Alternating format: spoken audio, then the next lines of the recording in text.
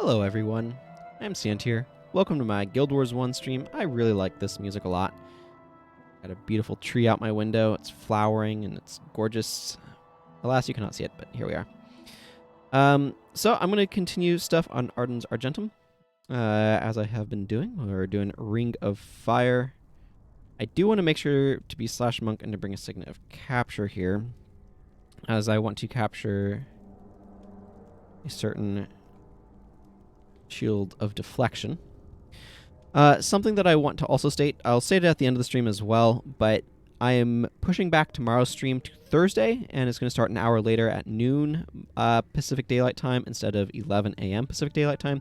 I've updated the schedule down below to reflect that for those who go to my Twitch page or are on my Twitch page or whatever. But I'm doing that to align with the start of the anniversary event. We got a bunch of T-Arc Orchard to do on most of my characters, so I picked the Zaishin mission quest up for that the other day. The other day being Sunday, so that way I can have that to do. So just that way everybody knows what's going on. That is what is going on.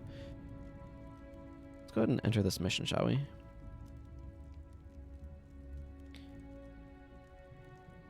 Yeah.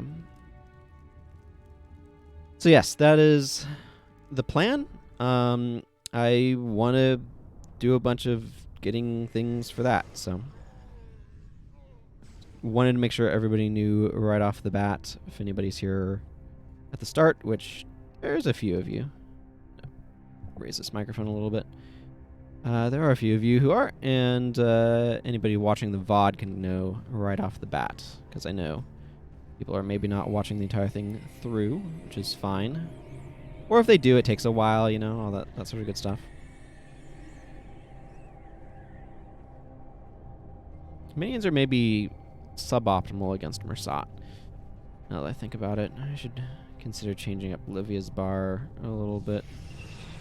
Spectral Agony is just going to rip through minions, I'm pretty sure.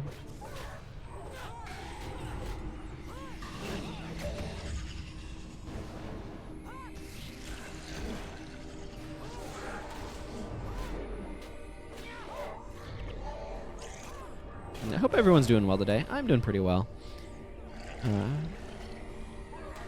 What that's worth? I think it's worth something. But I'm hoping stuff will go on sale during the anniversary event.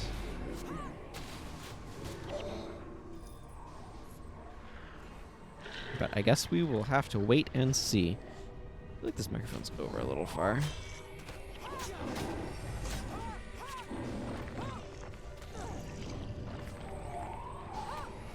Probably didn't need to do that. Oh well. I did anyway. I mending touched myself to remove conditions. Ether Seal.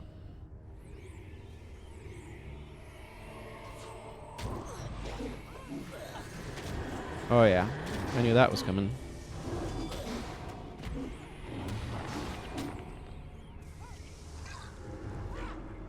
Whirling defense. I think most of these guys are probably going to be in whirling defense.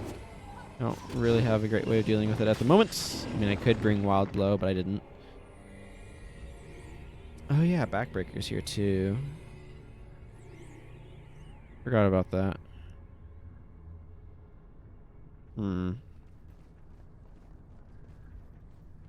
Well, it's easier to come back for Backbreaker later. I don't mind picking it up. There's no guarantee that that boss will have spawned, of course, etc. But I'd rather go after the, frankly, more challenging to acquire Shield of Deflection, because Backbreaker's off of one of these Igneous Ardens. I think there might be other locations to capture too. I'm not sure offhand. Actually, let's check. Backbreaker. What do you say, Wiki? Okay, it's available during War in Kryta as well.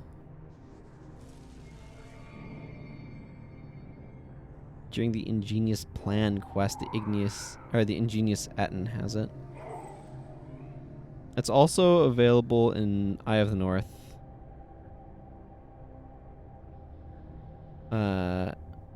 off of Hodat, the Tumbler, and Crystal. Okay, yeah, there's a bunch of locations for that. Versus Shield of Deflection is only available here off of Grun Gale Surge. No, this is a Spike Trap boss. Volg Pain Brain. Actually, I want to go after the non-bosses first. This is a weird thing about Prophecies. Prophecies bosses are not more dangerous per se than ordinary enemies. I mean, they might have slightly more level, which can make them a little bit more dangerous, but rather their main claim to fame is being extremely tanky. Especially because they have natural resistance to decrease the duration of conditions and hexes on them. Yay. Yeah, it doesn't look like, or at least I'm not currently seeing the Backbreaker boss anyway. Maybe. Is it further inside?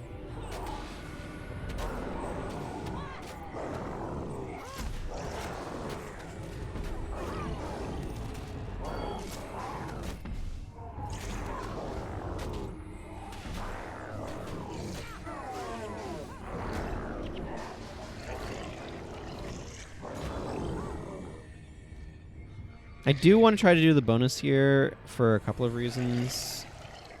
Hey, Toapat.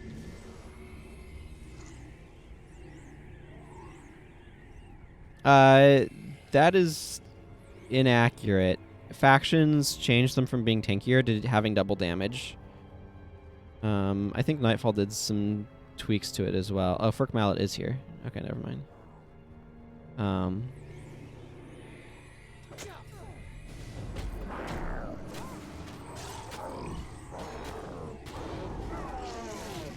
So, like, factions elementalists are particularly scary. And elementalist bosses in general are particularly scary. I think I'd have to double check all of the different things that kind of go on with them. Because the things that they do are somewhat inconsistent across the games. But Prophecies bosses are the tankier ones, but they don't have bonus damage. So I usually like to save them for last, because otherwise you're spending a lot of time wailing on them while their ads are wailing on you. Versus, like, factions bosses do not have the additional tankiness per se, except for maybe, you know, the additional 40 health from bonus levels or whatever they might have. But they do tend to have, or they do have double damage, so I tend to prioritize factions bosses, which is the opposite behavior from Prophecies. And Nightfall bosses also have the double damage, which makes me want to prioritize them as well.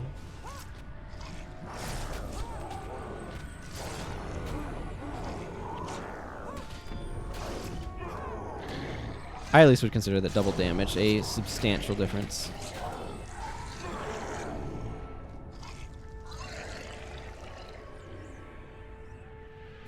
Lava is interesting in that it's extremely dangerous in this game, but not in, like, the typical way.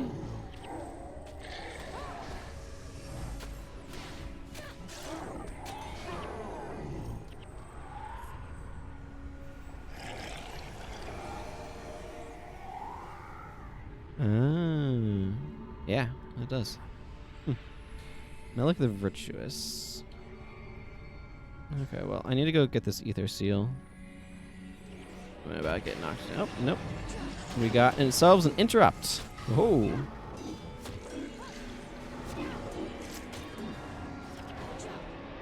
Also, welcome to a Pat.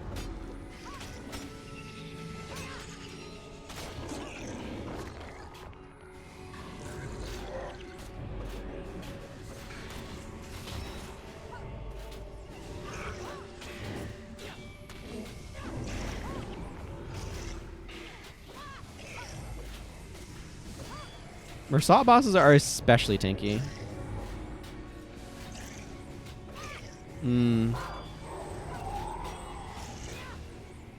It's really dangerous in Dark Souls if you don't have the ring for it. It does a lot of damage ticks if you don't have the ring to reduce it. Yeah, like, lava in games is usually either treated as, like, a damage tick or an instant death field. But water is also sometimes treated as an instant death field.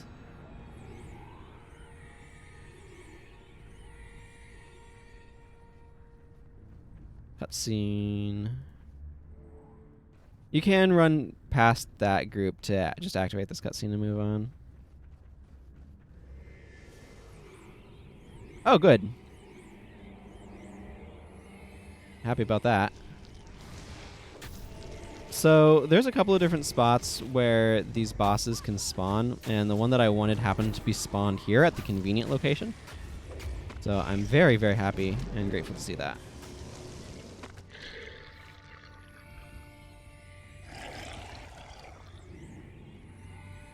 Because otherwise you have to like go through lava spitters and the back, like the easier back route, which in my opinion is neither. I mean, it's much longer, and the spiders are very dangerous. The spiders are less dangerous than they used to be. I will grant that.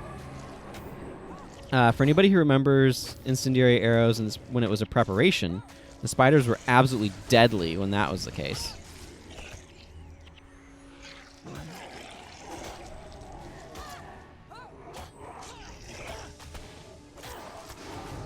For those who don't remember when it was a preparation, it made arrows set things on fire and interrupt them. Anoida lava does stain percent times 10 damage. So for a long time it basically vaporizes you. But when you have enough HP you can swim through it. I see. But yeah, the at one point in time the lava spitters, because of incendiary arrows, you'd just be getting hammered. Your entire party would be constantly getting interrupted because that's what incendiary arrows did. It made your bow attacks interrupt foes, or your arrows interrupt foes on hit, and then set them on fire for a few seconds. So you'd just be constantly like burning, and your monks couldn't get any healing off because you're constantly getting interrupted. It was very painful. They eventually changed incendiary arrows, so it is still painful, but less so. The real threat back there now is the imps with meteor showers, if you're not careful, where you're trying to wade through lava. I would like to pin my crew here and then go get some attention.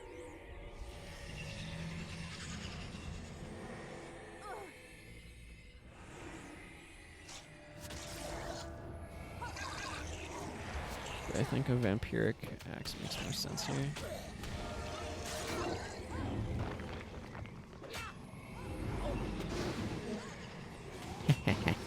Good old meteor shower. It is interesting though, and I think kind of fun when games have stuff that changes sort of the parameters like that, where it goes from, yeah, Emersat seals are really annoying to break through. Where it goes from big threat to not a big threat. I think that's kind of neat.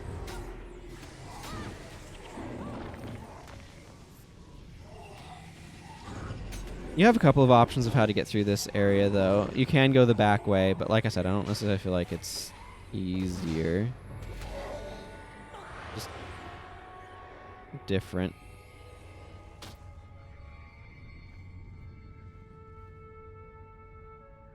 A different type of difficult.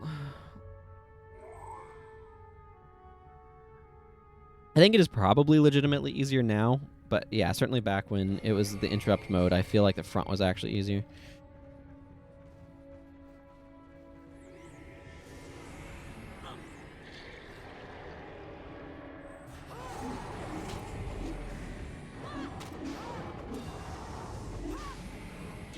I see. So it would take a long time to get to that much HP, is what you're saying?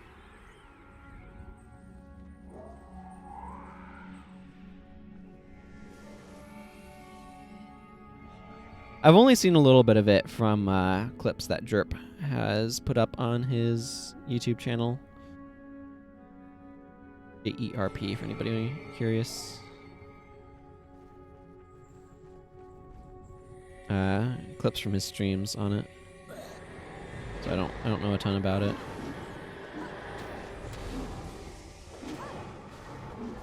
Except that you try to build powerful wands and avoid killing yourself in the process of using them. It looks pretty crazy. It reminds me of like, it seems like a destructive roguelike version of those old sand falling games. If anybody remembers those.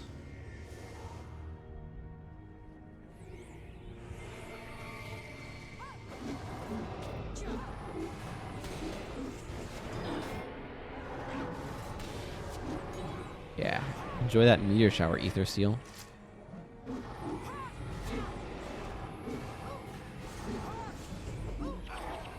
Wonder what happens if they try to get a delivery here. Actually, they probably don't. They probably get their deliveries over...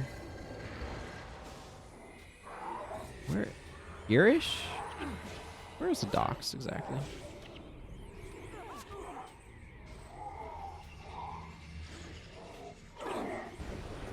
Okay, I actually don't mind taking these guys down now.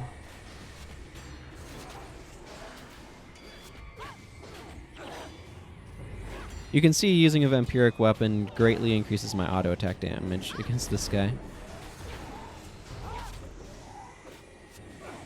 Space Marine Librarian.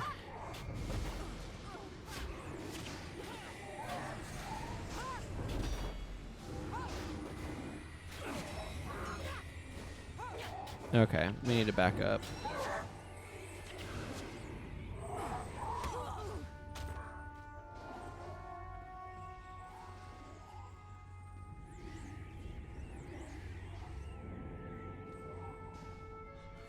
Switch over to a different axe.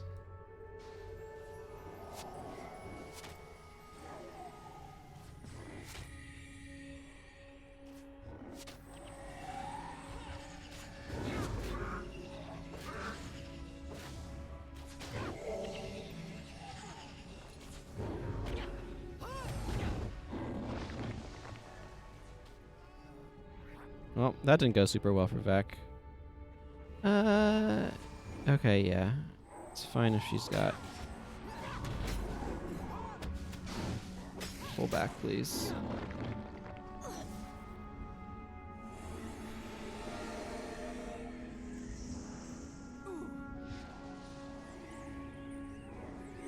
Yeah, if Mida wants to fight us back here, we're out of the way. Or Bouncing Burst, effectively the worst spell in the game, is the best spell as well, since it starts at base 0 damage, but deals kinetic damage like a rock or kick. So if you stack 7 times accelerating shot and a homing on it, it does millions of damage a hit. That's crazy. Yeah, definitely from what I've seen, it looks like a pretty, like, intense chaos simulator.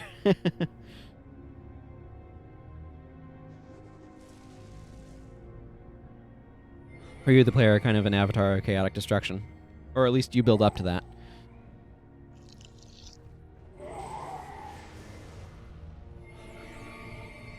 Okay, so the trick here is you want to actually flag on the other side of that, because the Ether Seal is actually over here.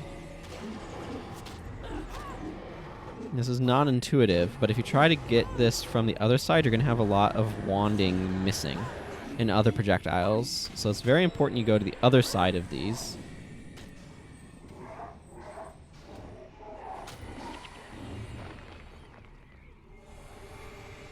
Falling everything. Yeah, that sounds like a good description from what I've seen of it.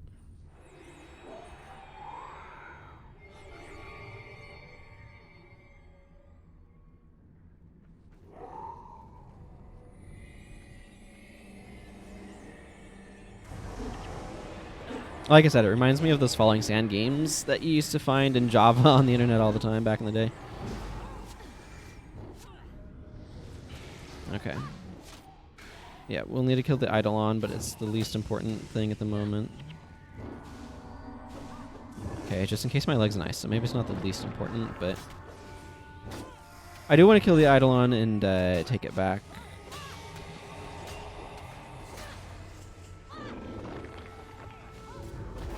I'm gonna need to grab more sequence of capture. Okay, this completing this will give me skill points, so. Yeah.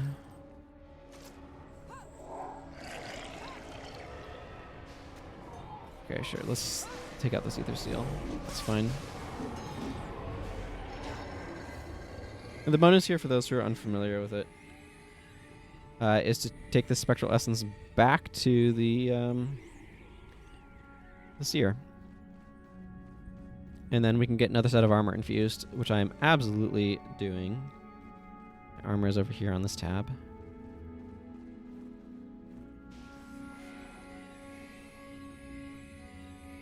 Let's see, I'm not sure what headpiece I'm going to want to get infused. But this armor is not infused at all, and I would rather be using this armor right now.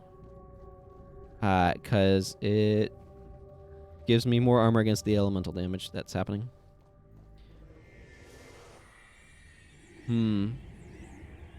Award shows have a certain bias to them, unfortunately.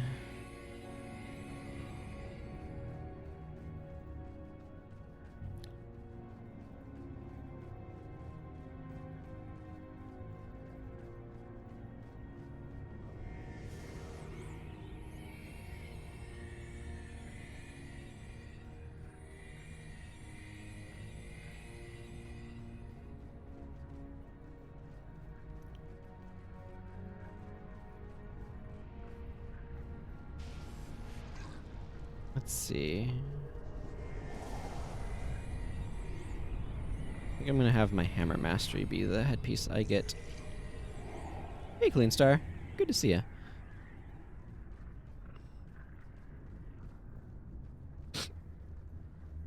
That's a bit weird.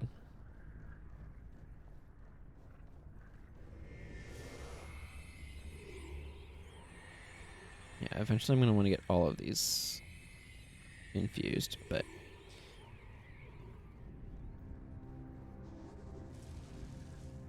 Dota 2, the sequel to a Warcraft 3 map, which people kept calling a mod, and I take slight exception to that. Let's see. Yes.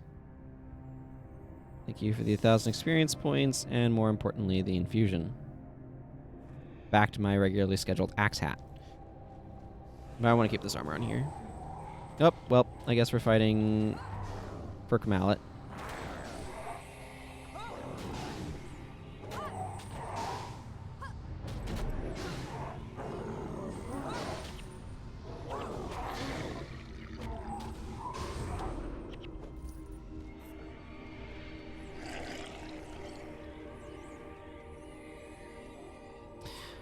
Just to kind of elaborate on that a little bit, because why not? Something to talk about. I like having interesting topics. To me, a mod is something that changes the standard gameplay of a game. So, like, my thinking comes from StarCraft 1, or Brood War, more specifically, StarCraft Brood War, because I was in the modding scene in that back in the day. And I really enjoyed doing modding. Man, this is giving me flashbacks. I wonder whatever happened to that guy. One of the people that I was learning modding stuff from. But I actually found this game through one of my modding friends from those days. But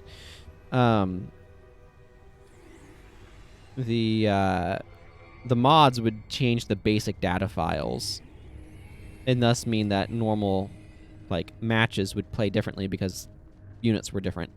Like Marines could have armor or whatever, or shields or whatever. Like there's all sorts of stuff that you could do with mods, and it's really cool. But it would change just whatever map you're on. Those would be different base functionalities for things. That to me is a mod. So StarCraft 2 has inbuilt support for mods, which is really cool. But then there are maps which can do radically different things with the gameplay, but in my mind are not mods, even if they've done something as radically different as what Dota was, Defense of the Ancients, which was a Warcraft 3 map. Because while it itself has radically changed data files, it doesn't affect anything outside of that map. So it's not like you just load up any random map and suddenly you have Defense of the Ancients mechanics going on. So it's a kind of just a personal distinction that I kind of draw between stuff, and I think some people would call Dota a mod. I wouldn't from that standpoint. I'd call it a map, but it is a map with heavy modifications to the functionality. So I can see where people would call it that. That's just because of the sort of frame of mind that I brought to it from what I was doing with StarCraft modding, so...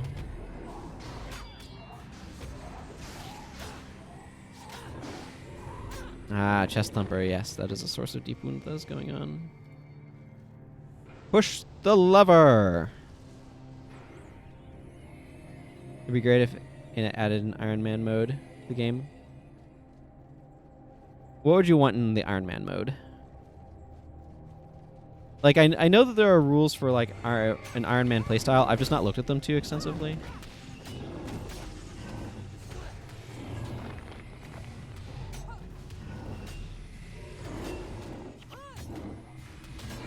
I would love it if Arena added all sorts of stuff to this game, but an easier way to get weapon mods is top of that list for me. It's the Odilin the Displeased. I think we're gonna have the monk at the end. I'd like to have a self-found feature where you can't use traders or trade with other people.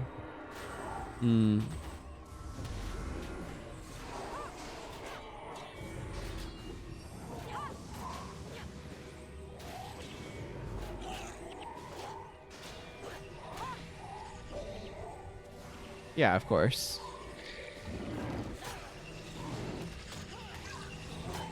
You accidentally hit the wrong button. And mending touch instead of whirlwind attack.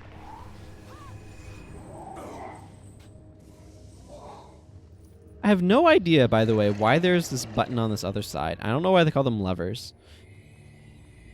But I have no idea why there's this button on this side to close the door. Yeah, Covenantine the Matron is over there. Because, like, all this does is this closes that, right? And I don't know why they added one to this side as well. It's one of those weird details. Ah, would enforce chronological order too. So you'd have to do things a specific way. Yeah, it's interesting. Like, you can impose those rules on yourself as a player, obviously. But there's a difference between, like, you choosing, like, having to remember to follow the rules versus the game forcing it on you. That's kind of an odd, like, psychological thing. Like, I get that too. I have a tendency to be like, oh, well, this is possible. Oh, man. Hello, Sop X Hunter. I don't know, SOP X Hunter. Thank you very much for the host. Hello. Hope you and your viewers are doing well. Hope that you had a good stream. Could have its own title if you finish everything in NM or something like that. Yeah, that'd be kind of neat. I'm for interesting content completion titles, not just spam consumables titles.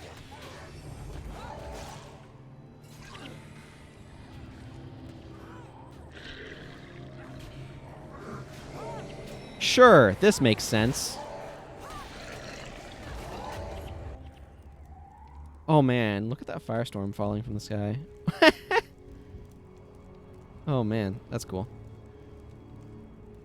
Hello. Sayo? Did it first drunkard when you have time? Yeah. Yeah.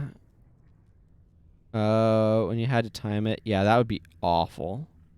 It's still not great, but back then, yeah, I would not want to have to do that. Let's see. Ring of Fire. So this is what, Abaddon's Mouth. Not to be confused with Abaddon's Gate. Abaddon's Gate and Mouth are two very different things. There's at least... This might be a good spot to pick up. I'm trying to think how many signals of capture I want to bring into this map.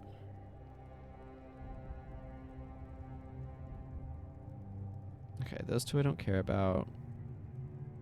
Devastating Hammer I already have. But I may want to bring two for Aura of Faith and Restore Condition.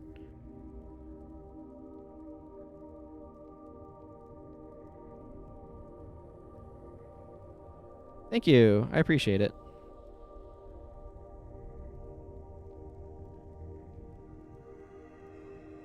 Okay, well, I need at least one more Signet of Capture.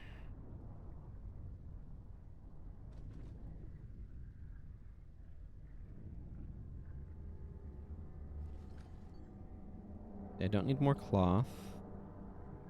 Canes are usually iron ingots. Okay, that's an jeweled chalice to identify. Probably underused scrolls. What is this one? Maybe I should use this just to build up my experience faster. I usually sell scrolls for the, what is this, 100 gold? But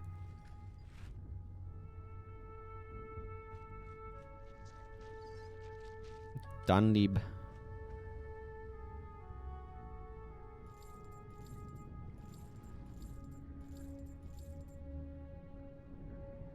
Yes, the Lightbringer one is very pricey. Okay, I've got, what, 2 skill points right now?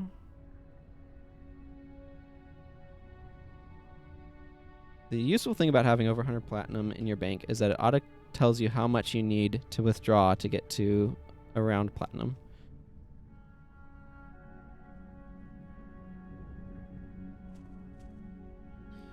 There, grab a couple more of those. Signals of capture. I guess I lose whirlwind attack.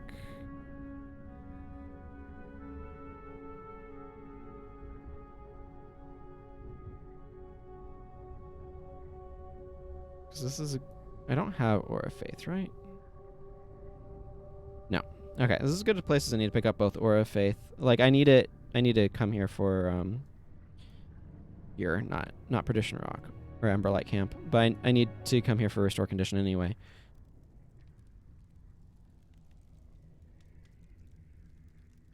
Which cannot self-target. But I do want RC. See, I don't think there's anything else I need to do before heading in.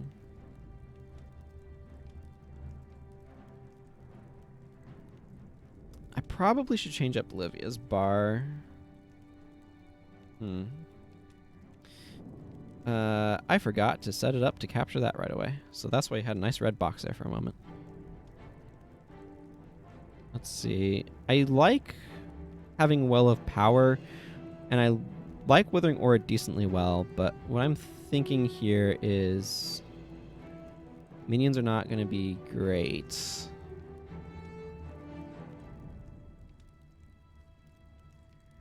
Let's see, I don't think I have... No.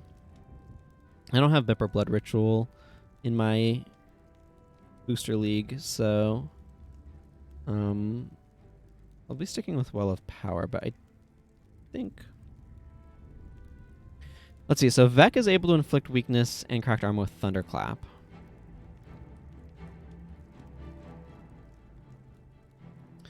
I have been liking having Withering Aura for myself. But maybe there's other things that I could be doing in curses that I'd prefer here. Yeah,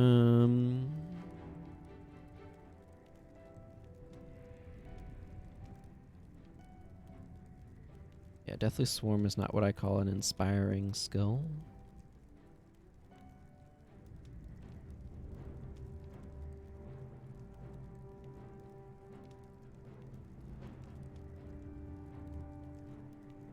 Okay, let's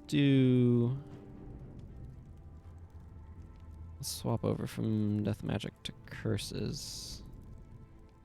What I'm thinking here is I have Awaken the Blood, yeah? Yeah, okay. I have 1 copy, but I only need 1 copy. So I can use Awaken the Blood. I'm not using any Life Sacrifice, and I don't need to. I have Desecrate. I don't think I have... No, there's Defile. So I can bring Desecrate and Defile enchantments. For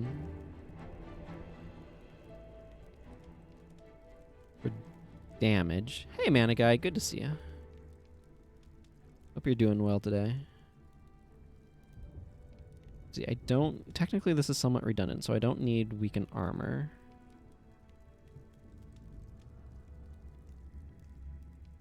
I don't think I want Faint-Heartedness. Faint-Heartedness isn't bad, though. But Shadow of Fear, maybe?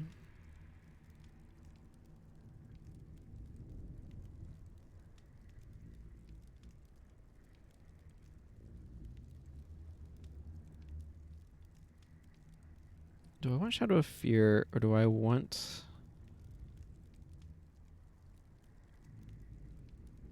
something else from Blood Magic? And if I did grab something else from Blood Magic, what would it be anyway? Vampiric Gaze, maybe?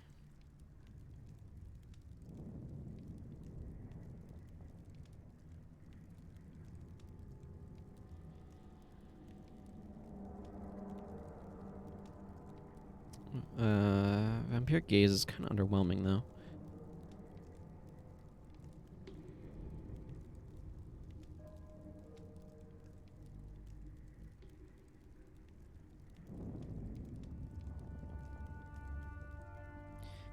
Insidious Parasite might be reasonable.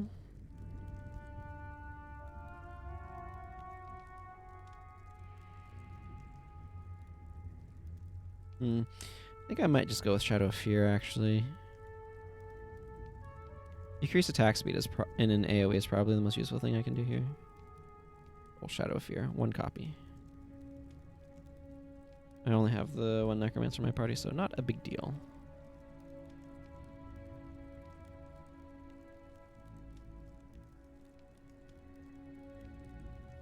Yeah, Blood Magic should have been... Like, I don't mind the fact that there's some lifesteal in Blood Magic. I think that's perfectly fine. I think that's a neat part of the attribute. But, man, there is... Yeah. I mean, that is a little bit ironic. There is just so...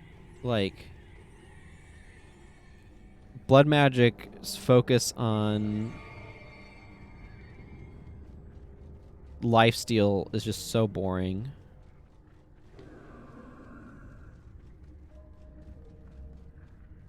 Time to complain about Game Awards.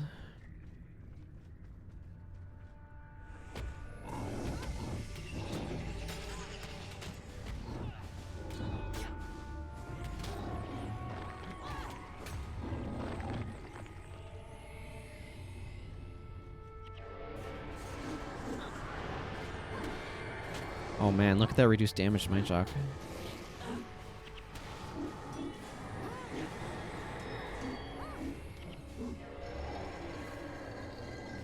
That's a weird composite. Yeah, those two things are weird to stick together.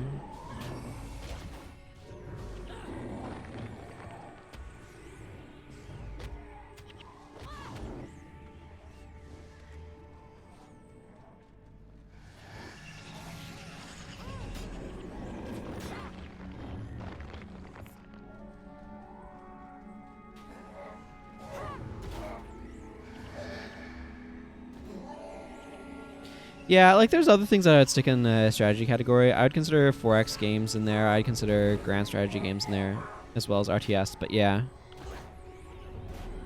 I don't necessarily pay a whole lot of attention to new game releases, though. So I don't necessarily know what all are. So I don't necessarily have, or I often don't have context for, or I don't have context for the Iron Harvest.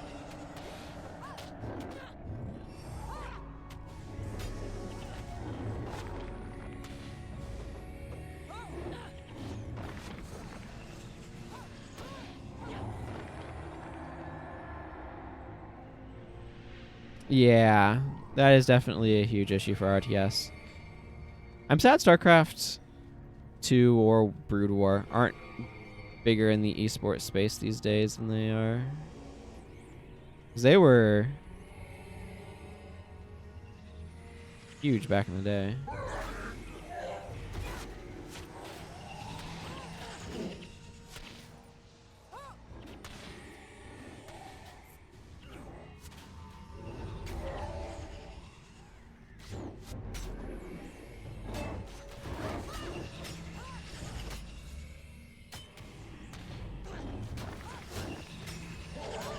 Hey, pair of dice.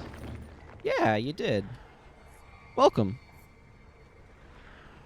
Transitive property of responsibility. Good to see ya. Thank you for dropping by.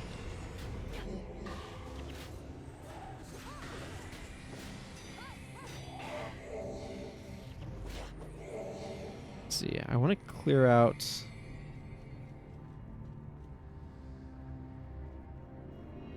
Actually, let's go get these Jade Bow over here. I want to clear out this area because I do want to do the bonus, but I kind of like to clear out the area, for the path for the bonus first, so I don't have to worry about it. It's a little slow, but I do want to go back into that area because I want to go capture, restore condition, and do the... There's an infusion you can do back there as well that I want to do. IDS games, one player is solely responsible for the totality of the team's success. Yeah, because the team is one person. Yes, yes, absolutely. People seem to like team sports more than solo sports, as it were. I don't know. I guess tennis is popular, right? That's a solo sport a lot of the time, except for doubles. Is doubles more popular than singles in tennis, in like competitive tennis? I find myself suddenly not sure, because I don't pay attention to that sort of thing.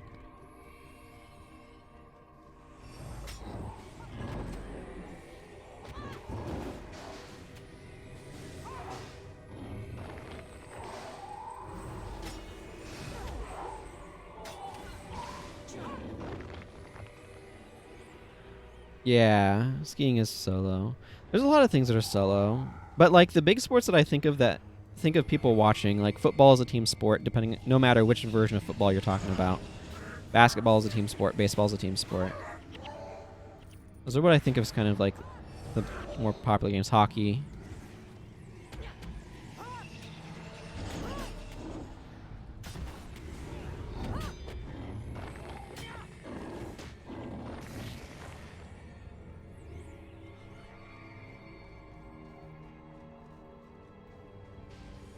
But yeah, there is nobody like... RTS is being... Let's see. They died to Dota clones, and they are Dota clones, since the only game that attempted to innovate mechanically is Heart of the Swarm. I think HOTS is Heart of the Swarm. Where you can manually defer responsibility in them to your teammates, meaning that motivation doesn't burn out as easily in a Dota clone as it does with RTS.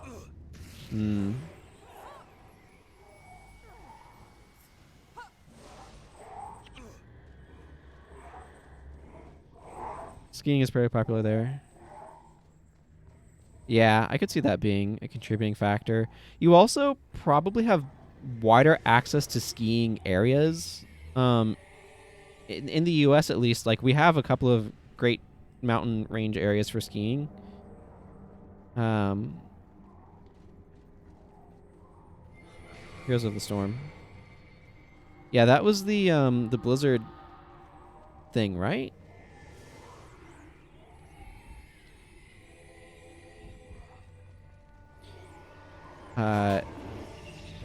So I don't know if skiing is like popular as a like sport to watch in like Colorado. I certainly haven't heard about it here, but I also am not a huge sports person, so I have not looked into it. They could have it here.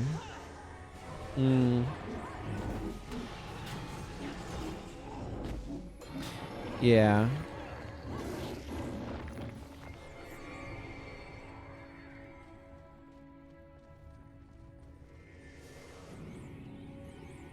For what it's worth, I think the Aeon Strife game type is a really neat idea. How's that for a deep cut? But I do think it's a cool idea. I tried making a couple in Warcraft 3 myself. I just never got that far. Okay, I will get Aura pretty soon.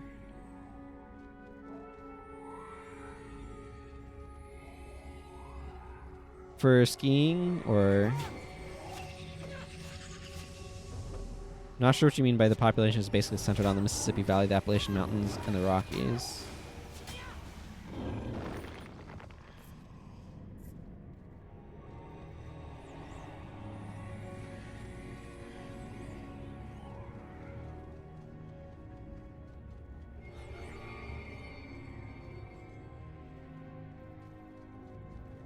Well, a lot of people are in the big cities along the coasts. I don't know if you've seen some of the maps showing vote. Like, this is something that comes up whenever voting happens, of like, look at these gigantic swaths of red in the middle, and then the blue along the edges, and it's like, but let me show you in the like county by county maps, there's just like the entire nation is red except for a few like blue dots. It's like, ah, yes, but let me show you what's in those blue dots by adjusting size based upon population. And then it's like, oh, never mind. There's a bunch of people in Texas, too.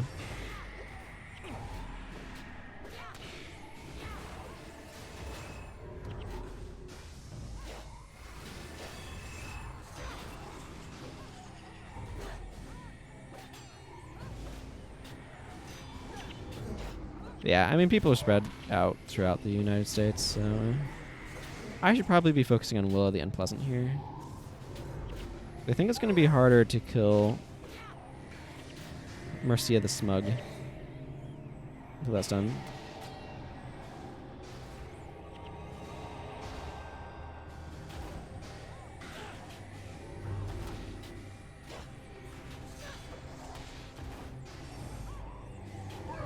Could you elaborate, please? What do you mean by 2 voting blocks for the area as well?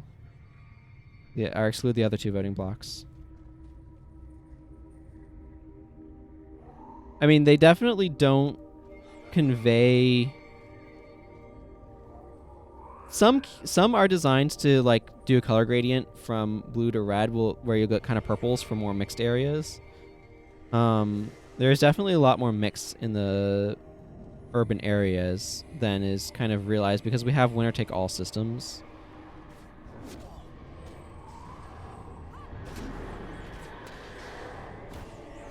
Yeah, they're ignoring the Republicans and Democrats. But I mean, the same thing happens the other side. Where there are Democrats in areas that get made red. And again, sometimes those maps will use purples to kind of represent sort of where the split is.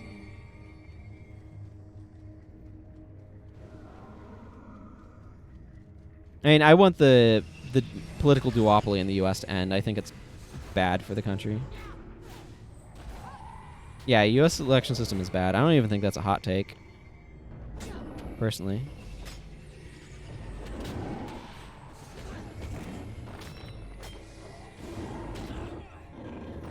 Ooh, Superior Rune. I would like at least to move to ranked choice voting as like the bare minimum start. That's going to be impossible to keep my stance up here.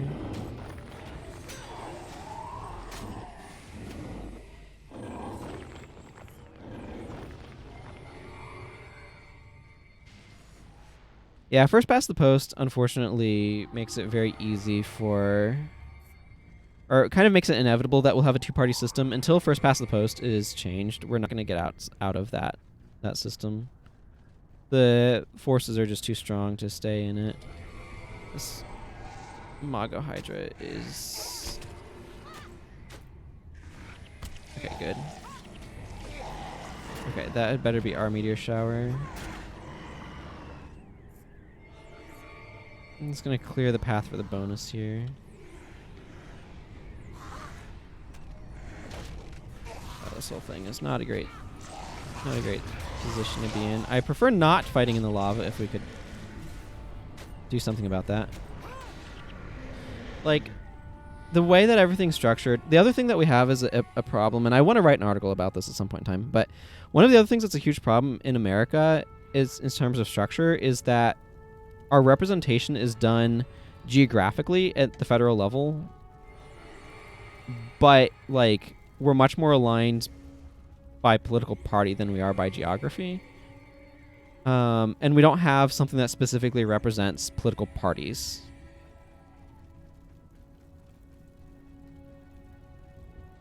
There are some states that have ranked choice, I believe. I've heard Maine might have it. I don't know. I'd have to double check that. But I've definitely heard that there are some places that are trying to develop that. But yeah. Or trying to implement that. We need it badly. Because we really, really need to... Like, my general desire is for competitive marketplaces. Not free, but competitive. I think there's a difference. I don't think free markets exist. Somebody will own the market eventually. But I really want... I heard somewhere was getting ranked choice implemented. Okay, good. My boss spawned. But I really want competition in the political marketplace to be able to exist. Like, the Republican and Democrat parties just have too much of a stranglehold on it.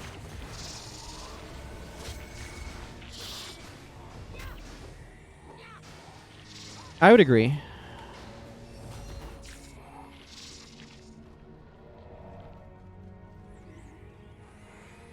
Yeah, it is a badly regulated market.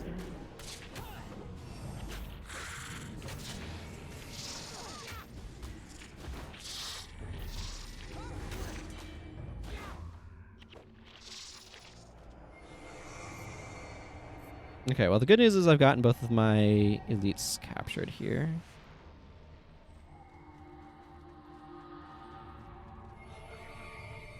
That's an important initial step. Plexus Shadowhook. Well, I don't need to fight that boss, but I might just to make sure it's out of the way. And doesn't cause problems. I need to remember that I have RC on my bar now.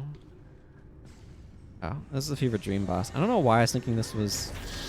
Okay, Plexus Shadowhook does kind of sound like, in my defense, the name of the Soul Leech boss. Or Necromancer. On the other hand, so does Spindle Agony Vein, so whatever.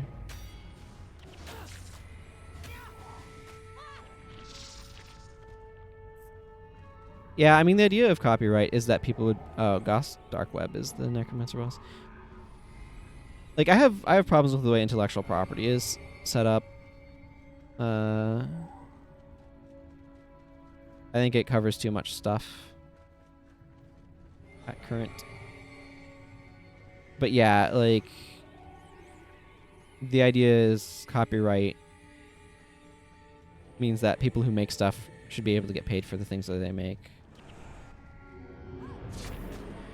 My issue with intellectual property laws, I feel like copyright shouldn't be able to protect ideas, just expressions. So, like, you wouldn't just be able to make or, like, distribute copies of The Force Awakens, for example. Yeah, I wish copyright only lasted 75 years. It's like life plus 95 or something. So, like, when the creator dies and then 95 years beyond that or something. I'm not even sure how it works for corporations. It's something ridiculous. But anyway, the like, in my mind, copyright though shouldn't be able to protect ideas. So anybody should be able to make a Star Wars. But once that Star Wars thing has been made, only the copyright holders should be able to distribute it. Or, like, decide how it gets distributed or whatever. I will want to make use of that special license. Patents, my problem with patents is monopolies are inherently in a non-competitive market, and it's especially bad in medicine. Medical patents are especially egregious for this. My general preference for patents would be that they mean that if you patent something, anybody else who wants to use it has to pay royalties on it. Just like a set royalty amount, which would allow you to be able to undercut the competition rather than gaining a monopoly on the marketplace. That's how I'd want patents to be arranged.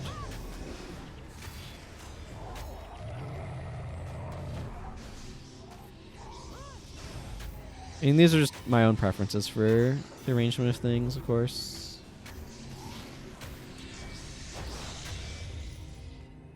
But, like, one of the things I realized is at one point in time I was trying to make a science fiction trading card game, and a lot of our sci-fi tropes are locked behind copyright as the way it currently exists. Star Wars and Star Trek and so on and so forth. Which is really awkward.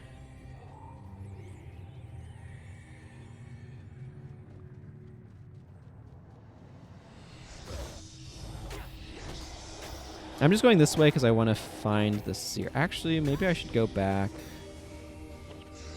Yeah, okay.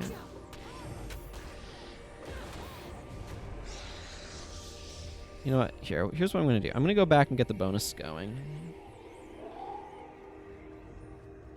If Stargate did anything, yeah. Because that's the thing, too, is, like, IPs can languish.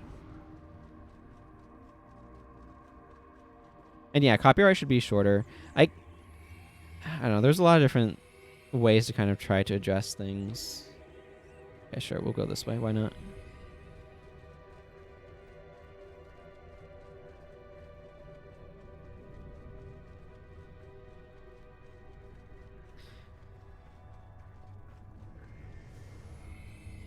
Yeah, I've not really watched Stargate. I've seen a few episodes here and there, I think, but in terms of whether or not a series got stuck in development hell, I don't know.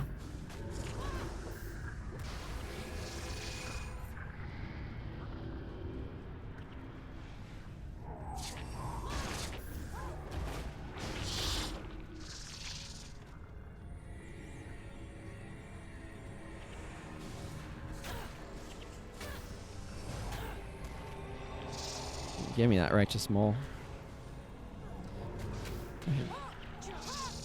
Do some of my cleanup while I'm making my way back to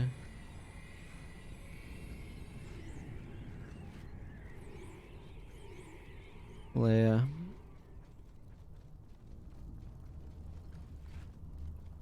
Walking through the lava.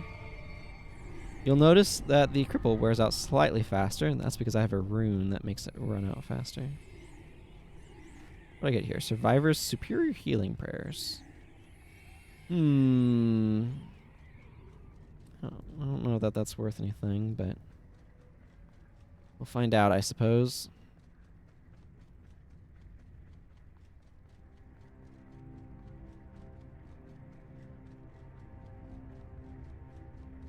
Don't know why she wasn't using incoming.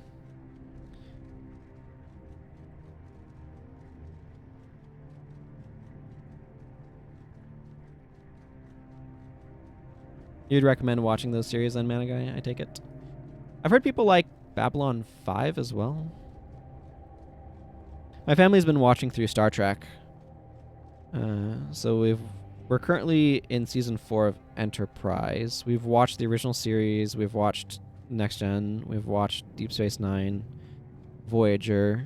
The first season of Discovery while we were doing, because we had been watching them through the library, and then we realized they're on Amazon Prime.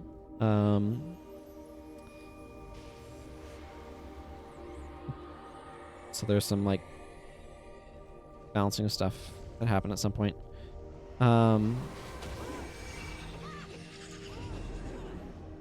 But yeah, so we're in season 4 of Enterprise right now. We've watched most of the movies as well, just waiting on Nemesis from the library, which is taking its sweet time, let me tell you.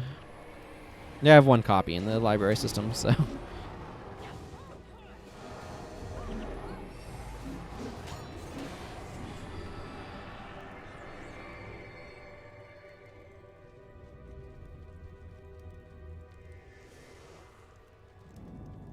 But that means we're actually getting pretty close to caught up. Yes, if you like sci-fi.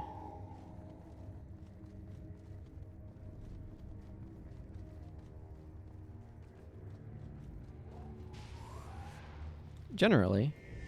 I really liked The Expanse. The Expanse was great.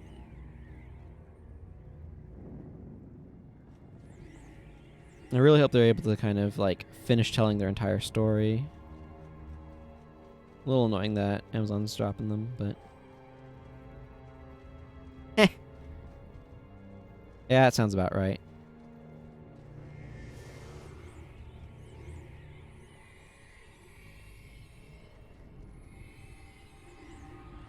Yeah, that sounds about right.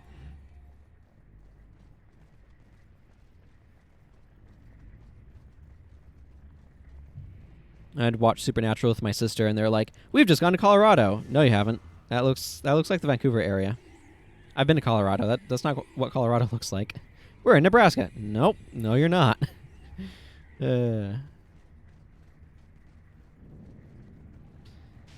Not everywhere it looks like the Pacific Northwest, as it turns out.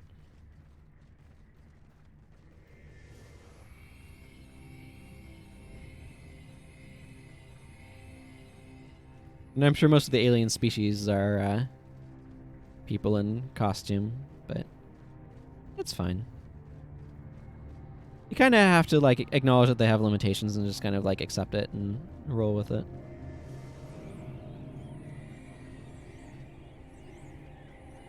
Although I think it's kind of amusing that TNG tried to explain why so many of the aliens were humanoid in one of their episodes.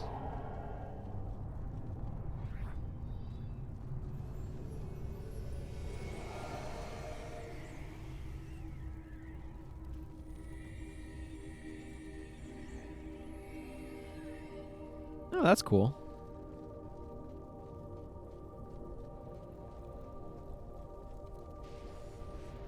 It's a volcano.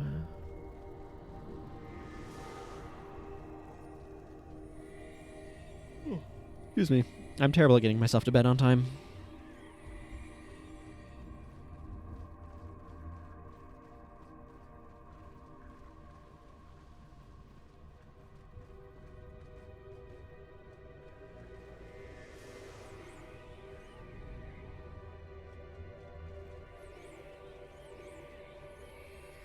I really wish these maps had explorable versions.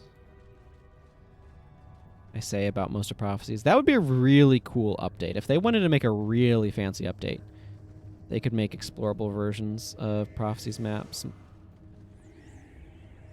Because that'd be sweet. Hmm.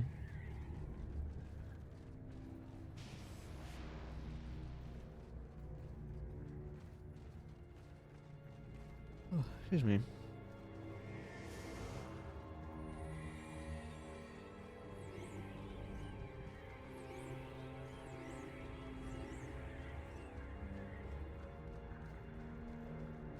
I think the seer's down that way. I'll be picking up the spectral essence. The floating intestines in a moment.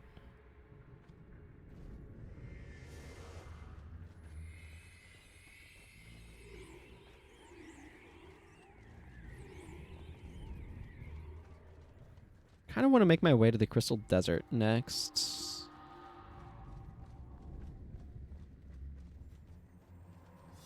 Excellent. You enjoy being free and at peace, Leia Stone.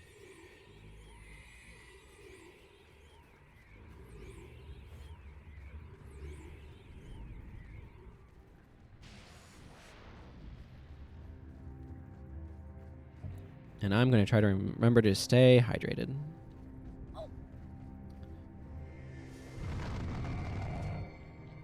Hi, worm.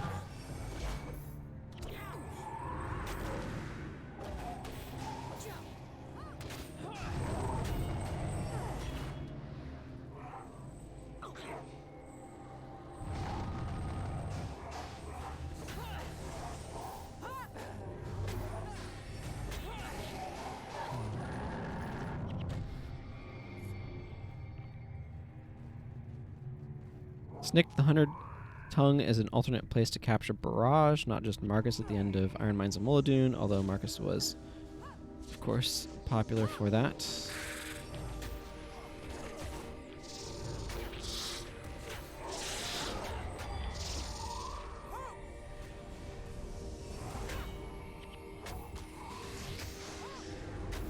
Don't know if that troll unguent got interrupted by a meteor shower or just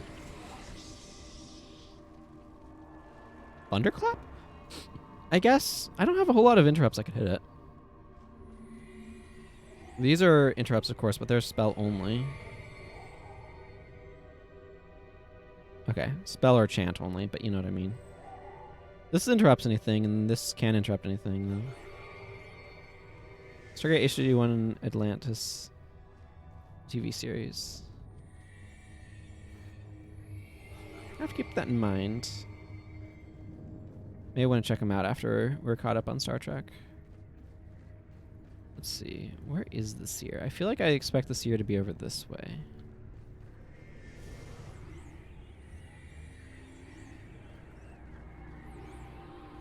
I usually don't go finding her here, though. That's why my uncertainty.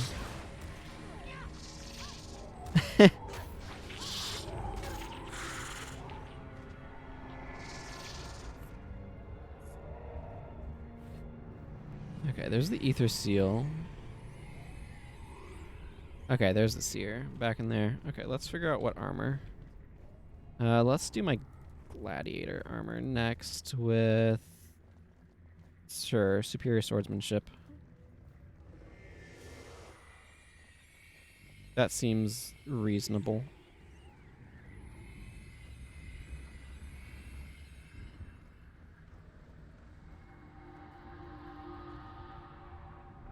Double checking. Yep, no, this is infused. Hey, Ancient Seer.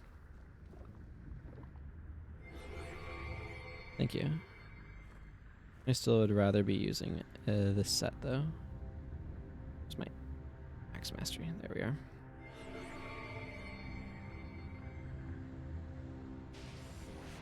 Well, that's 2 sets of armor infused over the last 2 missions, so that's great.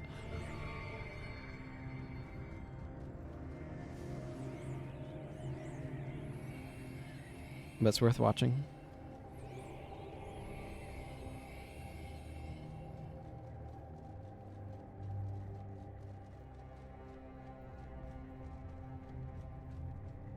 Okay. Let's break this ether seal. Go in a weird way. Ow.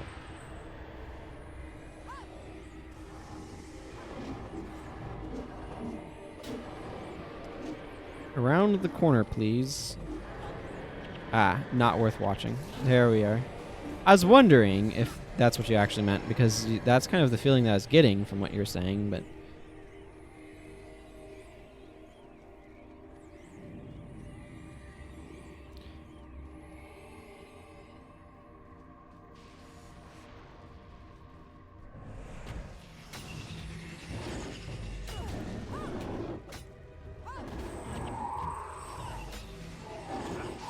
Yeah, very important word, though.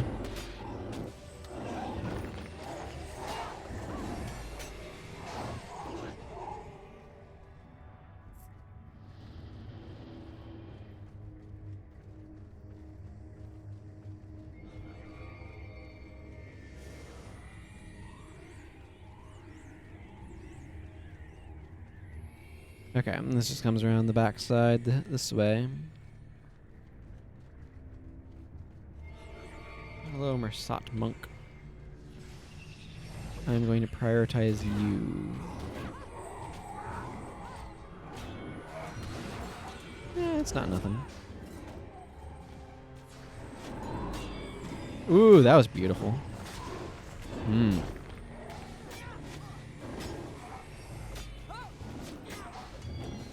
You ever notice how there's no monk boss in the final map? There's no monk titan. I think that's interesting.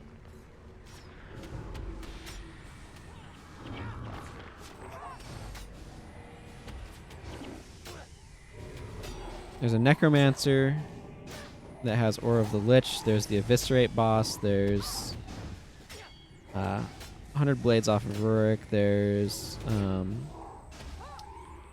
Mind Burn off of the Ellie boss. There's Panic off of the Mesmer. Greater Conflagration off of the Ranger. Let's see. Mesmer, Necromancer, Elementalist, Ranger, Warrior. Yeah, but there's no monk boss. Odd. Kind of odd. I have distinct memories of coming in here after AI was told maybe they shouldn't just stand in meteor showers, and people arcane echoing Spiteful Spirit onto these jade bows and getting them to attack themselves to death. I don't know why. It's so easy to walk in between them, but... Sources of power of monks and guardians is definitely interesting. They are different. They're close in theme. What is the guardian's source of power supposed to be? I mean, they kind of hand wave it in this game a little bit. In that, presumably, Stone Summit and the Cornins and are not praying, and the White Mantle aren't praying to Dwayna, for example.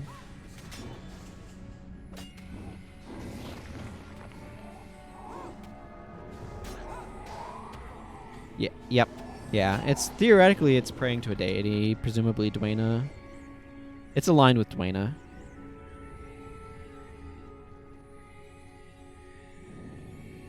But yeah, they're called prayers for a reason.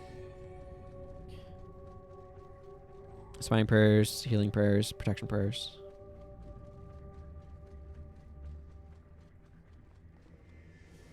Yeah. I mean, it doesn't really make sense when a Char does it in Guild Wars 1 either. Which is kind of my point. Because the enemies do them.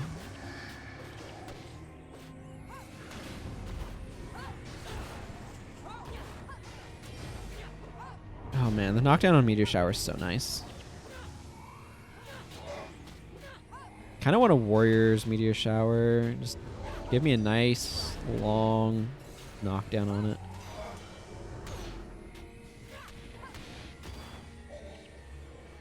Yeah, no.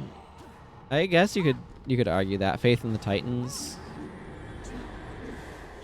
I know it's one of those things where like the mechanical explanation and then the game mechanics of needing these skills to work on different things for kind of breaks down a little bit, so I don't think about it too hard.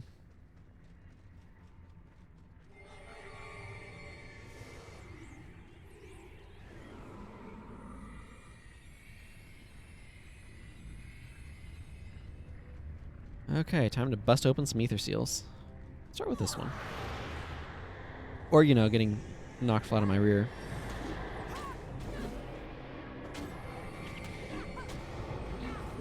But yeah, the Char explicitly have no gods in Guild Wars 2, so that becomes real awkward. I guess you could theoretically have a Char that's an adherent of Dwayna or something if you really wanted. That'd be an interesting plot line. Like, it's a huge deal that Earl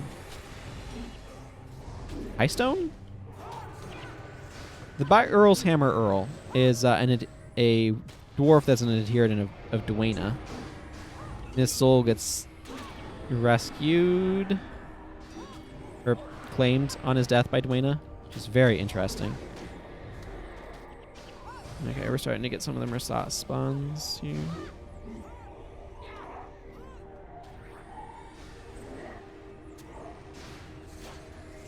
Hey, Vizier Kilbron, you couldn't have done something about this? You're right there, you know.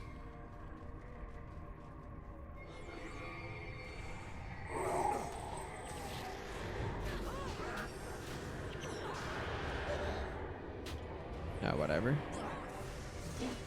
You do need to be careful about the accumulation of guys from the back, especially in hard mode.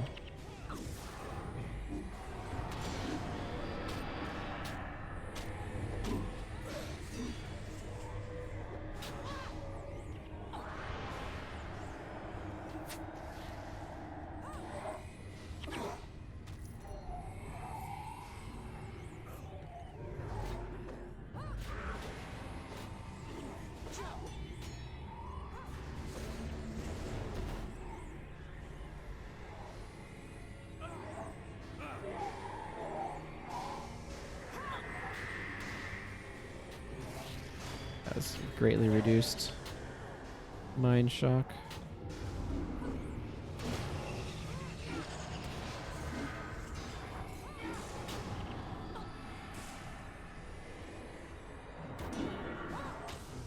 That worked nicely.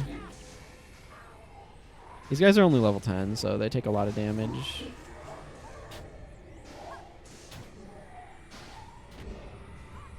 None of the other enemies matter.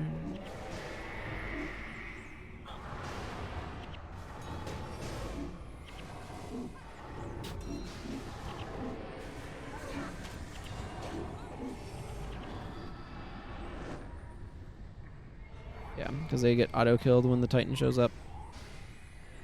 Hang on. We'll get you in a second, Titan. I just want to grab my gold coins. And now infusion doesn't matter anymore. Hooray! Skill point gained. Oh man, my skill bar just got devastated too.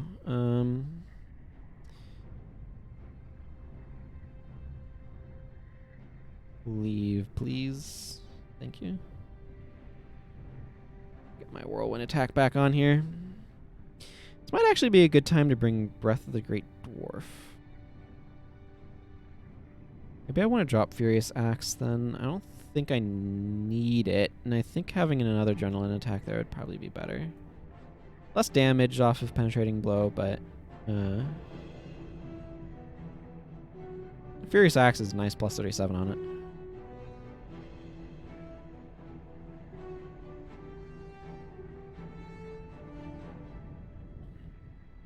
But I want to reduce my energy burden a bit, because I think it'll make it a little bit easier to use Breath of the Great Dwarf. Which seems preferable here.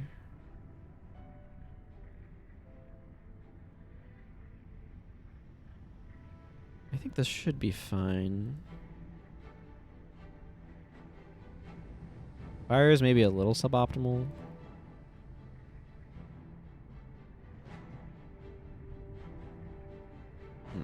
Now I want to check something.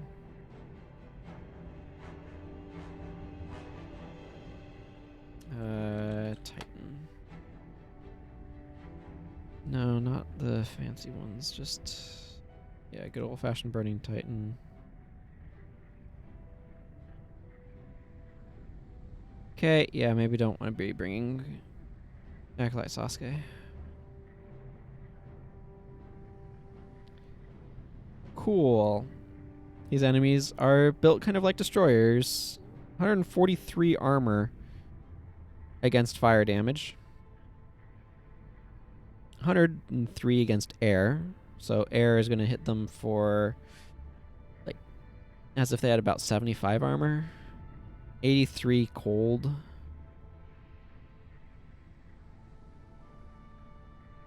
Definitely makes you want to bring a copy of Winter.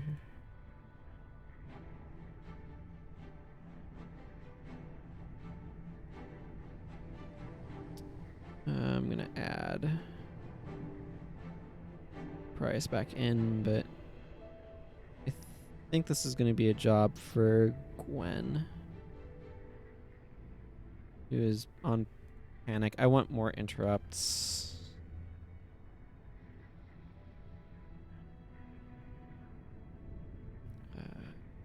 Challenge. Yes, challenge prep. This one. I don't know that I necessarily want exactly this bar, but I definitely want panic. I think.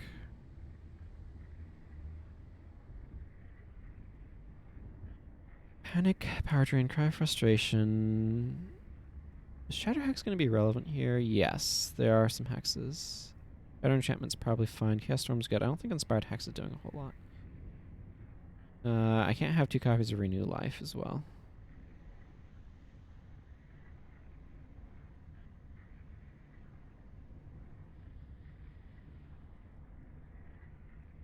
Okay.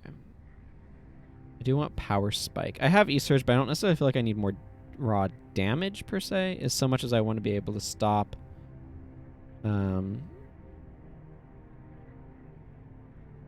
Actually, Mistrust would be good as well, but I don't think I have a copy of that. No. No, Power Spike it is. Power Spike has a nice quick recharge, though. So does this. The Power Spike's only 5 energy.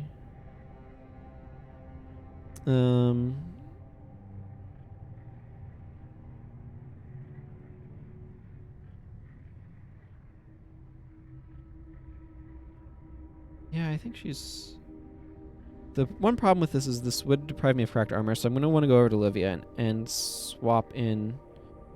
Actually, I think I'm just going to straight up... I have weakened armor. I remember that from when I was looking earlier, so I'm going to just do this swap. There's not going to be a ton of enchantments. There's mostly just a few that, like, Shatter Enchantment does some good damage for, but it's not critical. Drain enchantment would probably be better. Yeah, so I'm going to change that over to a copy of Drain enchantment. I think the energy and health gain is more useful than the damage. For the few enchantments we will see. It's mostly going to be Aura of the Lich. And maybe like Fire Attunement. This is to help stop Sparks of the Titans from absolutely wrecking us, by the way. I don't think I'm going to give her a Resurrect. I have a res here, here, here, and here. I think that's going to probably have to be enough for me. I think I'd rather just have...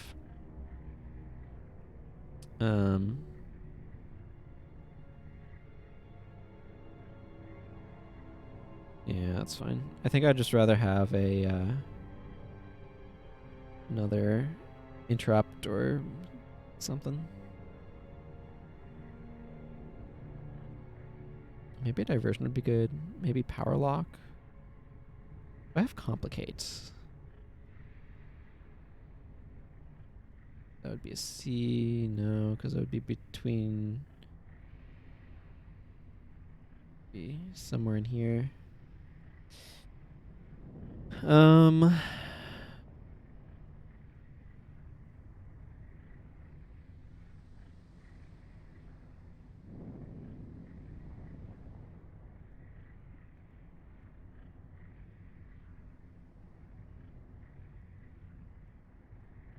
Unnatural Signet. That's actually not a bad idea. That's some damage that doesn't cost energy, so I think I'll go with that.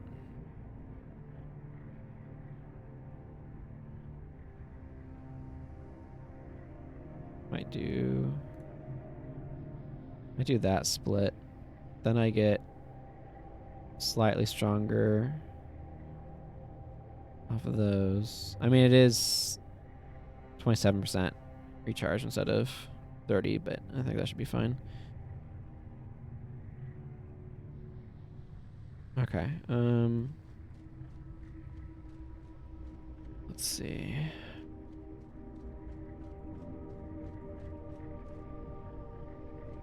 Yeah, I do want to clear out my inventory some.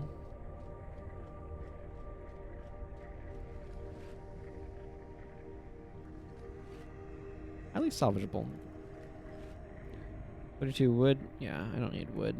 I've got plenty of wood. I have 250 here and another 500 on a random character. Who's hanging on to a bunch of wood for me for no good reason.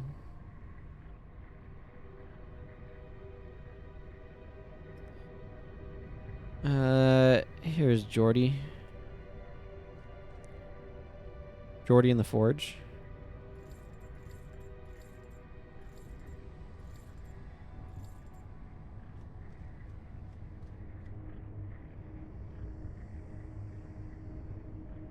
Let's see. Well of Power going to have anything to work with? That's actually a really good question. I don't know the answer to that. Yeah, Sparks of the Titans. It can work with those at the very least. So I think that's probably worth bringing. I don't know. Let's see how it goes. This mission can be surprisingly difficult.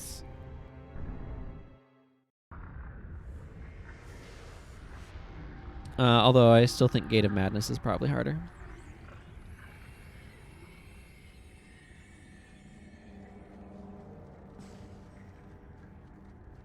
But Sparks of the Titans are absolutely terrifying no matter what mode you're in. Unless, like, you really, really need shelter stuff to, like, mitigate their ludicrousness.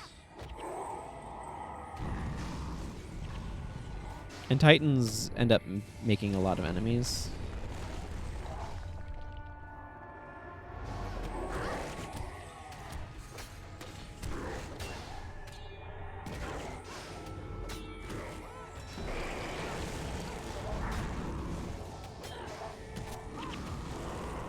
Oh, okay. Risen Ashen Hulks also leave corpses, it would appear. So that's good to know. I don't know why they're flashy, but here we are.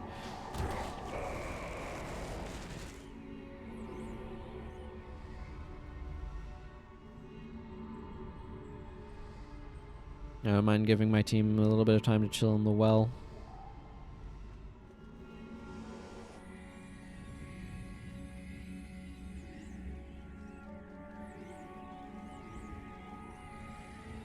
Oh, excuse me.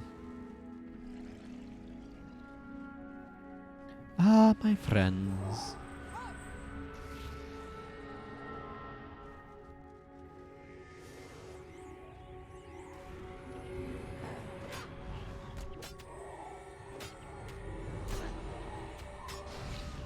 There's no reason to try to stop me from burning. Standing next to one of these guys is just going to set you on continuous fire.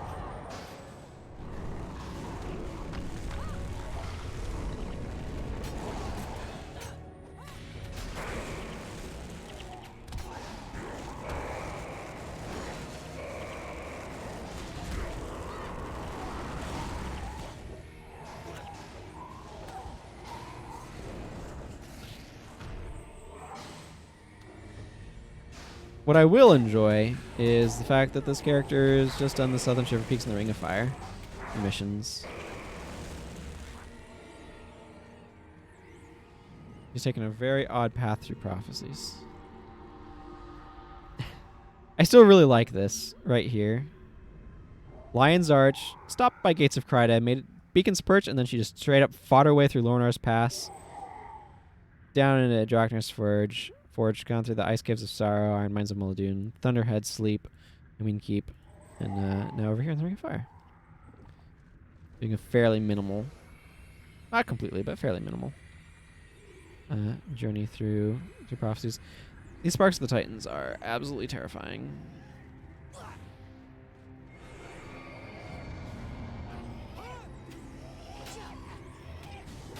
I really want to make sure I'm being conscious of burning in my backline, because that adds a lot of damage. Of course.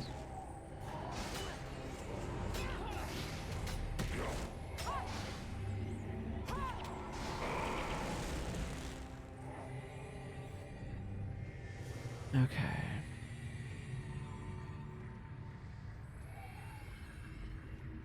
Okay, our sparks here are a little bit further. They are the greater threat.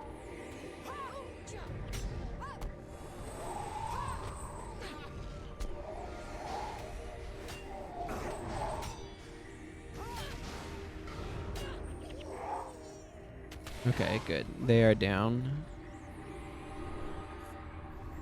Really important to get them down.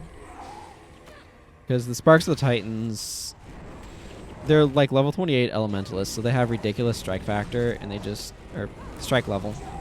Strike level? Is that what they call it? Yeah, because it matches with armor level, so AL, SL. But that means that they hit really hard, and they Mind Burn and Rodgor's Invocation, so they have big, powerful AoE spells. And very nasty. This part can really catch you unawares, by the way. I like to walk forward and then walk back. I talk about this every time I do this mission, but it really is like a critical piece of awareness. There's a trigger somewhere around here. Maybe it's those guys getting far enough. I feel like it's walking far enough forward, but it triggers all of these groups to converge on that area, and if you're standing there, they will absolutely incinerate you. The Titans are scary.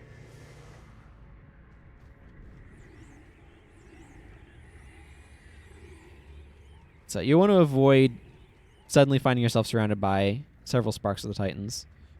I like how there's just some random entity dropping meteors around at like 0 fire magic. It's kind of amusing.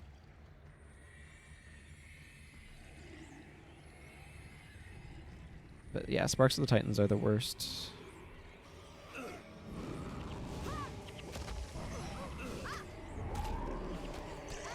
No, not the Bone Horrors. The Sparks.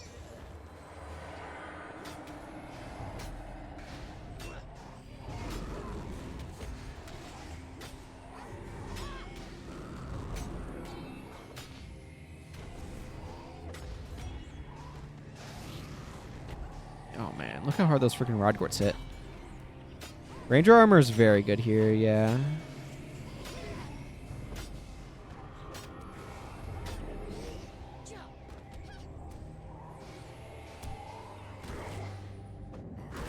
There we go. There's Vec alive again. Sort of.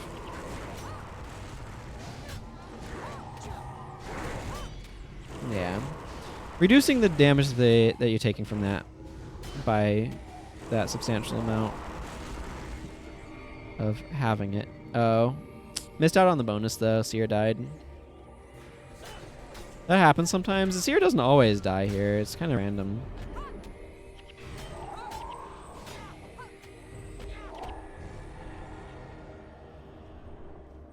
Whether or not there's a Titan that basically just chills on the Seer and burns her to death or not. I currently have 100 armor against elemental damage as well, though, because I am using Sentinels. But yeah, if you come in here with a bunch of Rangers and Pyre-bound armor, and they're just like, yo, I have like 115 armor against fire, and you're just like, do not care. I would have liked to have grabbed the bonus here, but oh well. Let's prosum.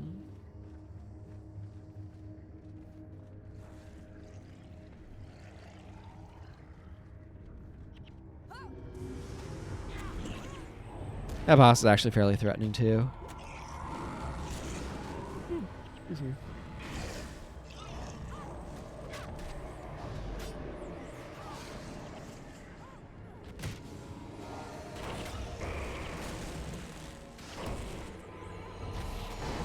Have you done anything with the Ranger team lately?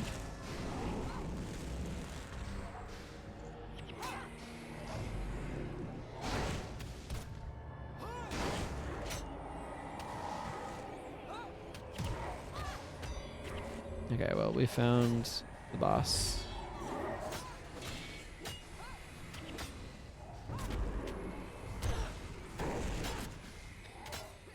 I remember being very excited to capture Rodgor's Invocation off this guy during the slow playthrough. Actually, I also have an additional 16 armor for my shield now that I think about it. So I have similar armor to what a ranger might have against fire if they were going with specific gear for it.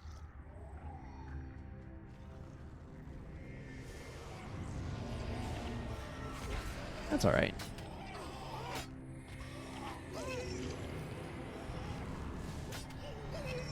I guess I could check. It says 5 months since you last logged on.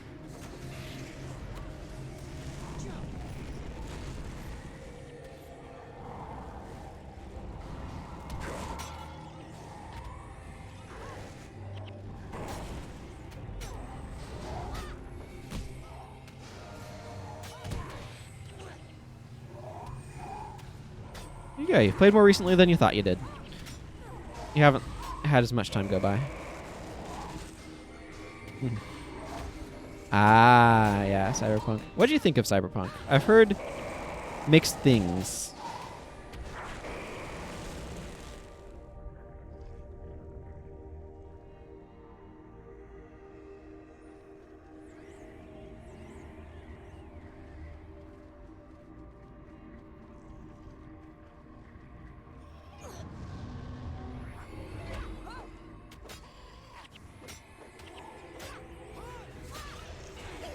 You love it since you have a decent PC.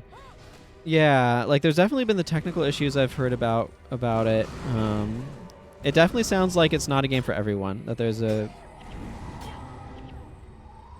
pretty big mix of opinions that way.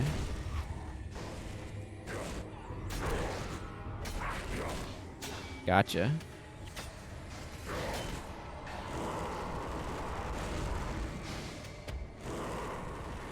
I'm glad you were able to have a good time with it at least. Spent a little bit of time here in the Well of Power, letting Talcora's energy recover. Let's actually just make another one.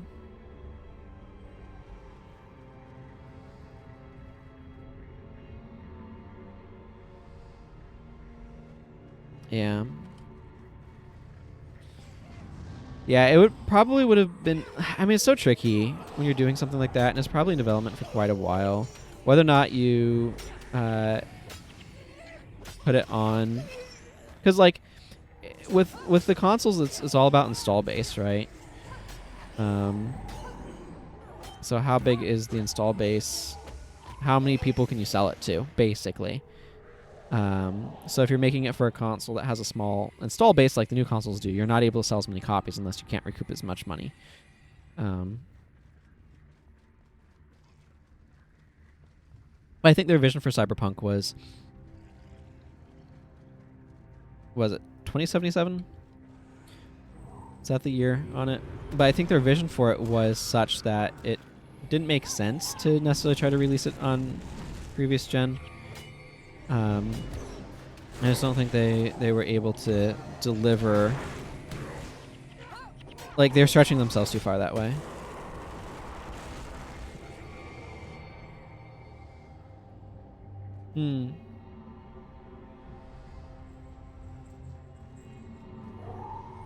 Yeah, I guess that's one of those time will tell sort of things.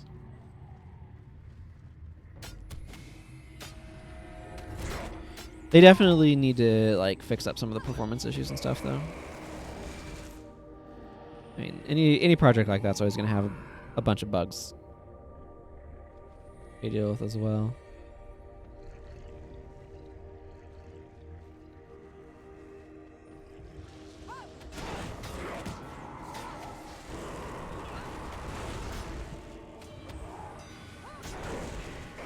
Gotcha.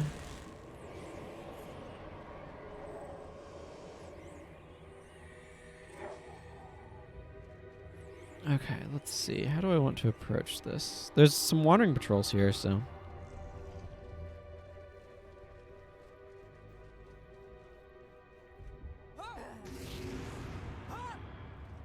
It's more unpolished.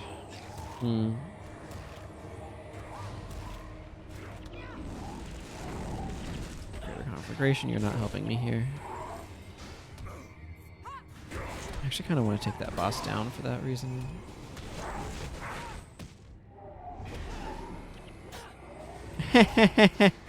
Yeah. So they are. Boy, that well did a lot to help mitigate the damage from the burning that the spark did.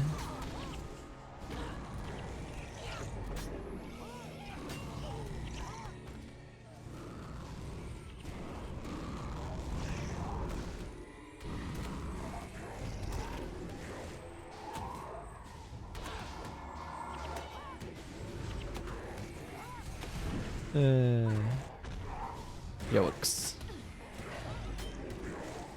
Okay, we need to try to get some of these small fry down.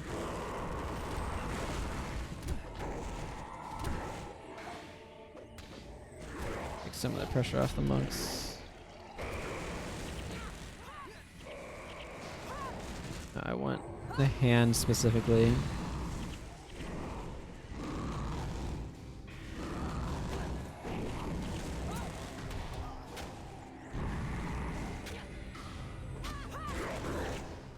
This greater conflagration, if we take this down, we'll be able to deal some more damage because it's turning everything to it's turning all of the physical damage and dealing into fire damage. Oh my goodness, there's so many of these guys.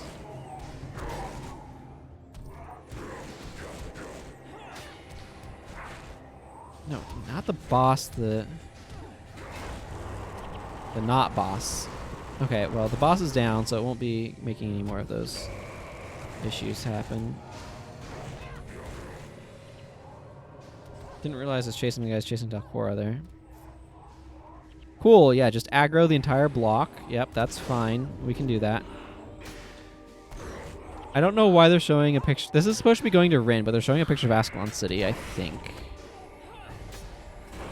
Not Rin.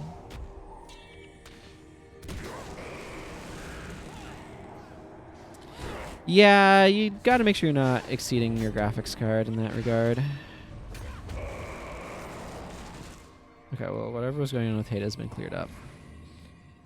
Okay, there's the warrior boss. I don't need it. It has Eviscerate, and I was able to capture that in Eye of the North. This character did Eye of the North first, so. She's a Nightfall character, and she's gonna do Nightfall last, and that amuses me to no end. I should pick up a bow in one of these, a flat bow for pulling. Oh, hi, Maligo Libbens. Let's get you and your aura of the Lich Self taken care of, eh?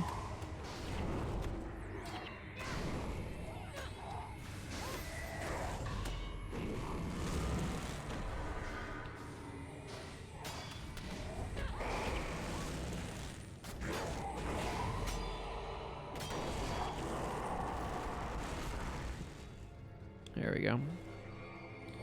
Okay, time to go after these portal wraiths now. The ones leading to Rin.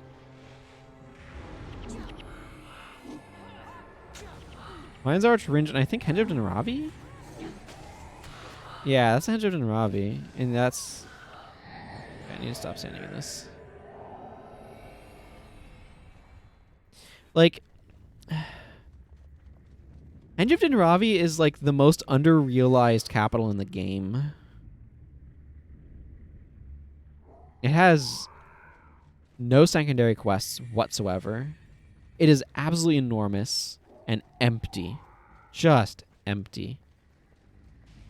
Which I think is kind of unfortunate, really. It would have been cool if there was stuff there. I'm not sure I needed a prot spirit, but I appreciate the sentiment. Made requires expensive graphic cards. And those are rare nowadays. It's the compromise they had to make. Yeah, I could see that. Yeah, it doesn't help that we have all the people mining cryptocurrencies using graphics cards. It's friggin' waste of resources is what it is. I understand some of the appeal of cryptocurrency, but like... It is very resource intensive as I understand it.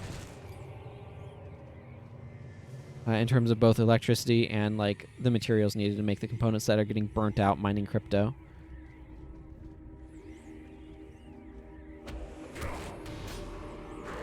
Maybe it has potential in the future, but it's gonna have to do a lot to get there.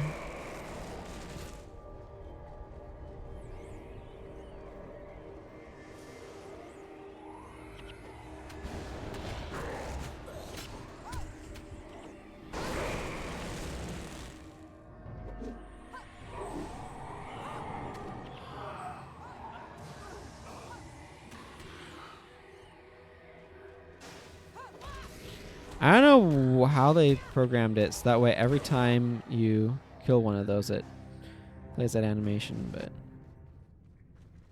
Okay. This part can be kind of dangerous. The Sparks of the Titans up there are no joke, and then the Fists will easily surround you here. So I'm actually going to flag my dudes back here. And just nudge my way forward.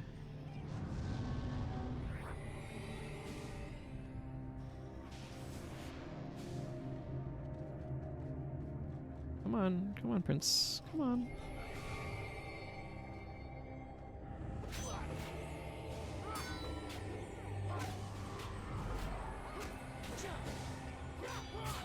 I would agree.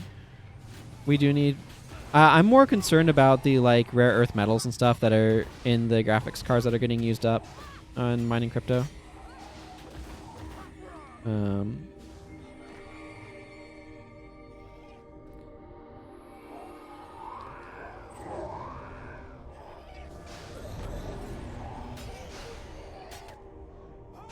But we need to get... We freaking need to get asteroid mining going is what we need.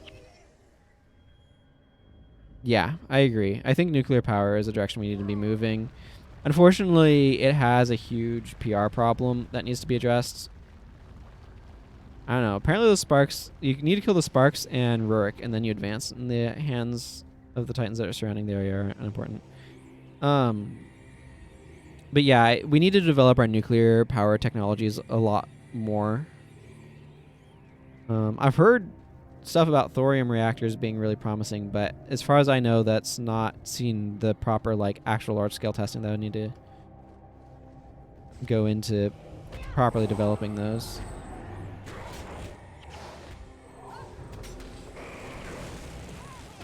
This is a long mission. Yeah, that's the issue. And the only potential exception, like hydrothermal does really well for areas that can have it, but that's, you know, a gigantic if you have it sort of thing. I feel like I've heard some discussion of tidal stuff. I think that there's some issues with that, though. The geothermal is another really interesting idea for a power source, but that requires a lot of drilling tech. So...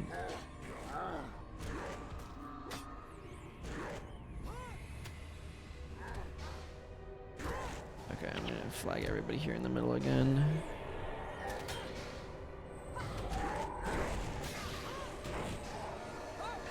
So, like, geothermal is a potentially viable alternative to nuclear, but nuclear is just so important. Like, there's a potential future where we don't need nuclear power anymore, but I feel like it's a really important, like, intermediary step, if nothing else, between here and, like, more sustainable technologies like geothermal.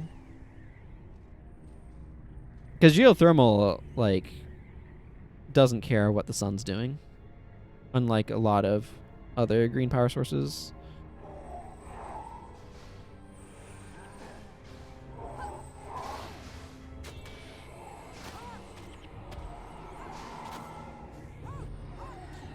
The Lich likes to teleport away. It's kind of annoying. I'm going to actually position my dudes back a little bit.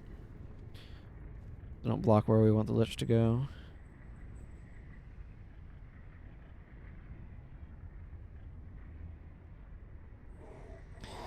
Yeah, it's a matter of getting over that. Again, a lot of it is getting over the hurdle of PR. From bad PR from Fukushima and especially Chernobyl.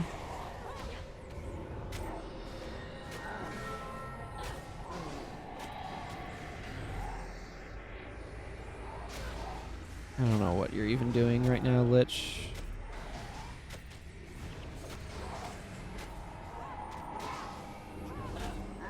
Apparently we're no match for his almighty wanding power or something. I don't know. Oh, looks like he restored his HP again.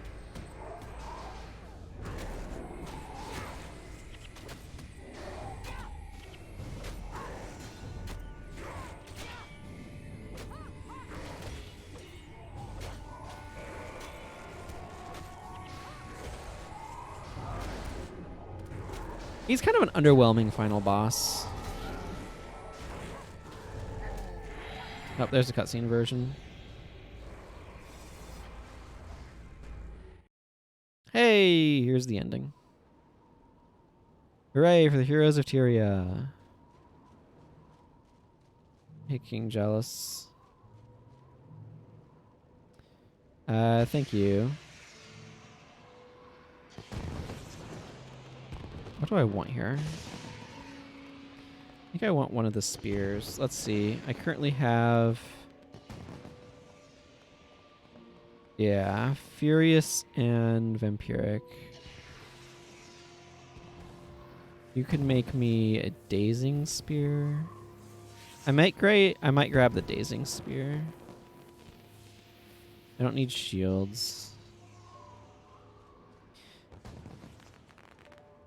This dialogue's not going to make any sense. Maybe now that you're finished with this nonsense, you can come to Ascalon and help deal with the filthy char infestation. I guess it does make sense.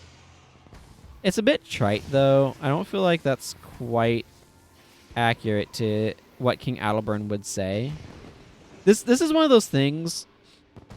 This was added much later. Like, Prophecies came out, and there was no... Like, you were just dumped back off in Drachner's Forge. The city, not the side area. This is the Team Arenas outpost. This was originally for Team Arenas. So you drop back in Drachner's Forge, and you could go do the Titan quest. But, like, this area was added much later. After they'd... Oh, I don't remember after which campaign exactly. But it was added much later.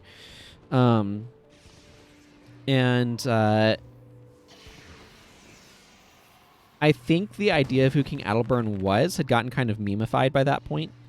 He's kind of a caricature here. Because he's calling this nonsense. And I don't think he would call it nonsense. If you look at Last Day Dawn's King Adalbern. and things. So I it's one of those things where I feel like the further away you get from Prophecies, the more like the nuance of who King Adelburn was is lost by the developers and not just the player base. I think the player base always kind of had that like lack of nuance. But I feel like as you get further and further from like the release of Prophecies in terms of development of Guild Wars stuff, King Adelburn is compressed into more and more of a caricature of himself. And that persists all the way through, like what they did with Guild Wars 2 as well. And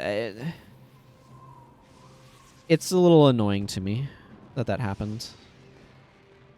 Let's see. So I don't need most of these things. Like I don't need these staves or these weird scepters. I do want a bow. This flat bow is zealous. Would I want a zealous flat bow? Maybe.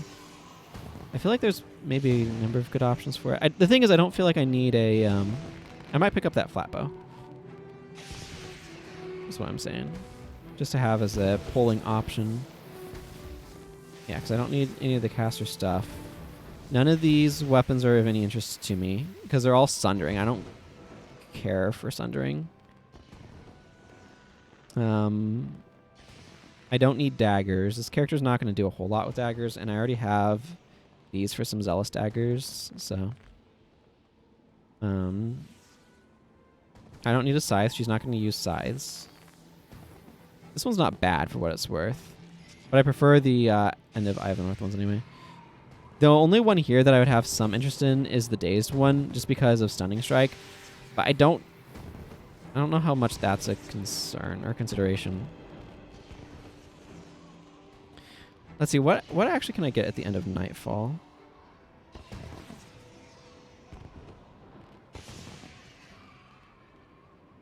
Let's see, Keeper of Steel has a bunch of stuff I don't care for.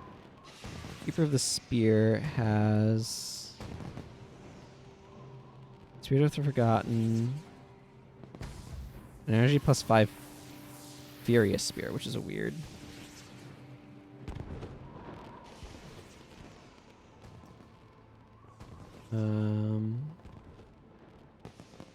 What sort of bows can I get? Okay, the flat bow there is what I might pick up then, because that's also zealous.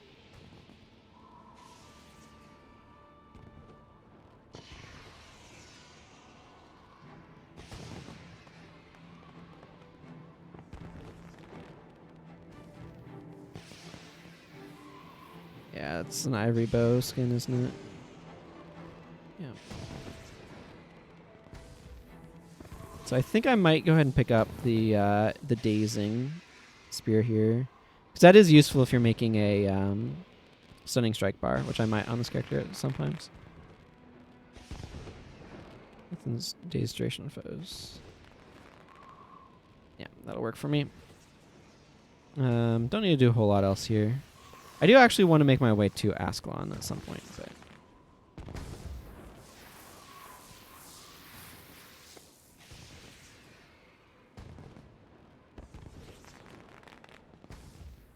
Alright, let's see.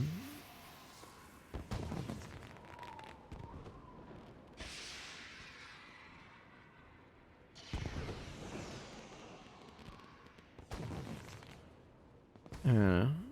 I'll screenshot this. I don't think it really can tell very well. But I like the fact that I've like not gone to Kryda, the Maguma Jungle. I haven't gone to the Crystal Desert. It's just all marched my way down Lornar's Pass. And then into the Ring of Fire.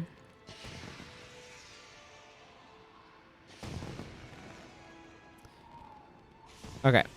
Well, time to end that by heading off to Sanctum Cay.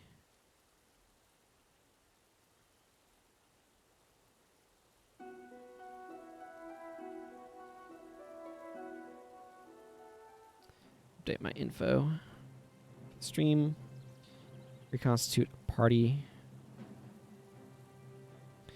Grab Talcora, Prius, Vex, Sasuke, and Olivia.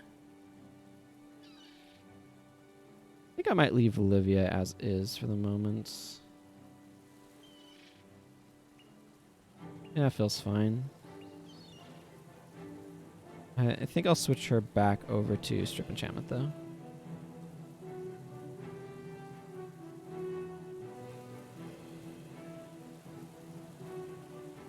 And I do not need Breath of the Great Dwarf here. But I want to make my way to the Crystal Desert because I want to be able to capture Warrior's Endurance. That's a very useful skill.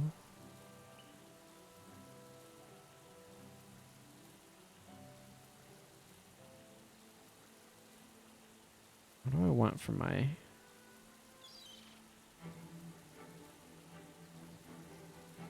last skill here?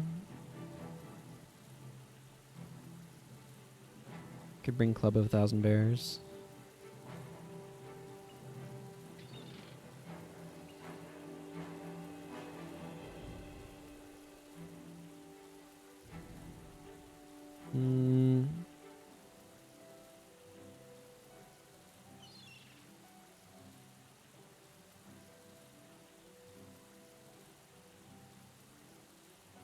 How about... maybe I should leave Breath of the Great Dwarf on there. I'm going to. It's nice to have a party heal, but what I'm also thinking is...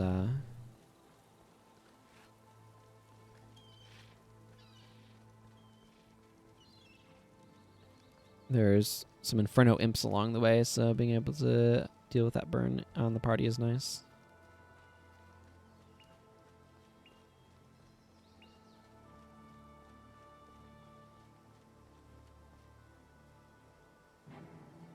Let's swap those. I need to get...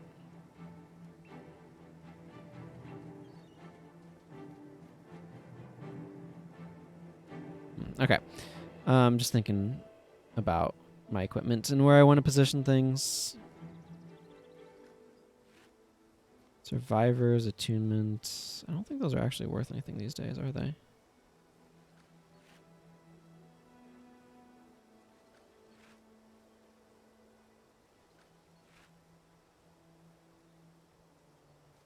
Okay, well, let's just not worry about too much here and go to the Delesio Seaboard.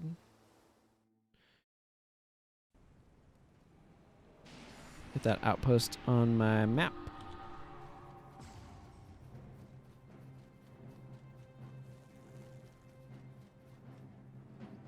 Oh, hello, Scout Melthoran.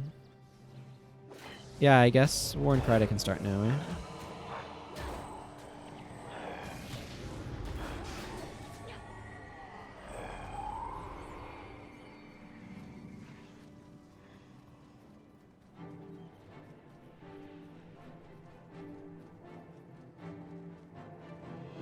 Not that I've technically met the Shining Blade outside of rescuing their leadership, but you know.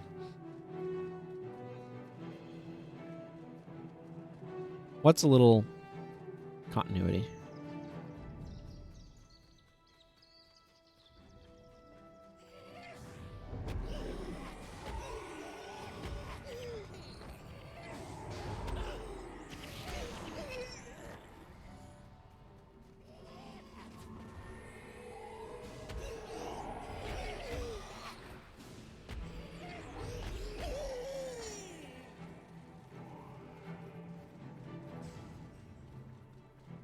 These guys are actually proving to be kind of pushovers. I guess I should expect that from level 11 enemies.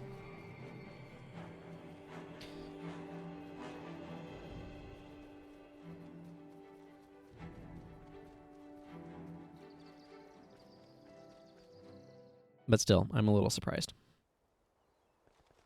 Okay, that's Delesio Seaboard on my map.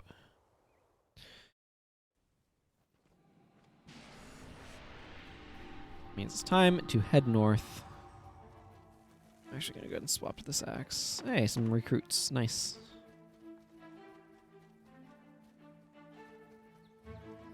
Oh man, look at the friggin'... oh, I love seeing vistas like this. Just a big ol' plain out over the fields of Kryta. Gorgeous.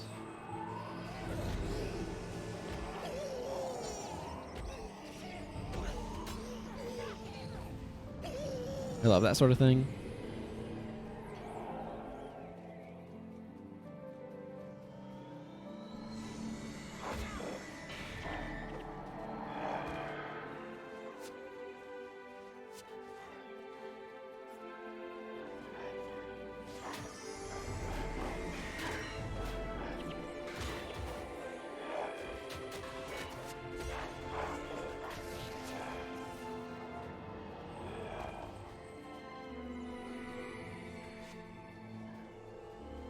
Wonder if we'll get any feathers.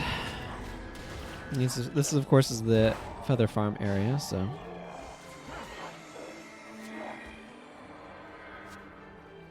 Heading over to the Ascalonian settlements. General area. There are a lot of Tengu here.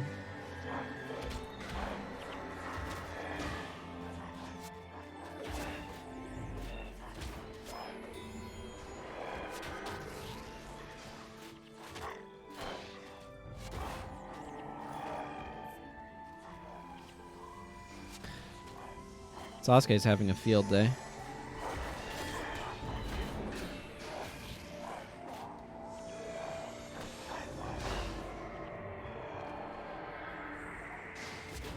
I actually should probably switch over to my knight's armor here.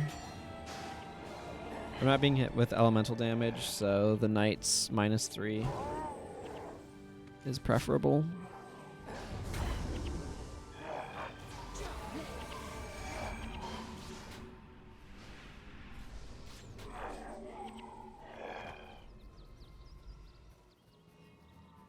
I'd forgotten just how many Tengu there were along here.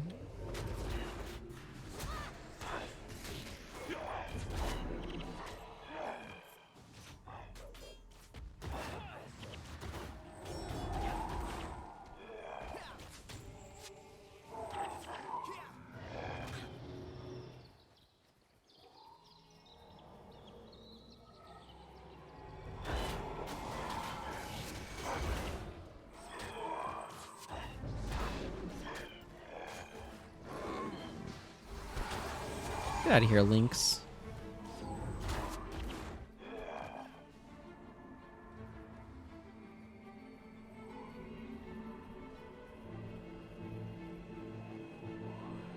Swoop Needle Grip. How's that for a name?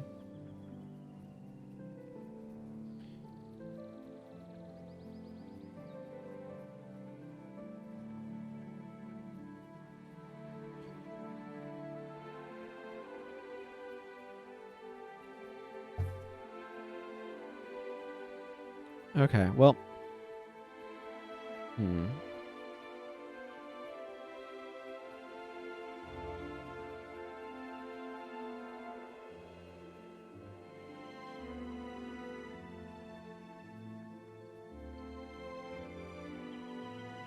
I'll just remain way ahead of the rest of my party for now, I guess.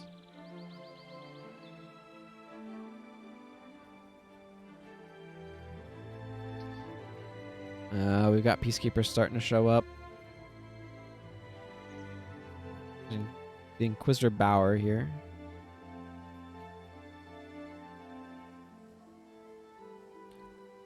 He's just a simple hog farmer. You can see he has perfectly normal pigs as opposed to his prize-winning hogs, which use the warthog model. Be careful, boss. You can't keep killing all of our leads. Don't question my methods. I'm sure it's a nice pig you have there. If you tell me what you know, I'll make sure nothing happens to him. Boss? Don't interrupt me while I'm interrogating a suspect. But don't those guys over there look kind of familiar? I don't have time to follow your ignorant hunches. I'm a professional. Okay, you're the boss. You see this pine cone? Do you know what I could do to you with this pine cone?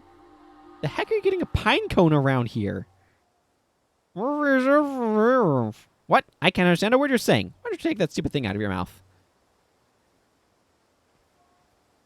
He said maybe he's telling the truth. He has a point. Maybe this farmer doesn't know anything. Impossible. Look, farmer, tell me what you know or things are going to start getting messy. Fine, fine. The Shining Blade is hiding in, out with it? We're running out of time. I don't know, I'm just enjoying this dialogue. There's Scoundrels Rise. Yeah, that's it. I mean, where else would scoundrels like them be?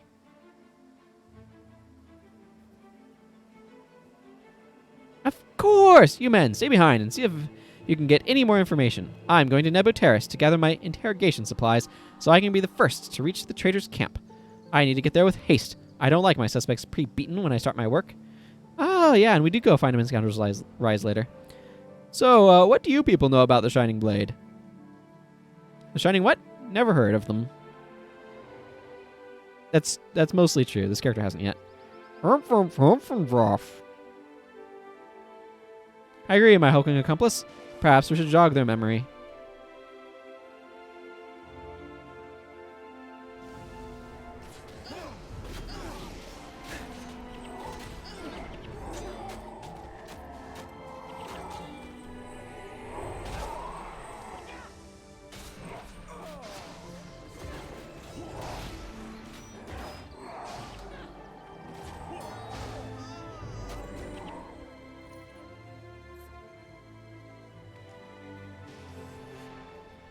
Well, they're done for.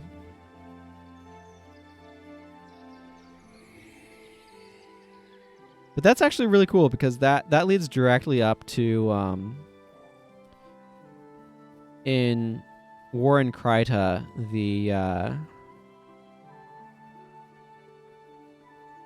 the Shining Blade you have a quest where you need to go take out that guy, Inquisitor Bauer, and he is in Scoundrel's Rise yelling at Murgoyles. Excuse me. So it's really cool to see that, like, through line.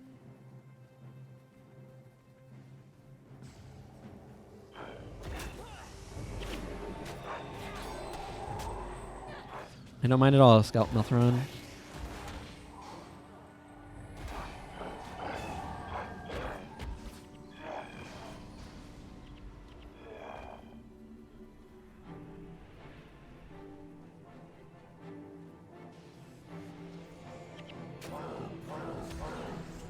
Good for me to stop in Beetleton as well.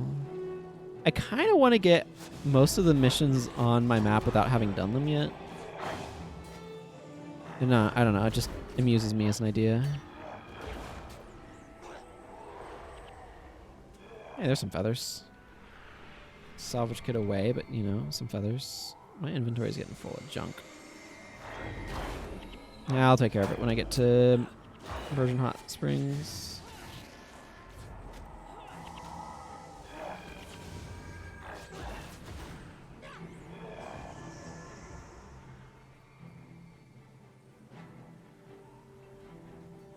Yeah, I just can't get to the desert ones without doing Sanctum Cay. And I want to do some of the missions there anyway. Do I have Woe yet? No, I don't. Pick up Woe while I'm there.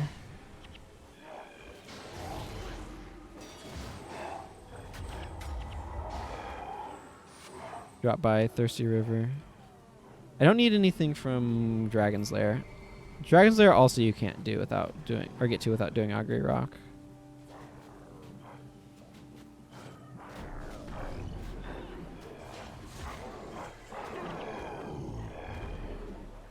Huh, I'm getting 5 experience from those guys. Yeah, most of these enemies are not worth much in the way of experience points.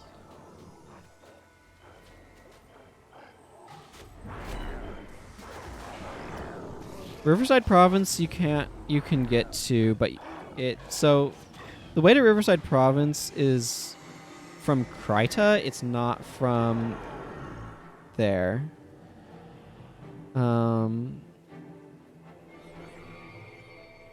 And you have to go through Watchtower Coast over here past Beetleton to get to Divinity Coast. But Delesio Seaboard I have on my map already. Gates of Kryta I have already.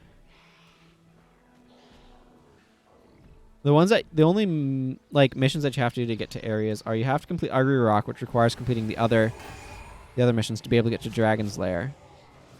And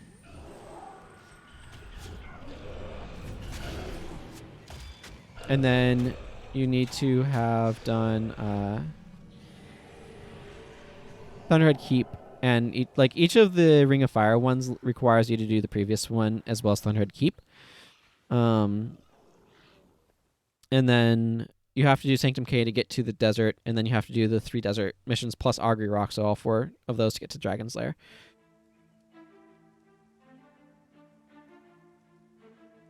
But Riverside Province you can get to over here. So over here leads to Sanctum Cay, and here's Fisherman's Haven. Down this way through this incredibly undervisited map is where you get to the Riverside Province outposts down here.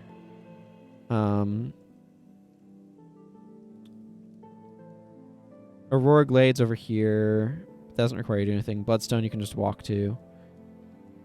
I guess it's over here-ish. The wilds you obviously need to walk to. We're going to do a lot of map walking today is what I'm saying.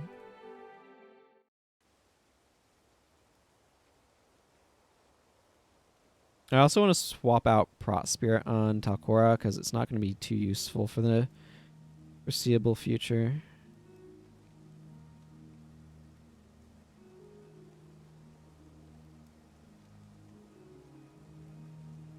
I'm about to sell some junk.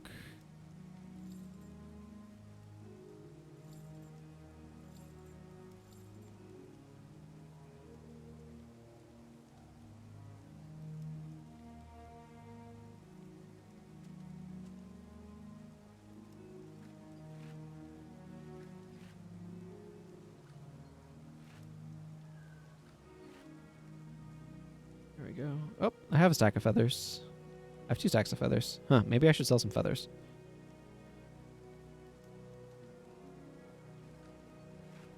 Probably not worth identifying, but here we are. I did it anyway.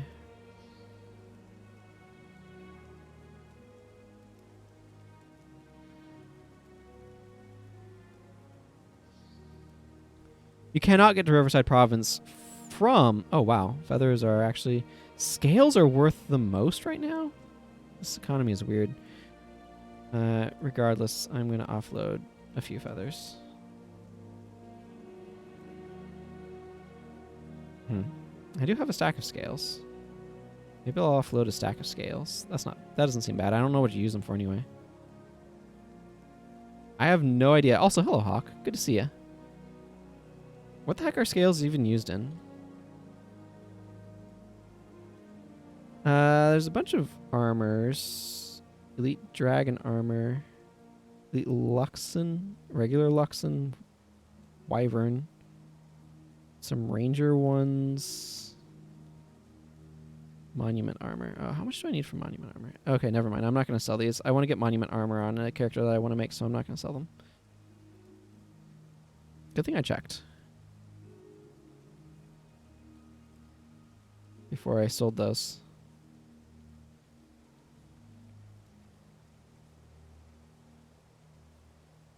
Let's see. Soup Healing Prayers is actually up to 340, which is quite impressive. Smiting? Superior Smiting is at 500 gold? Wow.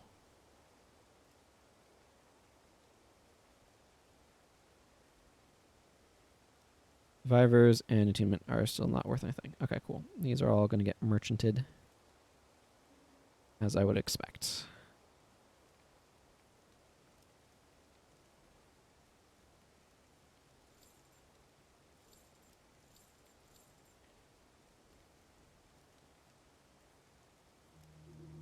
Yeah, I would have expected feathers to be worth more than they currently are.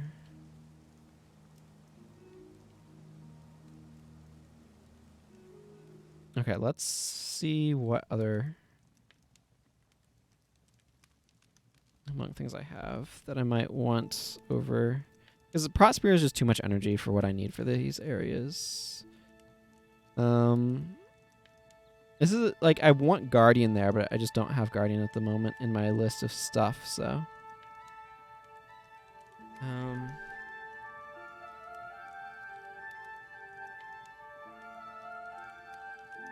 I guess I'll use Watchful Healing. That's not terrible. It's not amazing. 60 HP. Okay, maybe that's underwhelming. This really needs to be at 4 to... It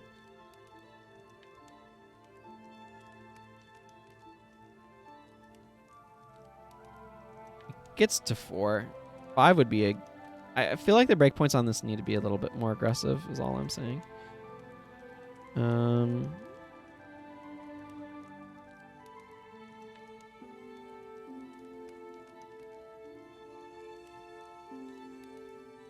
Okay, so that's unappealing. Actually, Divine Healing would be good. Yeah, okay, I'll go with that. Divine Healing. There we go. There we go. That's a good addition.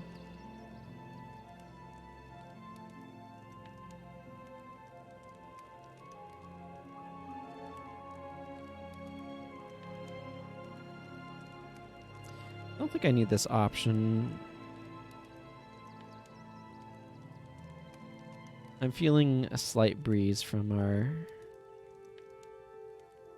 air conditioning system, I guess. That is quite pleasant.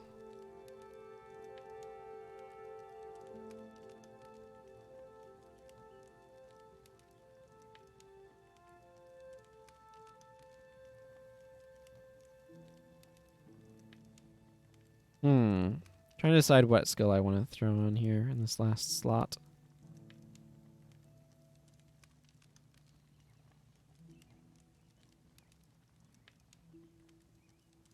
Maybe I'll just stick Imlad in. Yeah, you know what? Let's put in Feel No Pain. Just put on Norn Mending, as I like to call it.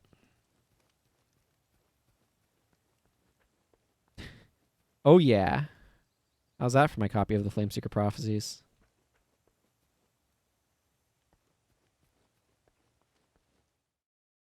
Okay, so right now I could head towards Fisherman's Haven.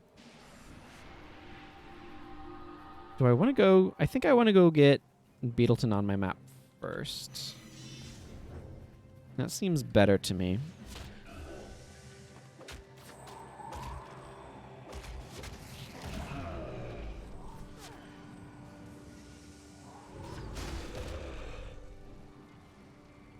Then I can come back here and head over to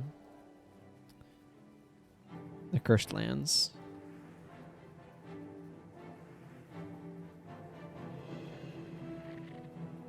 It doesn't really matter the order in which I do these things, but here we are.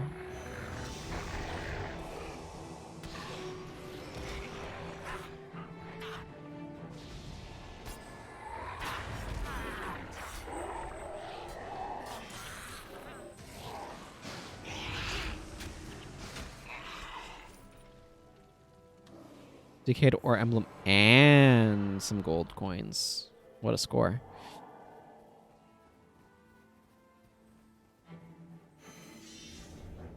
Hope things went well on the weekend for you, Hawk. We ended up vanquishing... What was it? We did Villainy of Galarath, normal mode, and we vanquished... I don't even remember offhand. I think it was somewhere in Prophecies, like... Yeah, Majesty's Rest. We vanquished Majesty's Rest, that's what it was.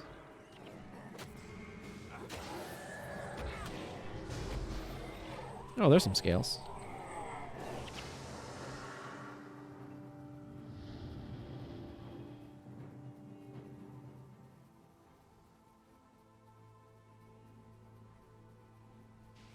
Incidentally, the character that we did that on, or that I did that on, happened to have the bounty for Rot Scale, so that was a nice 1-2 combo that I quite enjoyed.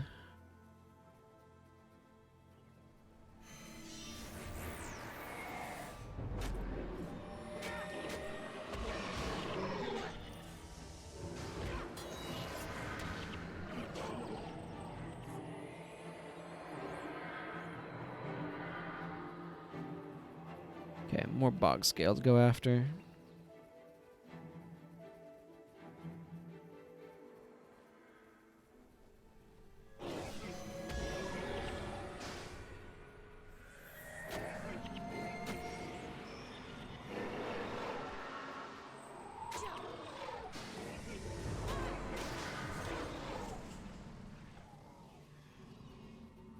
Butterfly in the Sky. A couple of iron ingots.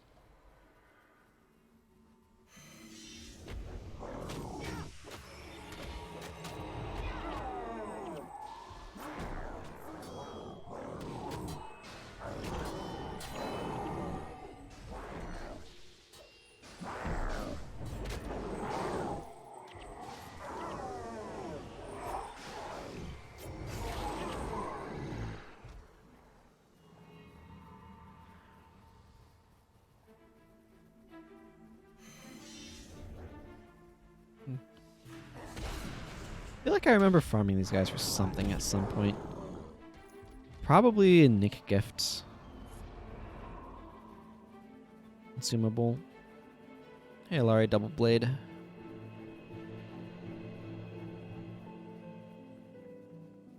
Just realized that I have that slightly too high. I had moved it up because of some giant list from one of the missions, but I've forgotten to move it down. I do have business in Beetleton.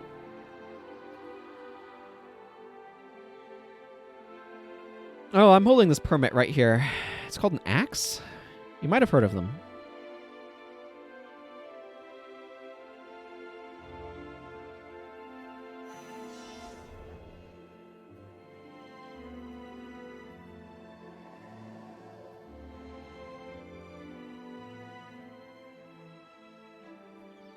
Indeed. What happened to Envoy Arrow? What do you think? The mantle treat traitors in their midst as well as I do. Fatally. Oh, yeah.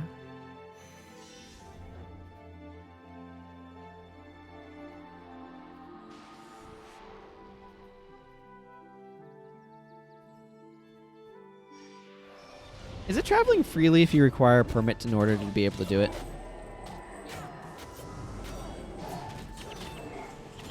I feel like it isn't.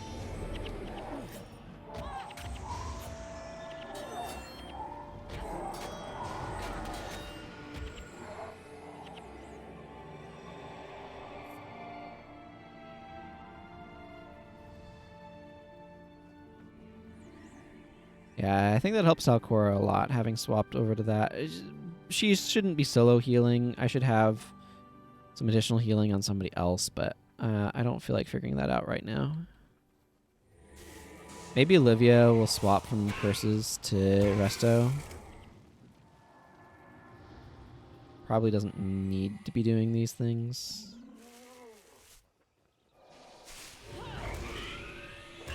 Well, Spirit Shackles is a good way of removing energy from anyone who's going to attack.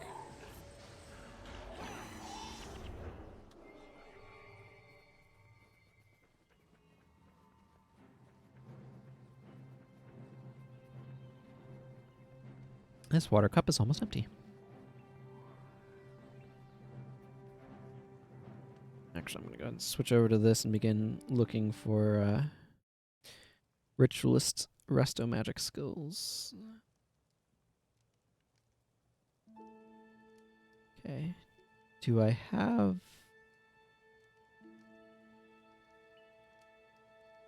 Nope. Spirit Light would be right before Spirit Light weapon alphabetically. So I have Mind, Body, and Soul, but I don't have Spirit Light. That's okay.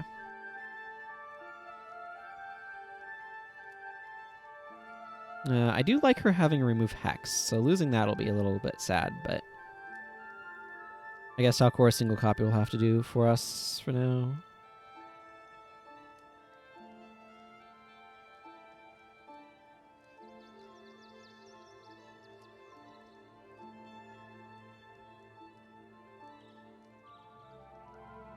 Let's see.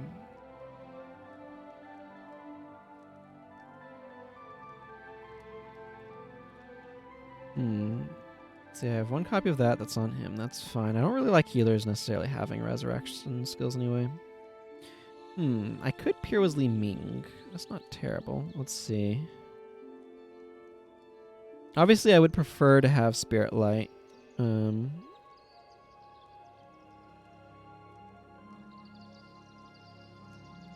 think I have Cowlight either, do I? No. I have Tsungurai. Allow her to buff her maximum HP for whatever good that would do. I have no idea how well the AI uses this. Let's try Tsungurai and Soothing Memories. Maybe the AI won't be terrible.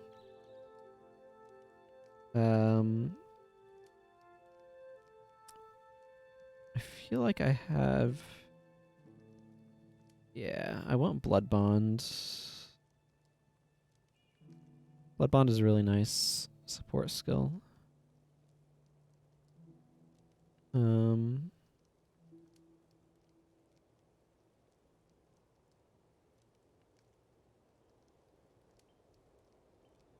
don't actually have that much blood magic.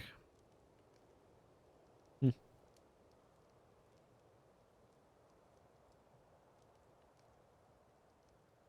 don't think I have much in Soul Reaping either.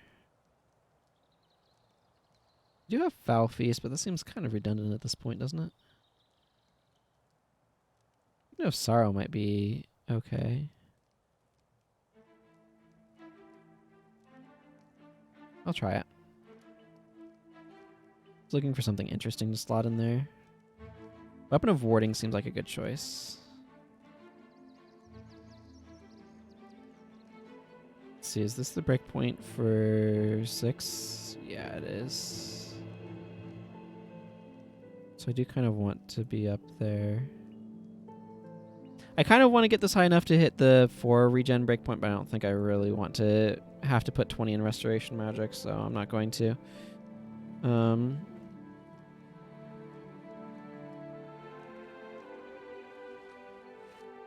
Sure, improved sale value is good on that. I think then my plan is going to be...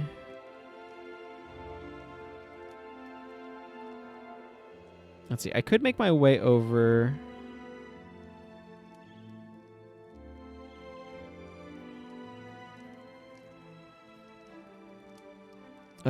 to...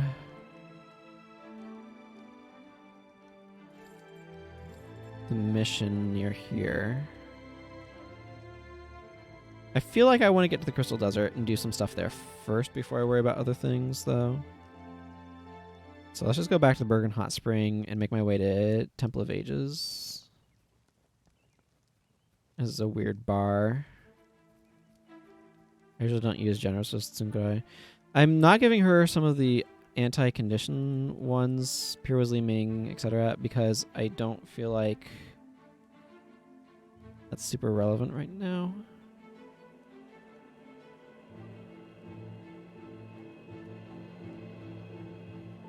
I want something a little bit more interesting there. Actually, Light of Desert-Moor wouldn't have been bad either.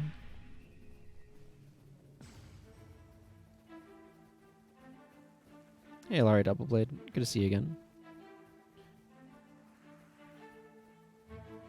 Also, I remember rezoning here a bunch, hoping for the Elementalist to spawn here so I could capture a spell off of him. When I was doing the slow playthrough, because I was limited and I couldn't buy anything up but Signet of Captures from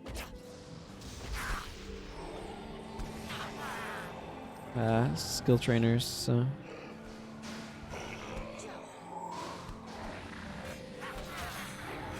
You know what would actually be kind of interesting? It's just like a limited, like you can buy X skills from this skill trainer. So every time you find a new skill trainer, it's like, oh, here's an opportunity to get some more skills. That could be an interesting restriction to play with for a new character. I'll have to consider that one.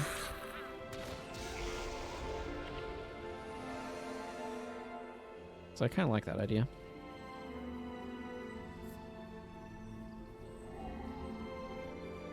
Evie is definitely playing in a support bar right now.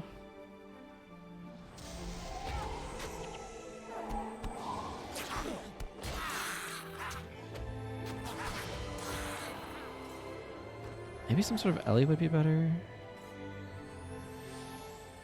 Maybe.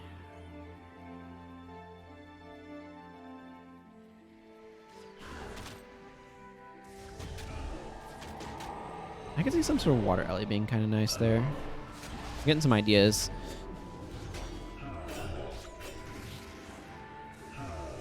Obviously, I have Signet of Spirits, which makes the whole thing work better, but...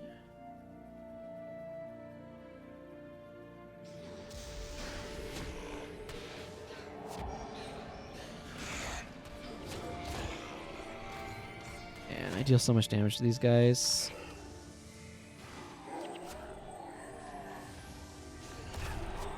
Wish I was dealing holy damage right now. That's another option. I could go with a Smite Monk.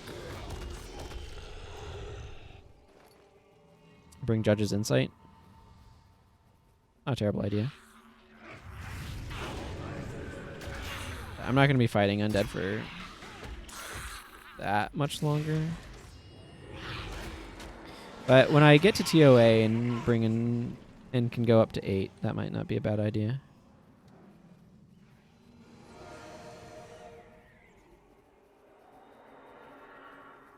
I'll have to consider that.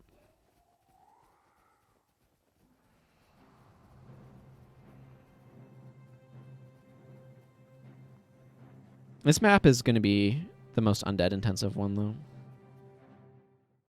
There are definitely some undead as you make your way elsewhere, but this one has this one's like entirely undead, so.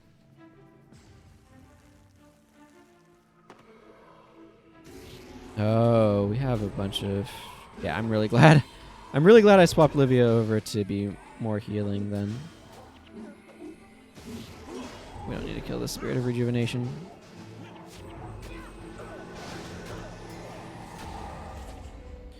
Okay, so this map's going to be completely different spawns because it's got Warren Kryta spawns in it. Normally this is a bunch of undead. But obviously it is not currently. I'm actually kind of happy to see the recruits here. Lynx attack? What is this weirdness?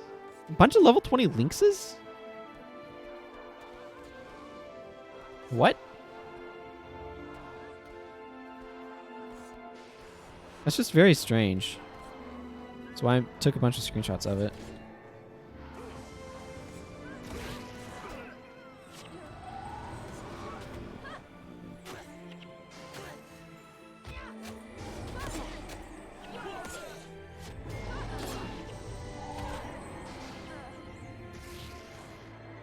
I don't know what that was about. Yeah, because I've beaten Prophecies, I just beat Hell's Precipice. Warren Kryta is kind of going. It's like first stage Warren Kryta. So that's a little confusing.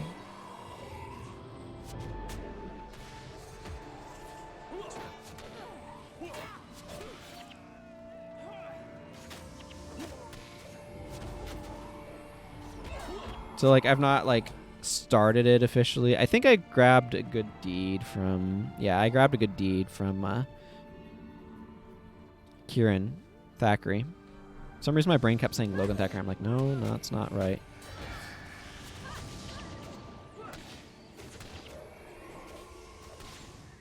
Hey you. Myrrh.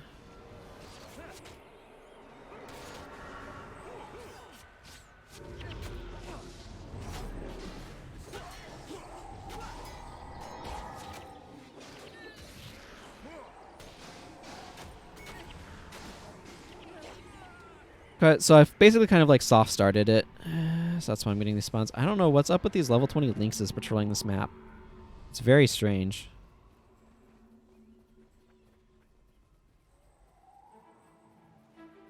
Ah yes, it's Beastkeeper Firebrands that... Oh, they use Searing Flames. And Earth and Shackles. It's interesting. I'm trying to snare you so you can't run out of their Searing Flames. I'm not too worried about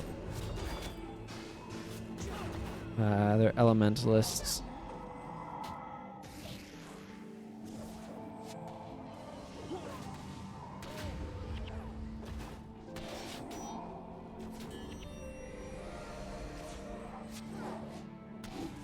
When they have been resigged because they're fairly low in HP at that point. Or fairly low in energy at that point. 25%, all that good stuff. I would love to get Peace and Order dropping, so I don't mind seeing Warren Kryta mobs in my random journey here.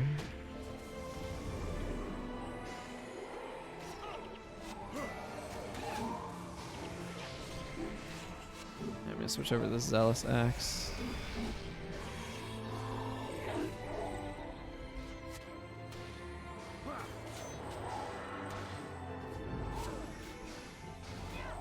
Oh, Battle Rage, okay. Hey, Masked Emerald. Welcome. Welcome, Raiders. Hope you're doing well. What were you doing today, Masked Emerald? Was it more of your creativity-focused stuff or something else? So I know I caught a little bit of your plotting stream. We'll call it that. Okay. Ah, playing some Guild Wars. Okay, cool. What were you up to?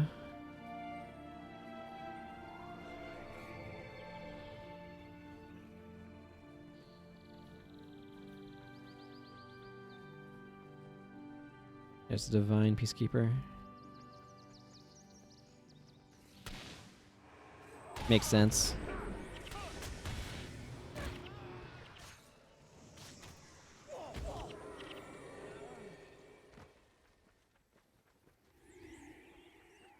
Okay, here's the Black Curtain. Was not expecting the War and Cry to NPCs, but in retrospect, maybe I should have. I don't know. I just didn't expect them to have added this, or like changed over this many spawns at this phase of War and Cry, where I haven't even grabbed the quest from Muro yet.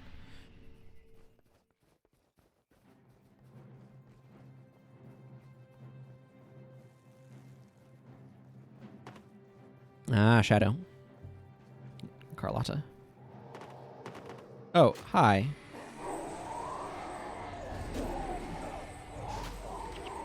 Too much has happened this week. GW1 anniversary event, Guild Wars 2 new content, new FF14 content, and the Nier remake. Wow. Yeah, there's a lot of stuff going on.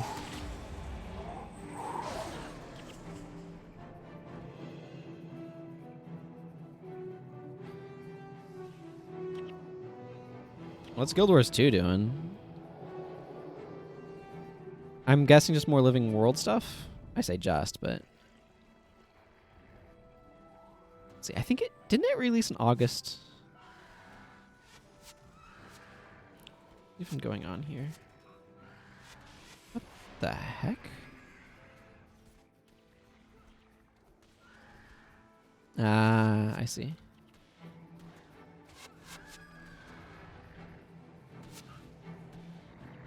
Ah, huh. The undead were fighting with the peacekeepers. That was kind of cool.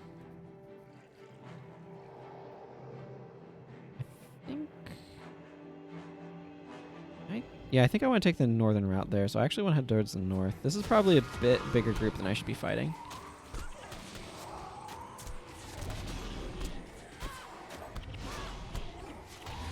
Thankfully, we have Carlotta and Shadow.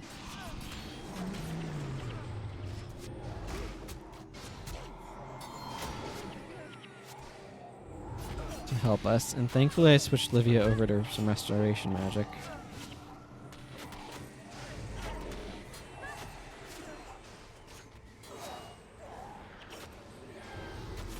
Yeah, I'm looking forward to when Wind Potatoes can continue his Let's Play of that again. Because he said he's planning to. He just needs to get his PC stabilized. It sounds like it's been a bit spotty for him lately. He's put his Let's Plays on hold while that's been the case. I'm actually surprised that didn't go any worse than it did. I'm going to stand in this Well of Power for a moment. Actually get another one up. Let everyone's energy regenerate.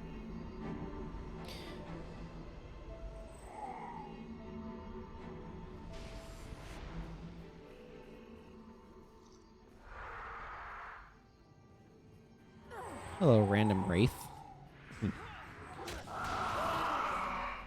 Okay. Well, that missed.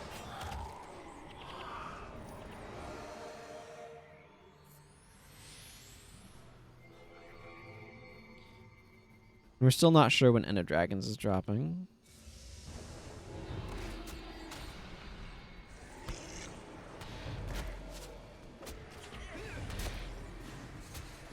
Not that I play the game, but I want it to do well because I want the servers for this one to keep going, you know?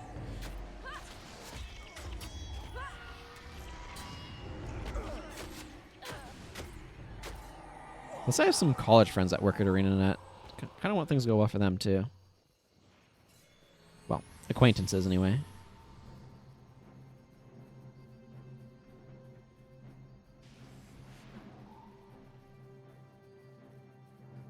That's one of those things that's like always kind of trips me out a little bit. is like people that I actually know in like real life work or have worked at ArenaNet.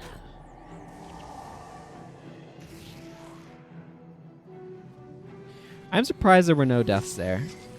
We had some rather close calls.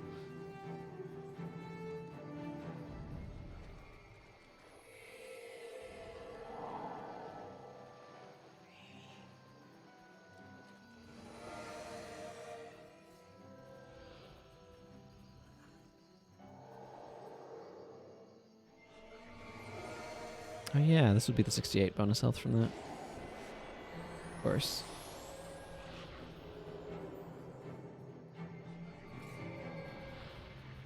You know what? I feel like going through these guys. I don't know why. It's probably a terrible idea.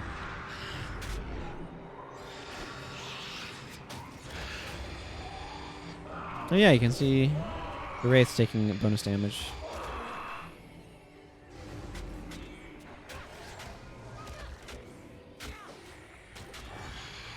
Okay. Oh, those are great. Nor do they concern me that much.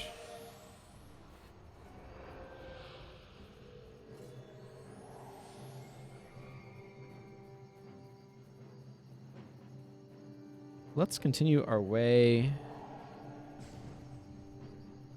over here. Interesting that this part of the map, like, it's clear that the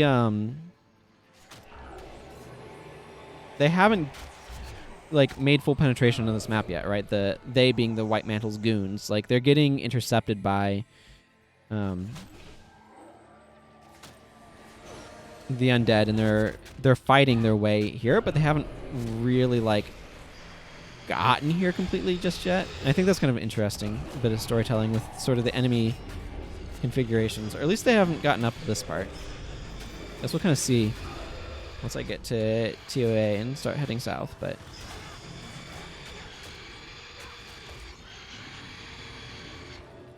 sure, I'll take the Cephas Axe. Always associate Cephas Axes with the undead. Okay, we do have Greaves the Overbearing, who's made it all the way to TOA here.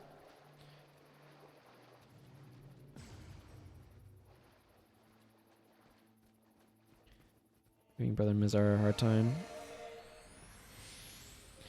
Livia's not maintaining Generous with Sungrai, and I don't know why. Like, if I tell her to use it now, will she drop it immediately? No, she's not. Hey, Greaves. Yeah, this is a Judge Dredd reference, right? Yeah.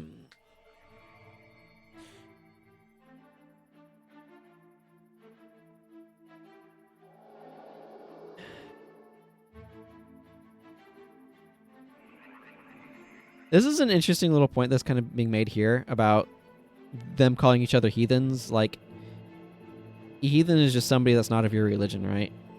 It's kind of a generic term in that regard. We are protected by special edict from Sol D'Alessio himself. Your temple may be protected, but you're just man. You look pretty squishy to me. So do you, Greaves. So do you.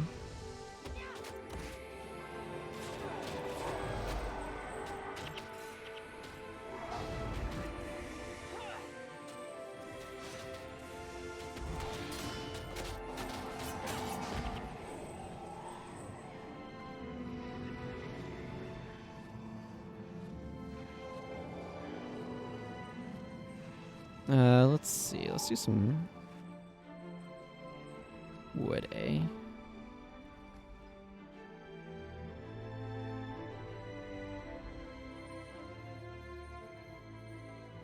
I think Brother Mizar might have some additional dialogue here. I'm not sure. Maybe not. Okay, TOA. Good old TOA. I think I want to grab Ogden here.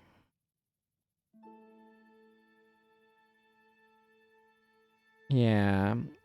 I might switch Livia up again. I have an idea that I want to try. Serenia? Spec for water. Yeah, because I usually do spec her for water.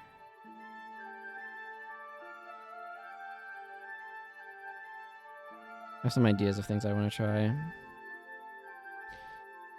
I'll examine Ogden momentarily.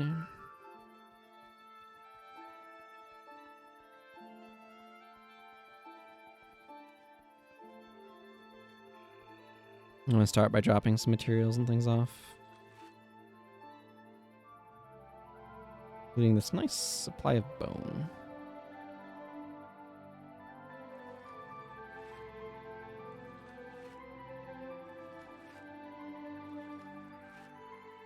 Oh, good. Improved sale value is exactly what I'd like to see.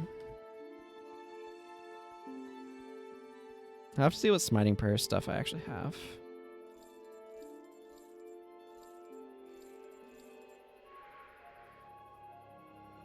I'm just going to grab some plat. I'm going to go to the guild hall because I probably need to stick them full of stuff.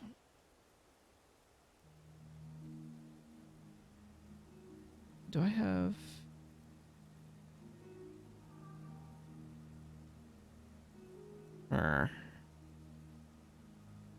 Okay. Well, my build idea was an ether renewal bar.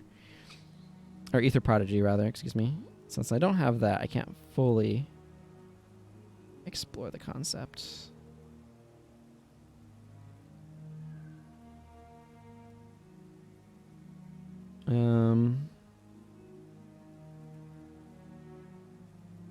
Maybe the AI can use second wind decently well. That's not my experience, but... Okay, no Ray of Judgment, which is unfortunate, but I do have Judge's Insight, which is not nothing. I kind of want to set Ogden up here as smiting. So grab minor protection, healing, divine favor, superior smiting.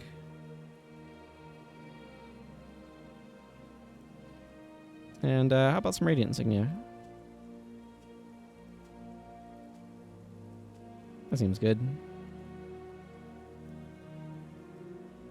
Minor vigor. Sure, you know, all the wonderful things that we can do here.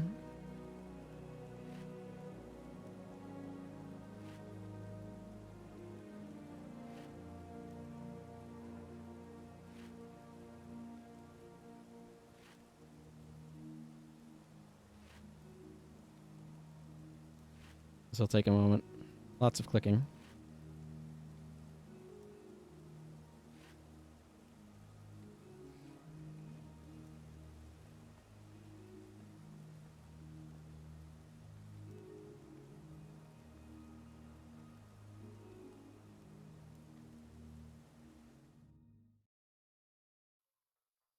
I do not know why minor protection is so expensive, by the way. It kind of is weird to me.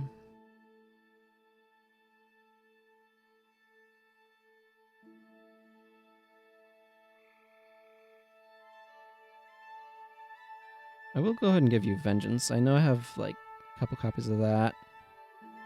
Olivia, I'm going to change her bar. Let's see. Judge's Insight. Holy Wrath seems fine.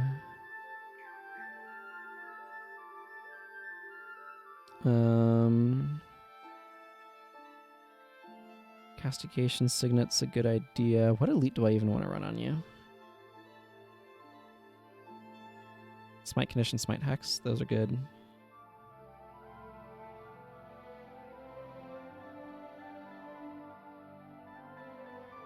Because, like, Signet of Judgment's not bad. Word of Censure. I could run Word of Censure.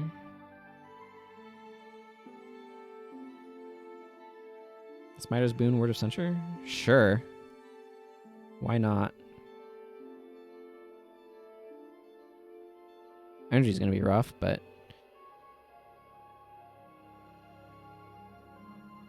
Sure, see how that plays out. Okay, like I said, I want to change her away from Restoration for a little bit here.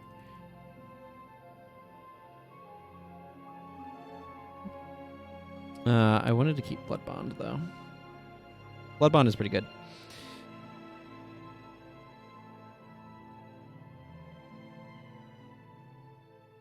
Maybe I want to go more focused on... Yeah, we'll go slash monk again. Let's back into death magic on her and go kind of more that route. I know I have masochism because I was using it earlier. I know I have remove hex, ditto.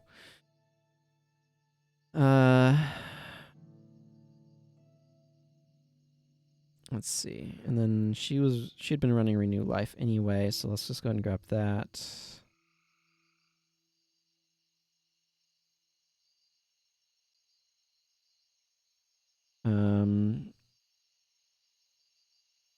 And we can grab Bone Fiend as well.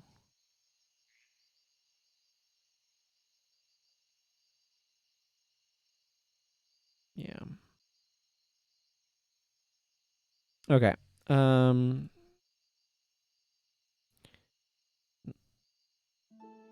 That's fine. Word of Censure is one of those skills that's just like, I don't know why it's not 5 energy.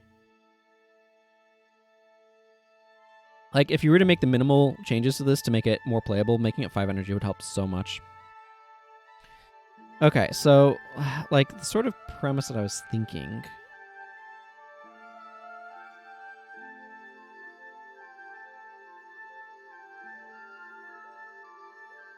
Of course, this would really want Spirit Light and Mend, Body, and Soul. So, like, the basic premise I was thinking, if I were to be doing this without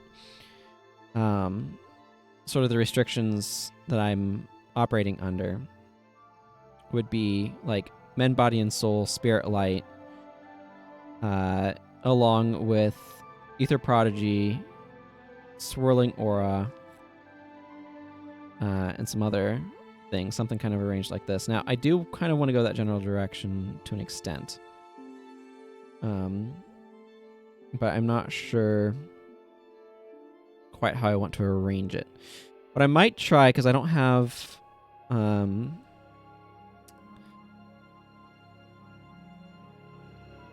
don't have as many of the options as I'd want. And Weapon of Warding. Yeah, that's fine. I'll just go with those two. I'd ideally have Spirit Light, but as you can see, I don't have it in this list, so that's not happening. Ghost Mirror Light could be kind of used, but it's a little underwhelming at 10. So we'll just stick with these two. Weapon of Warding and Mend here. I'm going to try Second Wind. I'm going to see if the AI is going to use it at all. The AI is sometimes really dumb about it. So I don't know that I can expect much, but... Icy Prism, Ice Spikes...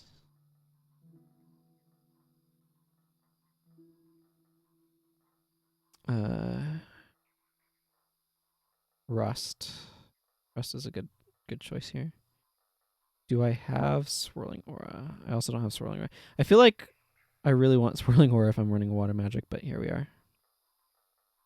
I want to avoid Deep Freeze. Deep Freeze is just too much energy.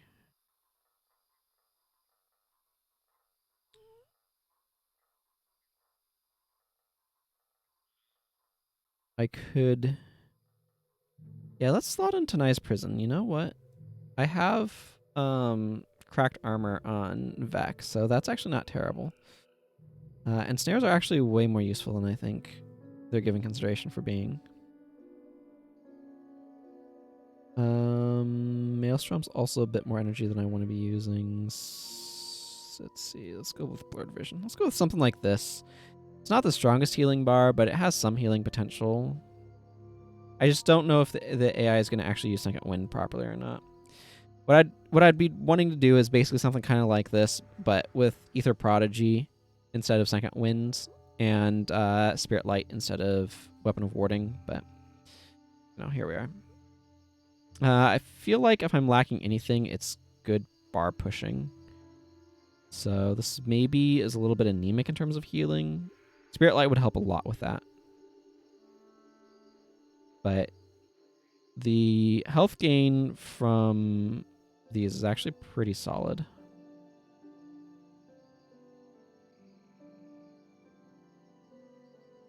With Smiter's Boon up.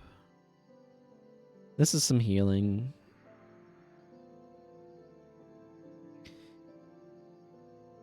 Yeah, I don't know. It's an idea. I'm trying it. Seeing how it goes.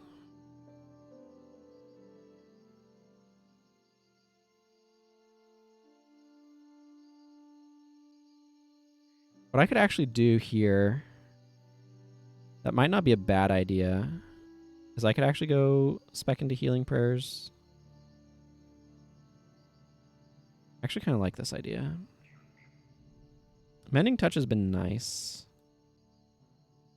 But I think I'm going to drop my strength down and go Healing Prayers. Does mean I'm going to want to drop Body Blow. That's fine.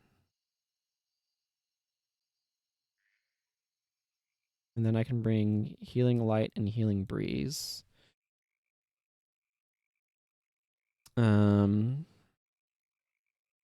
Of course, that means I also lose the Elite I'd been using, but that's fine. Let's just bring both of these, and then obviously my offhand is not as good with this, which is why I have this.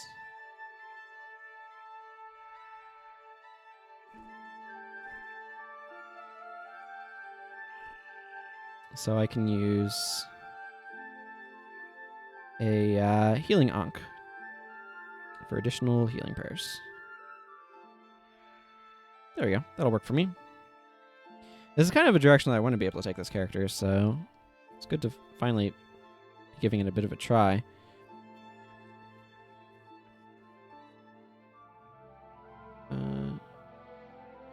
Looks like we're all set. Let's just go see how it goes, eh?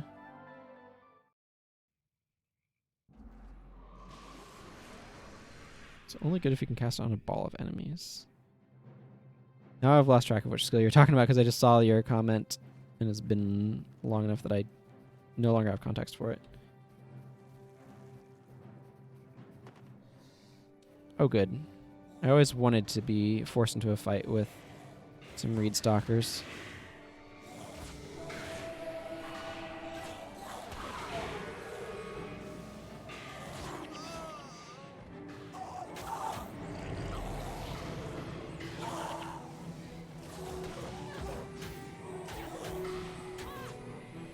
Oh my goodness. My energy from Sympathetic Visage. Hashtag wrecked.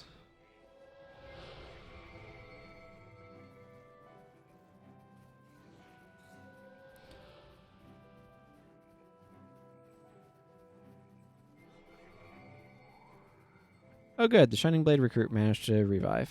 That's good news.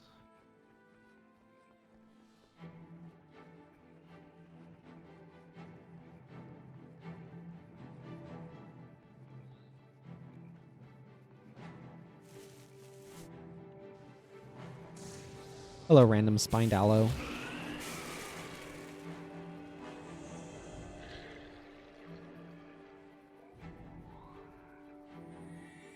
Need to make our way over to the Telemark Wilderness. This is one of those parts that's kind of just a long track over the Telemark Wilderness and then down. We could go fight Rot Scale and make our way over that way as well into the wilds, but I'm not wanting to go that direction just yet. I don't mind having the quantity, but I really did not need them to drag a bunch of fighters over to us, or a bunch of Reed Stalkers. That was less than ideal.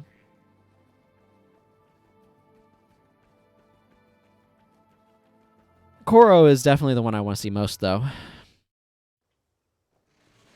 I don't know whose idea it was to staple Heal Other and Shatter Hex together. Or rather, make a cheap Heal Other with a with Shatter Hex stapled to it, but it's a bit of a powerful skill.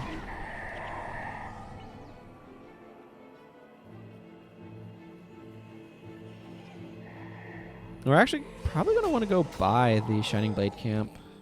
I think about it here.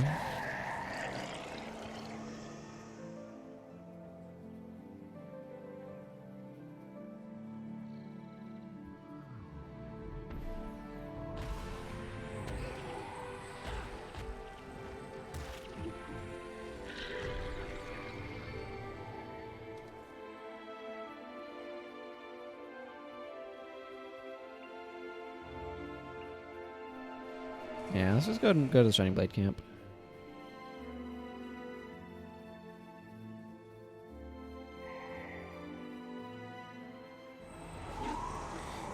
Yeah, I mean, I also had the Shining Blade recruits just randomly die too, so.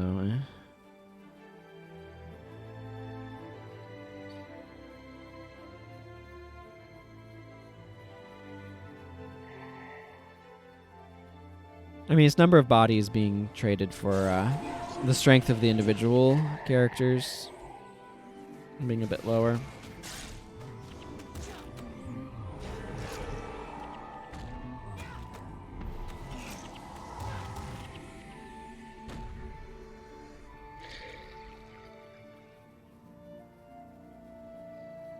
Oh, Livia's in this map, so I have the Shining Blade Necromancer. Yeah, you know what? I'm going to go ahead and go to the Shining Blade camp, because I want to drop... Like, the direction I need to go is right by that anyway. I'm really tired of these fog nightmares. Just popping up and attacking us.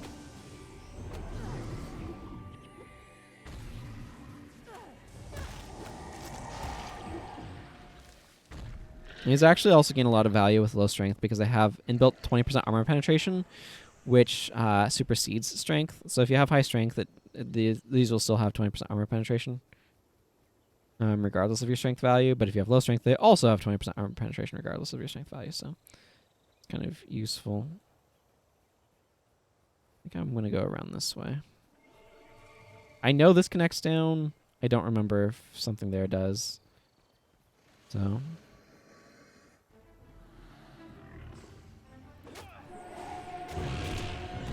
Good old wary stance.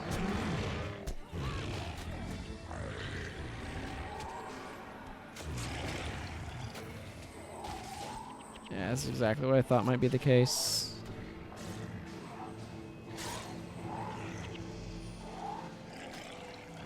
That's why I want Ether Prodigy, not Second Winds.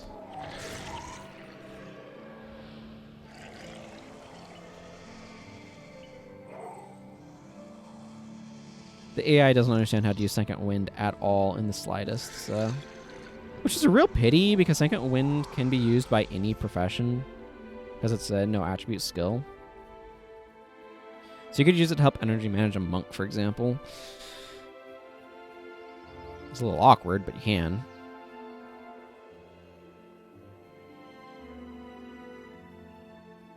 I really wish the village down here had been turned into an outpost for a war in Kryda. I think that would have made a lot of sense. You just do the same sort of thing as the keep, of making like a little separate area where the leadership meets and it's not a problem. It's just like, it would be so convenient to have an outpost out here. What is otherwise the middle of freaking nowhere.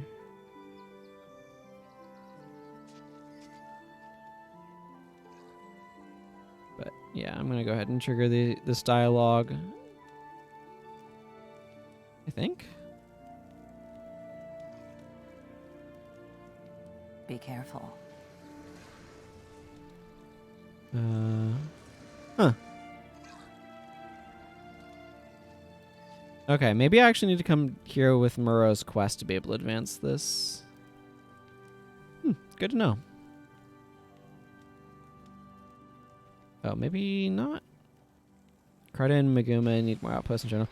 Yeah, I'll agree with that. Kryda is weirdly devoid of outposts.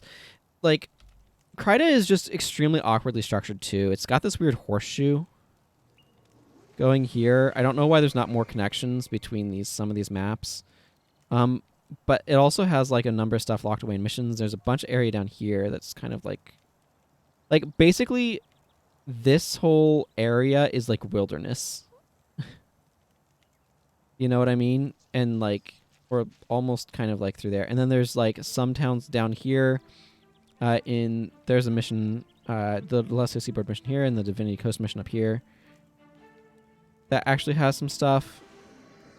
And there's some stuff down here in Riverside Province. But so much of this is like wilderness. You'd expect it to be more developed than it is what I'm saying. And like have more towns and outposts and stuff. And the fact that it doesn't is kind of weird to me.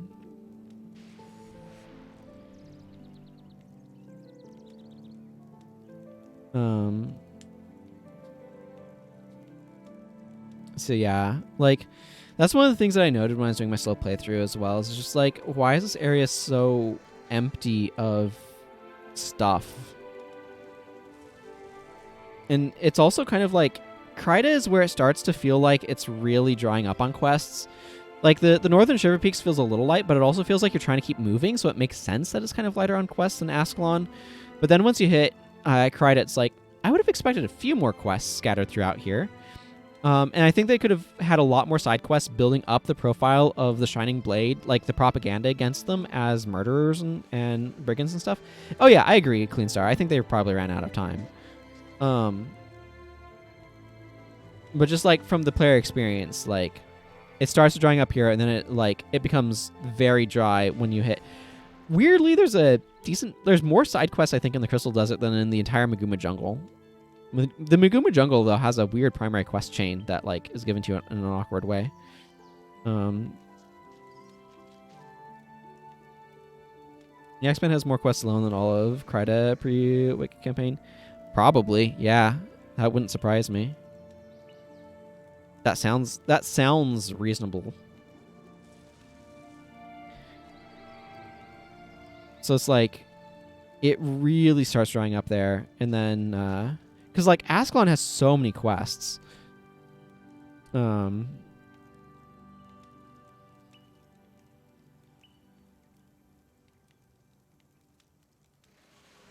like the sheer number of quests in Ascalon really kind of sets like it fleshes that area out, and it's part of why I love Ascalon so much.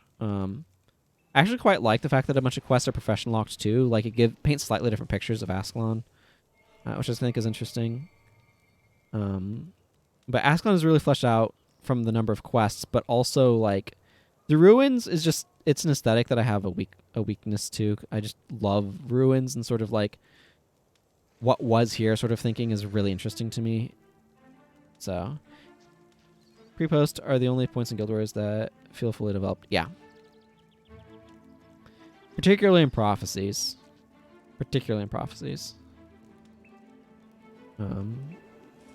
Like, it feels like they poured their love into Ascalon. And then everything else they just didn't have as much time. Interesting. So watching this automatically gives me the war in Kryta. That's cool. I didn't know that. So you don't have to get it from Ruro. You can have it given to you automatically here. That's really interesting.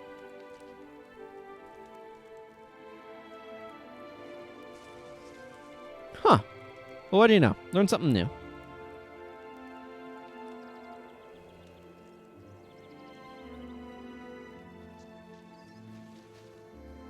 I am also going this way, actually. Let's see, what were the... Mission is Dunes of Despair. I should make sure to pick up that mission then. Well, I'm actually glad that they give it to you there. I just wasn't expecting it. Yep. We're waiting around there long enough that all of our minions died. It's kind of funny.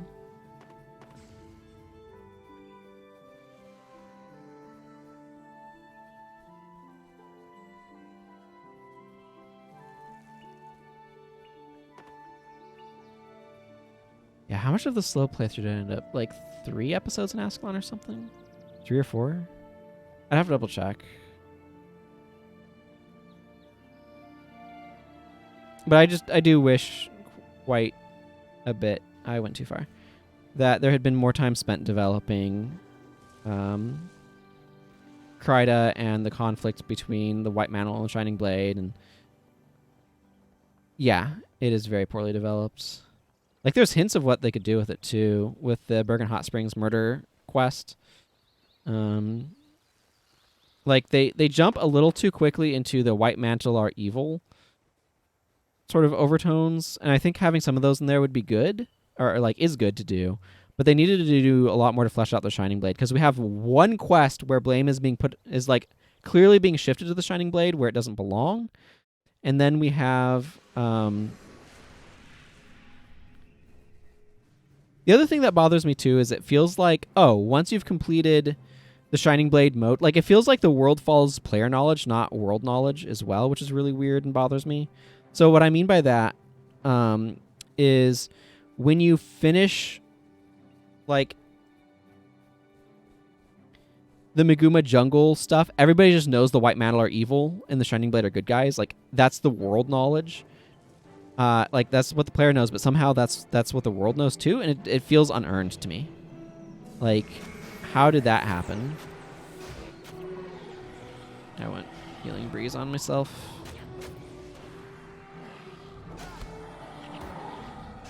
My frame rate doesn't like something out here. Or at least often has been a problem. I guess it's more the next outposts, now that I think about it.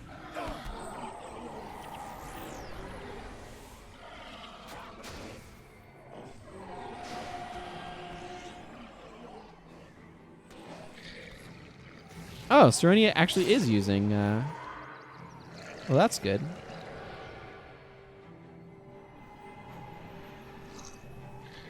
Glad to see that. What is Vizio Bron's plan? Why do we have a McMuffin? We have to deliver this guy. He needs the Scepter of Ore because the Scepter of Ore is what gives him control over the Titans. It grants mastery over things from the mists. So that's how he's able to control the Titans. That's why he wants it. It's explained somewhere. I don't remember if it... I do not remember if it's explained in Prophecies or if it's explained in Nightfall, though.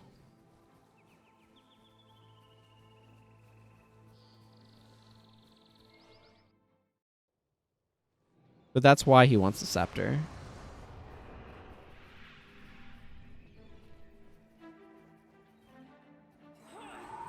Hey, Natuk96. Hopefully I pronounced your name okay. Welcome. Thanks for dropping by. Things are going fairly well. I need to make sure I'm throwing some heals out there, though.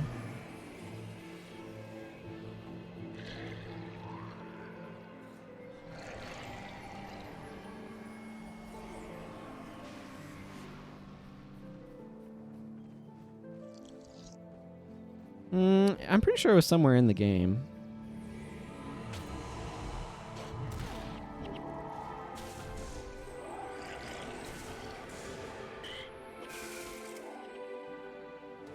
They're making me look stuff up. Scepter of Ore. Let's see. It was lost and still found in Tomb of the Majesty's Rest.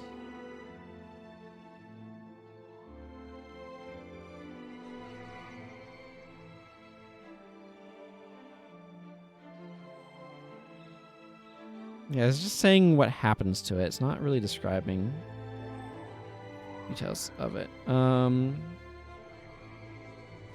Staff of the Mists. Yeah.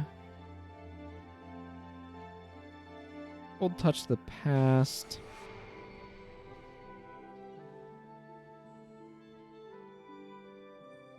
Let's see.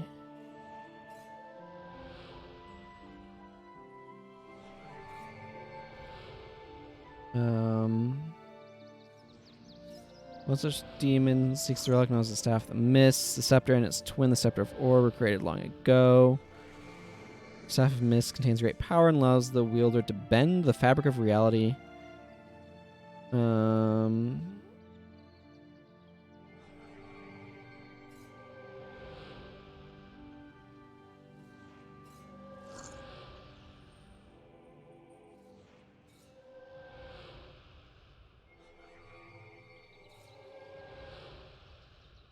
Let's see. So it doesn't appear to be this one. Is it in the hallowed point?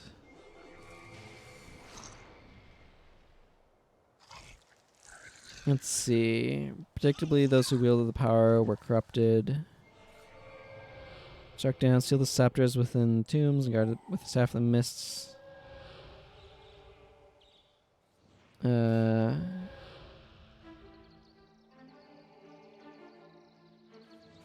was something that I remember reading somewhere in the game that talked about the Scepter of Ore. It may have been in... Yeah, I don't know why my frame rate absolutely tanks here. I don't know how much it's affecting the stream. But... I mean, there's the Wizard's Tower. You always think of it as being something you can only see from Keswick's Peak, but that's just not accurate at all. Oh, that was misplaced heal, but whatever. Yeah, I don't know why this area is laggy either.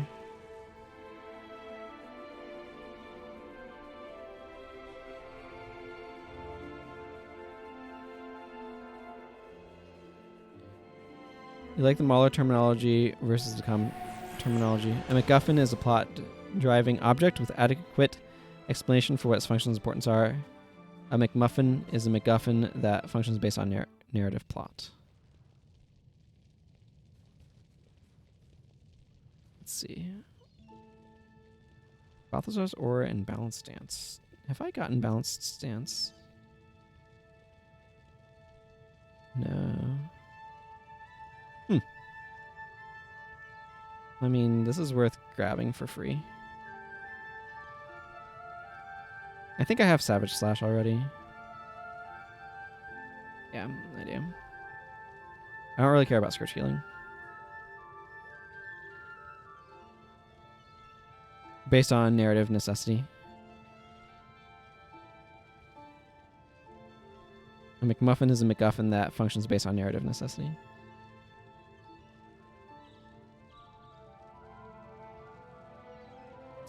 Yeah, I've not watched a ton of his stuff, just to some of his things on Star Wars. Free skills are free skills. It's true. This one is especially so.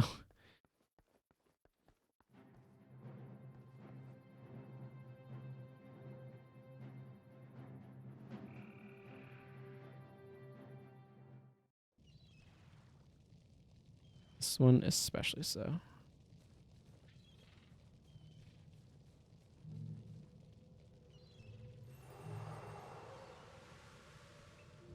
I mean, sure, I'll get Scourge Healing. Why not?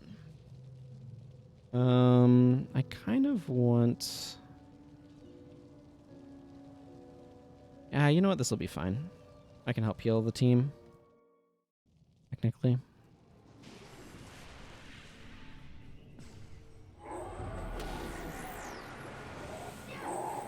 I might want a Healing Breeze here.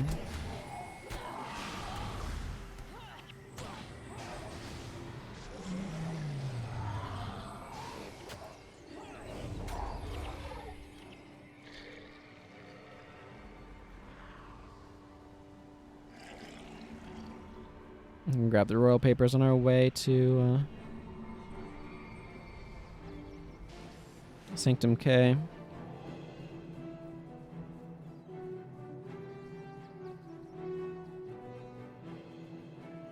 There is a reference somewhere to what the Scepter of Ore does. I just don't know where.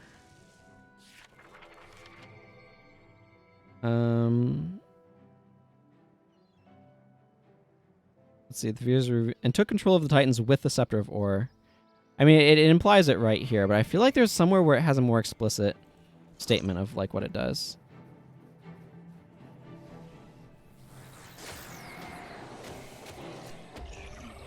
Let's see. Prophecies Elementalists progress through all 5 secondaries and pre.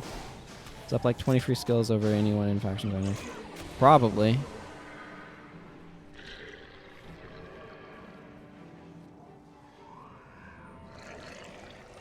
That wouldn't surprise me. I definitely, like, if somebody was asking me, like, hey, Ciantier, I'm starting this game and I don't care about like necessarily going through stuff in chronological order or whatever, I'd be like, okay, start a character in Nightfall, play through the tutorial bit to like Jokinar Diggings or something, and then go hop over to Prophecies and like make something with a monk in it, either a primary or secondary monk, and play through Prophecies to get a ton of free skills to make it much easier to build heroes. Like that's kind of what I would recommend. Maybe like play through Prophecies until you get to the Crystal Desert.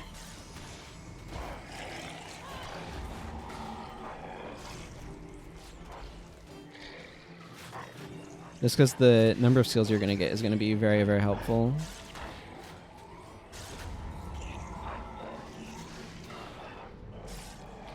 I mean, a lot of them are not necessarily meta great skills, but like just having access to them is going to be of great benefit. I do need to go this way if I want to get the thing here.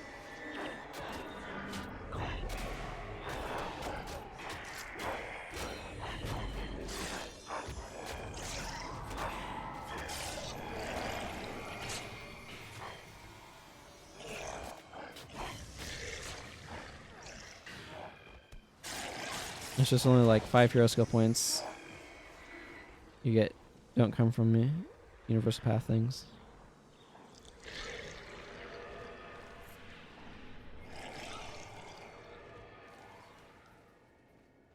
Yeah. And by Healing Seed, I assume you mean Seed of Life. The PvE only, because Healing Seed is a Prophecies available skill.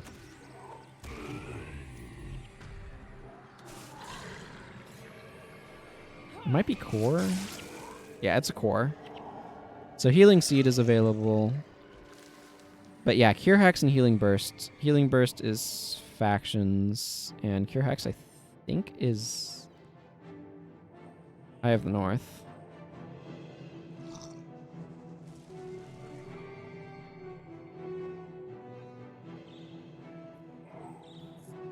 Yeah, I think one of the things that was an issue is that they weren't necessarily like Prophecies, because it was the first one, got like this like simple good implementations, and they were creating variants when they started making the other campaigns.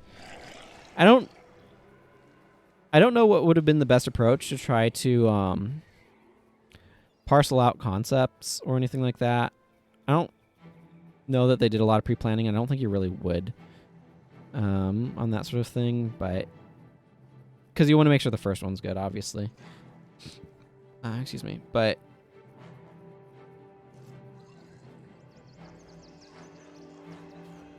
sure, I'm fine with the minions getting caught up on those guys and us moving on.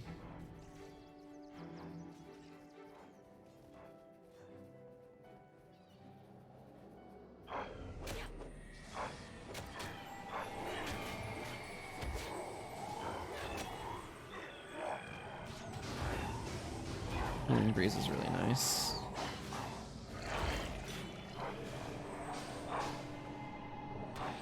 Sasuke really does not care about trying to maintain his attunements, does he?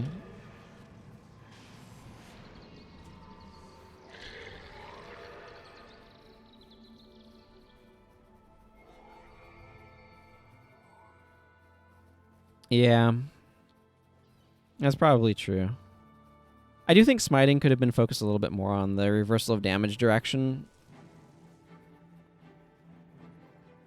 where it's like, okay, we're gonna protect and heal our allies, but in a way that's harming the enemy as well.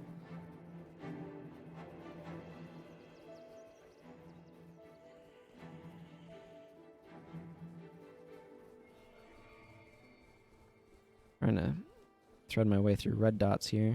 The Lynx is not helping. Might aggro those Inferno Imps. Okay, we aggro those Inferno Imps.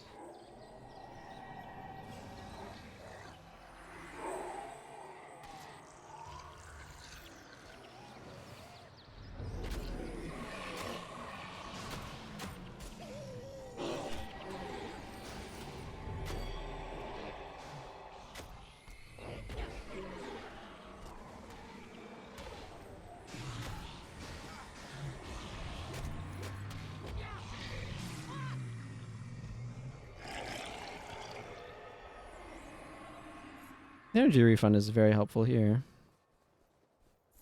What now? I think Monk is... Let's see... No. There's very little way to make a reactive healer complex without adding external systems to their play, like a Holy Pally and WoW heals by melee. In Guild Wars, simply is impossible to build discipline pre-style healers where you DPS to heal. You could, but you'd have to add stuff like live vicariously, right? While you maintain this enchantment, whenever target ally hits a foe, you gain health. They need effects like this, where it's like whenever you deal damage to a foe, it does some sort of healing thing on your allies. Like they could do stuff like that as effects in the game. They just didn't. And they could have made like a spear attack that burst to heal whenever, like Phoenix. They could have done more things like Phoenix, for example, on like attack skills that do that sort of thing.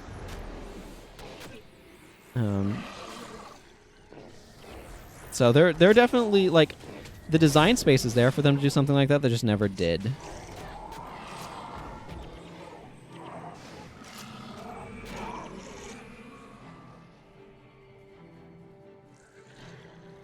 Yeah, and here's Sanctum Cay.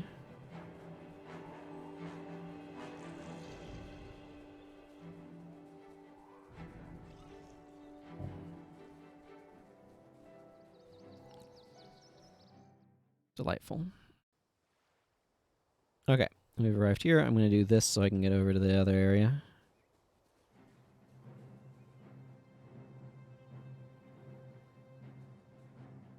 Do I need to clear out my inventory first? Probably won't. Actually, I should deliver those papers to Fisherman's Haven. Leaves a buff on targets it heals called Atonement, where everyone with Atonement gets healed for mastery % of your offensive damage dealt.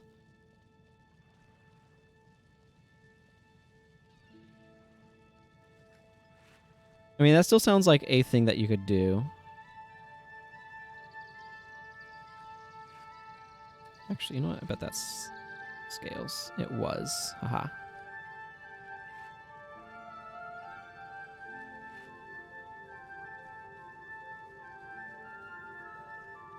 So that'd be kind of like replacing Divine Favor with whenever this ally deals damage, they're healed for like 25% of the damage they dealt or something like that.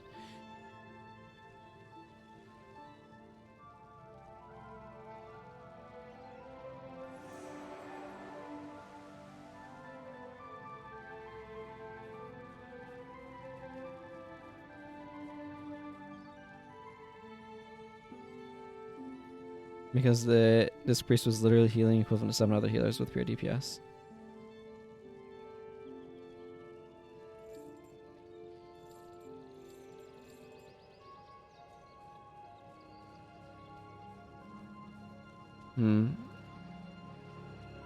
There's definitely a lot of different ways that you could take stuff with Guild Wars 1 style systems. Okay, let's go do Sanctum Cay. I want to get myself to the Crystal Desert. This is the part where I have to carry a stick. Annoying. Not a big fan of carrying this stick. Guess I'll do the bonus, though, to get it over with.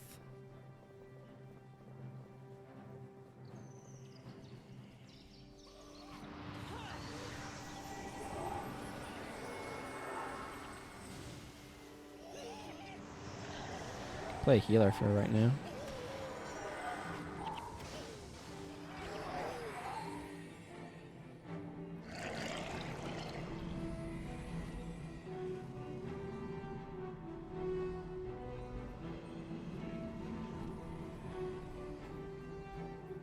In Guild Wars, if you were to force integrate it into the design, it'd basically be smiting prayers.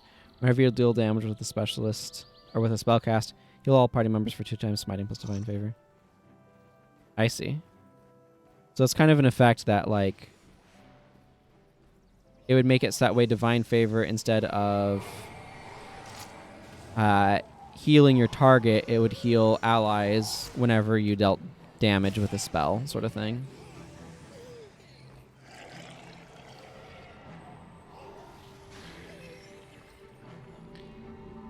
Nothing like being a warrior with 5 energy regen.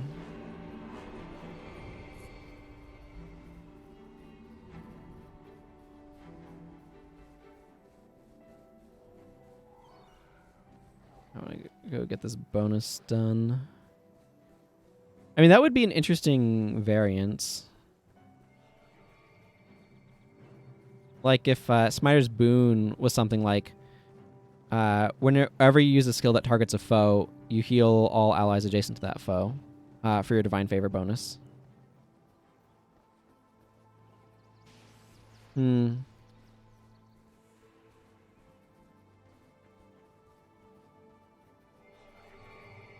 Yeah, it's one of those things where like their class setup is different in WoW.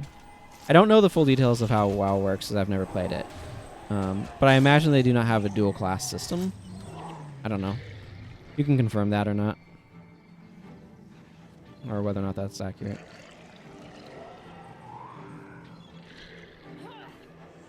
Be compass range centered on you. Sure, I'm just saying about like mechanic for Guild Wars 1, not necessarily try to duplicate things there. Oh, she's losing health from masochism. Better to healing breeze that.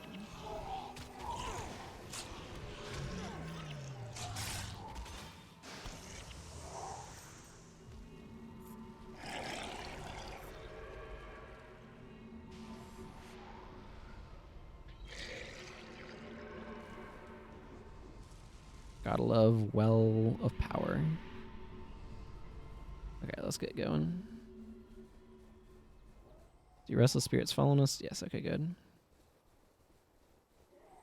You have a primary class and then between 2 to 4 subclasses that normally amplify aspects of the base primary class. Are the subclasses dictated, like for example, your Paladin, would Paladin basically like have specific Paladins only subclasses, or would it be one of those things where like subclasses are shared between different ones? Unless you're Demon Hunter, Frost Death Knight, or Warlock.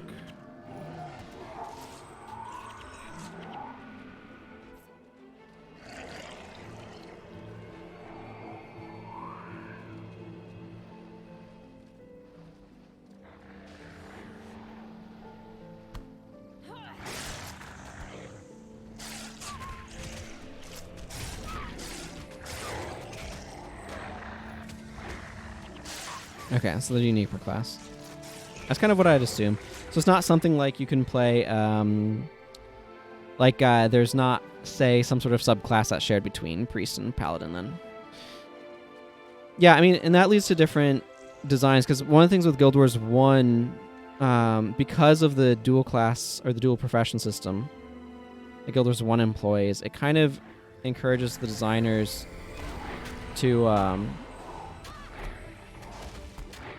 set up their, like, to try to make each one kind of a pure expression, and then where you get like more elaborate classes by the combination of the two. Now I think one of the areas where Guild Wars 1 is a little bit like could be stronger is in sort of setting up clear markers for sort of those combinations, if that makes sense.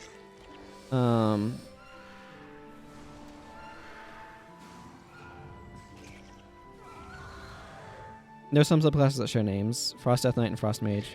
Sure, but it's not like... the expressions of what those subclasses are not the same, I assume. So it's not like if you were a Frost Mage and a Frost Death Knight or whatever it was. Yeah, Death Knight, if I remember correctly. That you would then have like an overlap of skills or whatever. Again, I don't know what subclasses do, but... I assume like an overlap of skills, for example, as a result.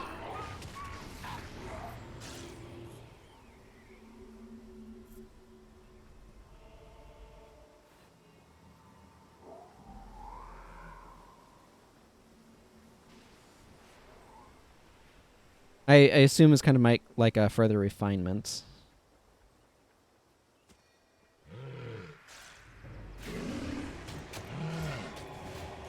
Only ones that break the symmetry with the classes are very similar in role and function. I see.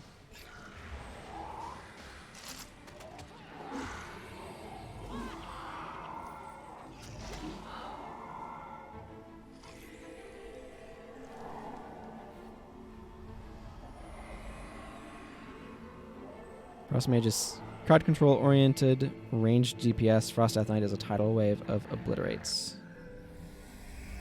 Sure.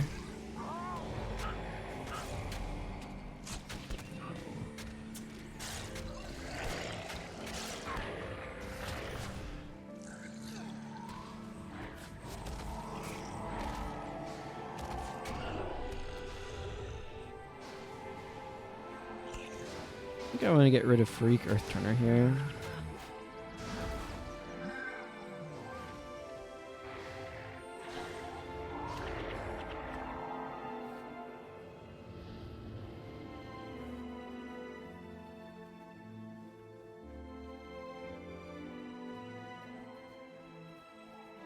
Our undead pal is following us, okay?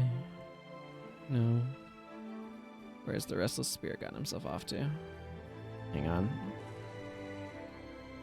I seem to have lost the Restless Spirit for the bonus.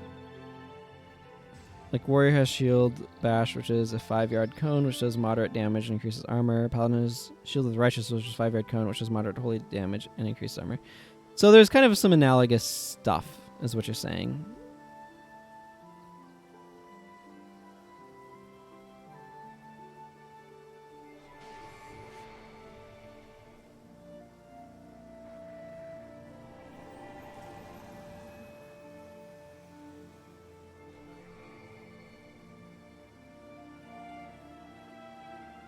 And that's something that you kind of get away with when they're not, like,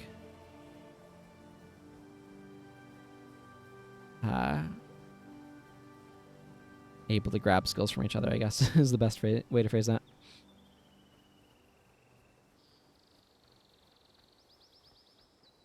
Yeah, gotcha.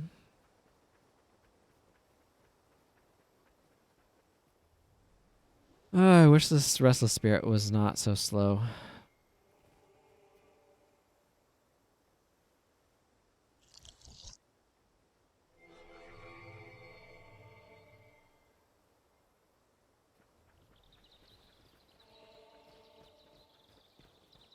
And here's the White Mantle.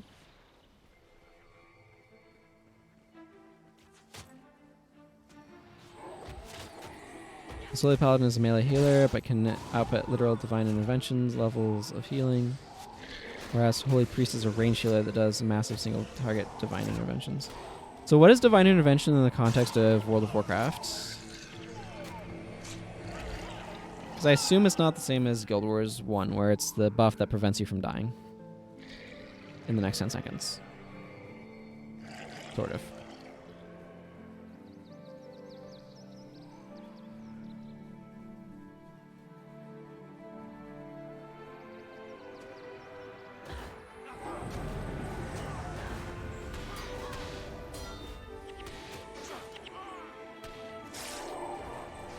Excuse me.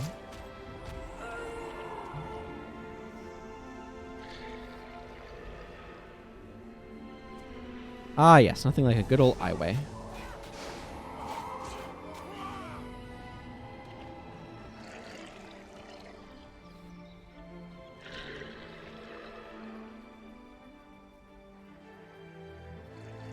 The little spell Divine Intervention was removed to just be Divine Shield, which Holy Paladins can just slap on someone, making them invulnerable for 10 seconds.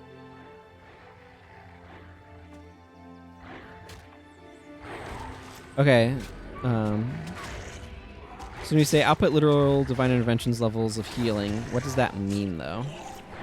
I guess is what I'm asking for clarity on at large. I think you're probably building towards it, but just giving context is what I'm assuming.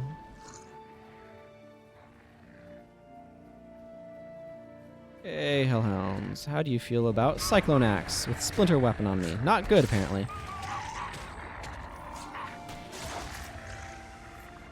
And also, that sounds like a much better Divine Intervention than Guild Wars is.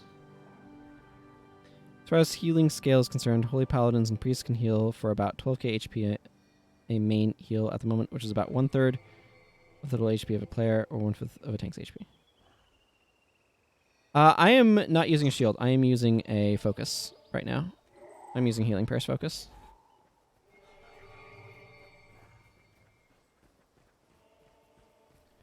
So you'll notice when I drop the Scepter of Ore that I'll have 32 energy.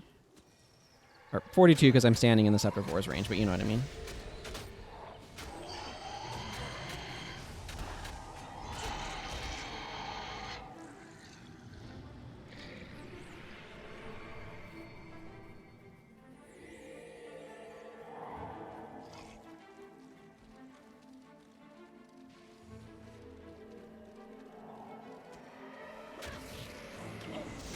Oh, that's not happening. Fine, I'll just attack this Bone Dragon then.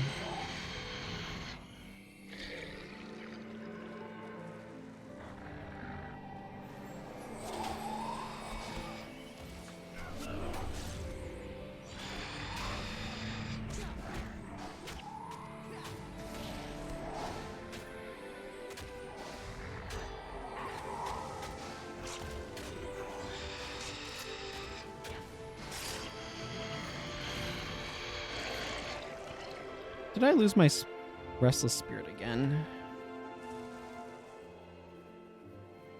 Okay, there he comes. Okay, I'm going to wait here for the Restless Spirit to catch up. You want to learn Holy Pally on live, but you have no context for the scale of healing on it. I see. Which is brought back when all heroes are reliant on careful investiture of mana. Yeah, that makes sense.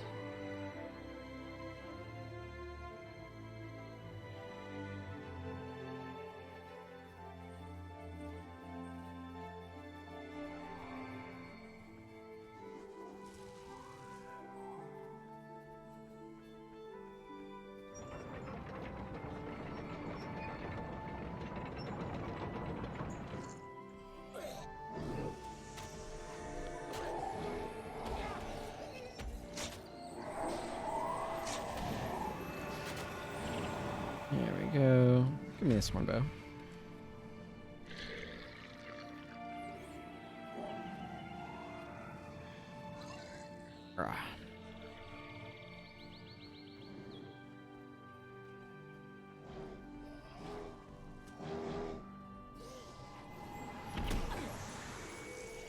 It's also weirdly difficult because you have things called beacons, which are basically endless enchantments that clone 100% of the value of your heals to the enchanted player. Oh, so you have to make sure you're distributing those properly then.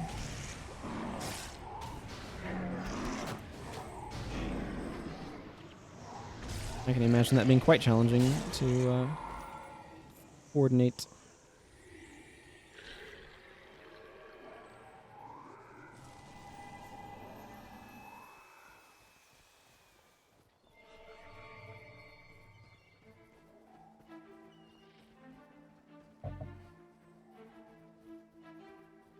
Okay, Vizier Kilbron. I don't know why you need to copy the Scepter of War when you're already holding one, but whatever. A sight for sore eyes.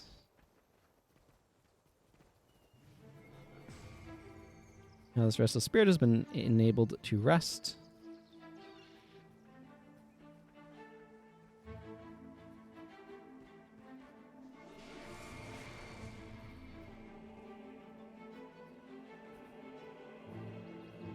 There we go. Enabled you to rest. Now the Restless Spirit will follow me. Eventually.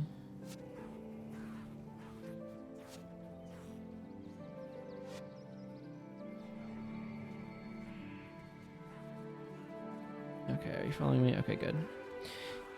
Yeah, it's interesting the difference between skill ceiling and skill floor.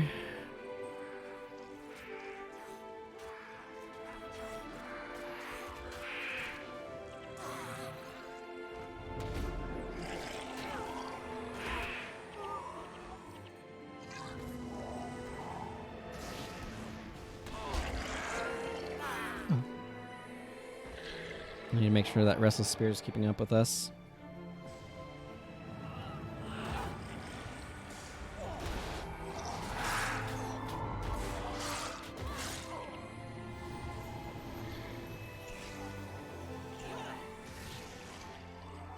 This is not bad on a warrior, actually, because the energy return is useful. I still wish it was more potent, but...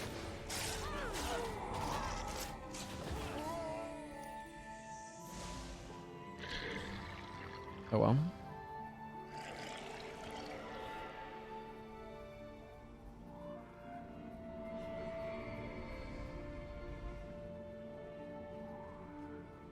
Well, I'm thinking about it just as a reminder. I'll mention it again later, but my plans this week are for the next stream, instead of having it tomorrow, have it on Thursday and start an hour later at the beginning of the anniversary event. Just made sense to me when the anniversary event is so close to line that up. It's going to be a weird week for me because of that, though. Curious to see what I think of it. I updated the schedule, so you can check that out when you want to. Or even follow to get notified when I go live. But we still got a bunch of stuff to do today. Or at least an hour to go today, anyway, or in the day stream. So I'm hoping to get through Thirsty River in that time.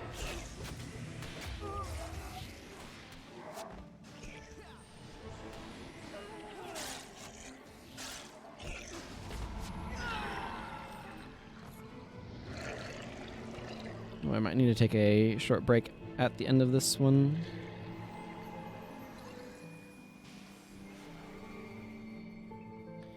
You wonder if Time Ward decreases the time it takes for the Vizier to summon the ship. That would be an interesting thing to test. I have no idea. But I now also would like to know that.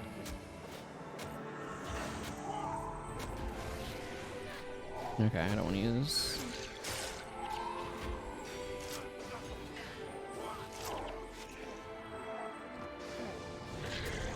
yeah, obviously this character can't, but...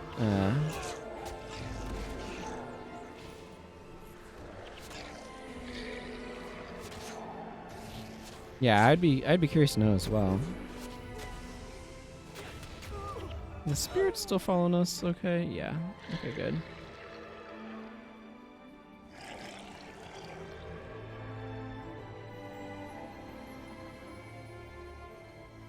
Only chance is to make it for the coast of the Crystal Desert to the dock. Yeah, we'll get there. I need to stop by a certain family grave first so I can drop off this spirit. Somehow also get over the limit on the Vizier. Yeah. I think you'd need to make sure to like get there and place the Time Ward before you can start doing it, but...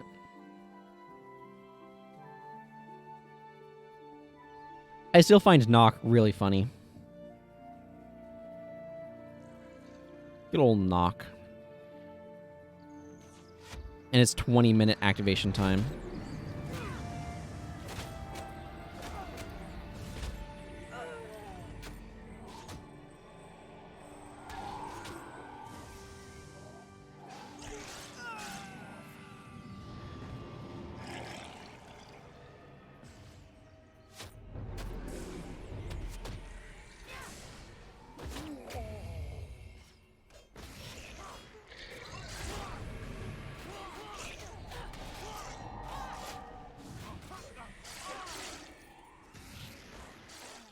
For those who don't know, Knock is a skill that Prince Rurik uses at the end of the Ruins of Sirmia when he's opening the door to the teleporter technology that's never discussed again. Spells like Knock, Capture Resource, or Escape. The NPC can move when they start casting it. Resetting it, of course.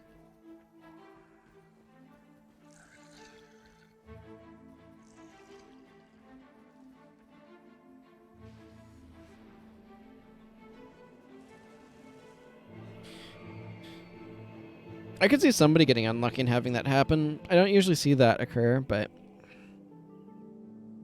also, the spirit talks in all chat, so if you have all chat turned off, you don't see anything from him. Don't know why it's not in team. There we go. Got that bonus taken care of.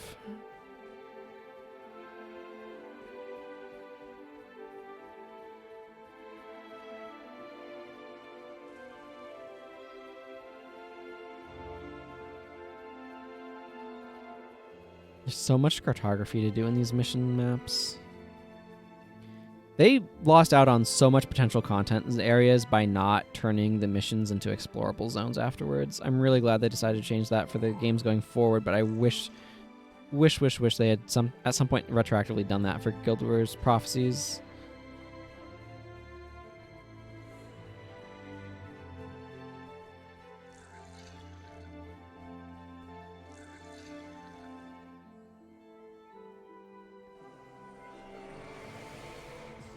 Glad to have that bonus taken care of, though.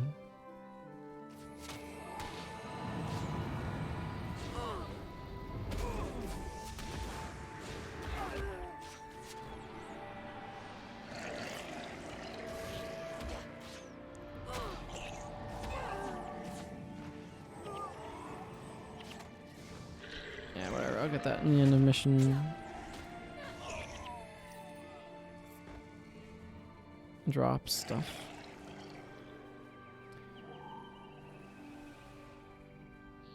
Yeah, I mean, if you sped up... Oh, this is a skill, not a spell. Does Time Ward speed up skills?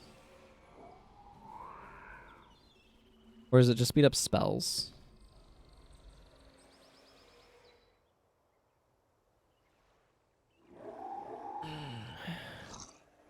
Okay, then I don't think it would actually help speed that up, unfortunately.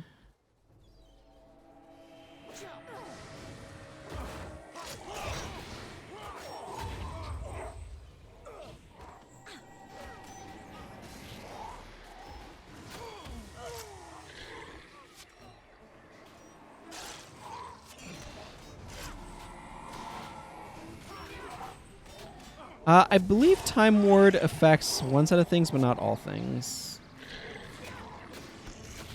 Hang on.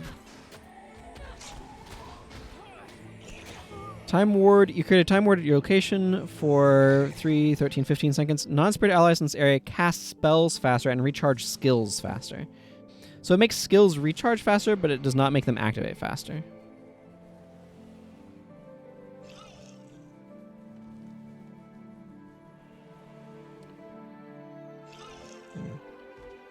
So there you go.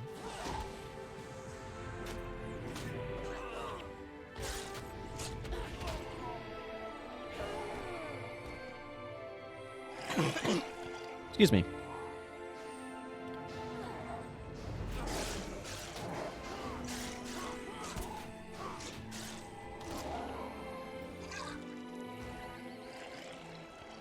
Yeah, spells everything.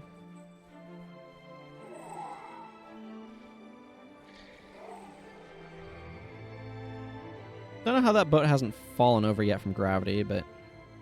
Sploosh!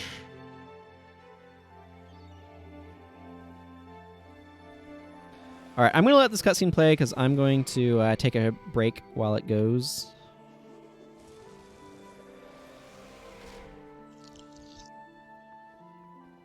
I'll be back in a couple of minutes. Enjoy the cutscene. Hurry! We must make our escape.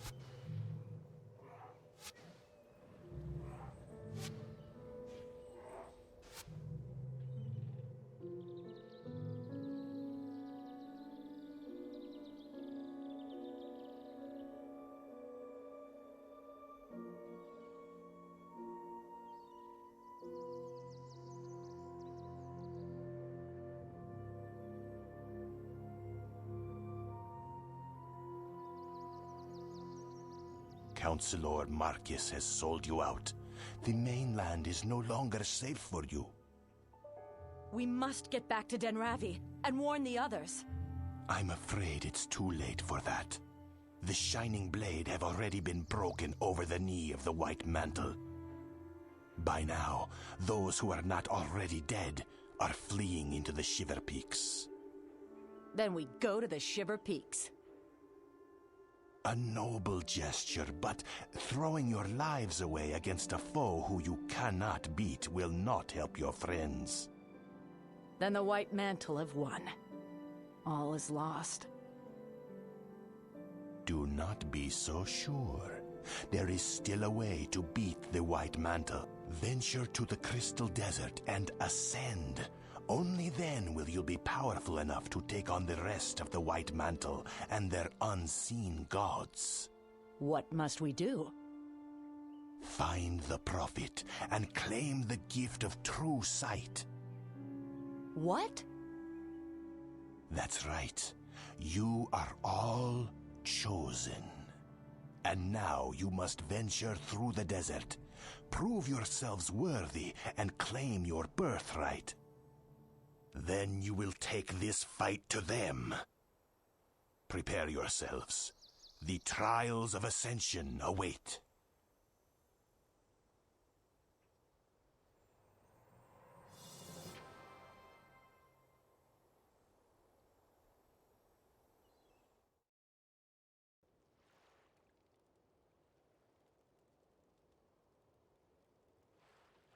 Hello, I have returned. Let's see.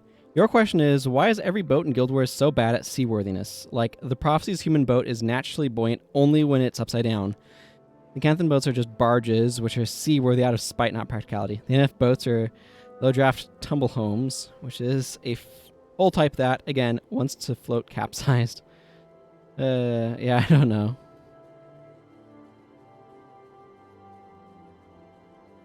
Crystal Desert's so cool. I mean, it's probably quite literally hot, but figuratively it's really neat. Stalwart A. Let's see, where do I want to start? I want to start with Merchant. Healing Breeze loses a lot of value out here. I don't really have a whole lot to replace it with, which is a little eh. There's just a lot of chillblains out here, so identify this fire staff. Giant slaying. Terrible at it, but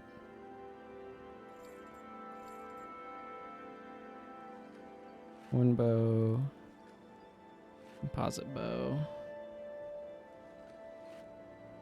longbow.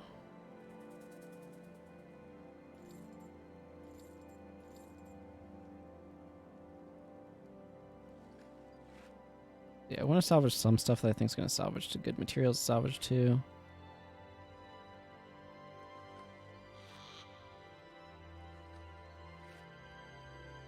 Okay, good. And this knight armor, excellent. I haven't really thought about trying to get scales until now.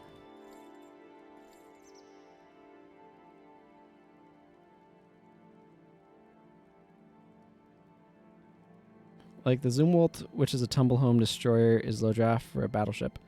But if you look at its mass volume, it's definitely floating lower than the Arleigh Burke, despite actually having a lower draft. I don't know much about boats. I don't have much more to say about that than that. I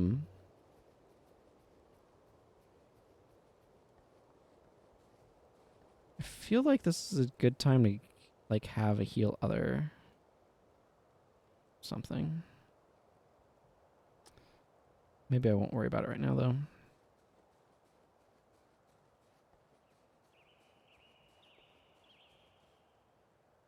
I don't really care about finding your undead dude out in the desert.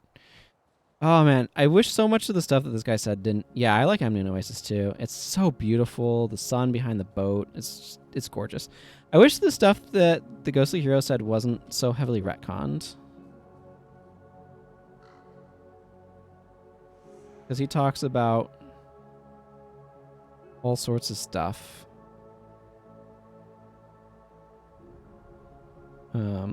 Yeah, right here. My name was Triasa. I was the champion of Valona, the protector and leader of my people. At the Battle of Jahai, I single-handedly defeated Palawa Joko, the Scourge of Vabi. It was I who led the Hulonians to the Crystal Desert. Like, this right here is, like, stuff that I'm pretty sure they wrote before they, like, actually started working on Ilona and stuff, and they just, like, plopped all this stuff down here that then they picked up later, which is really cool. Yeah, such a cool capital. What do you know of the Flamestick Prophecies? Glint. Glint was the first of all creatures on Tyria, created by the gods to be the caretaker, but it became clear that she needed help. That's when some of the creatures known only as the Forgotten. It's like there's so much interesting stuff there that's just not developed much, but so cool.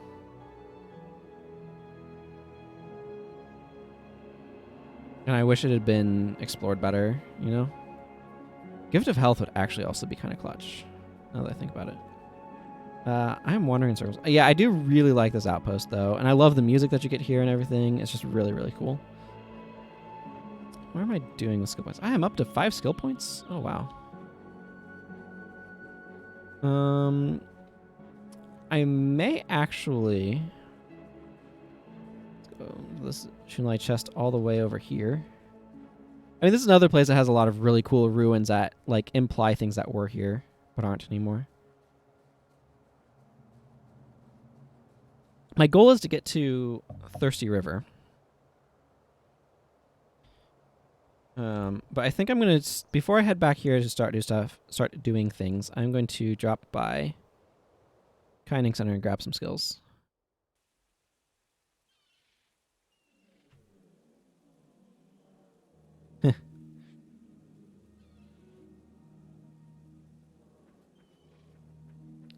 Now, Gwen's a little bit older than 16. She's like 18 or 19 when she and Kieran get married.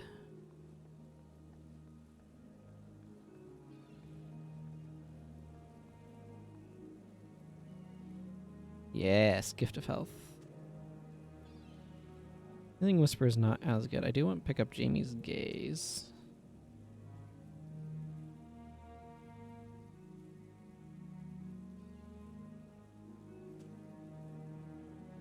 I'll wait on Smite Hex. I'm going to pick up another Sign of Capture. Another couple of those. She's 18 at the start of VOTN. She's 10 years old in Pre-Searing. Maybe she's 17, but she's somewhere around there. She's 10 years old in Pre-Searing. That's been confirmed. And then it's like something like 7 or 8 years after the Searing that EOTN takes place.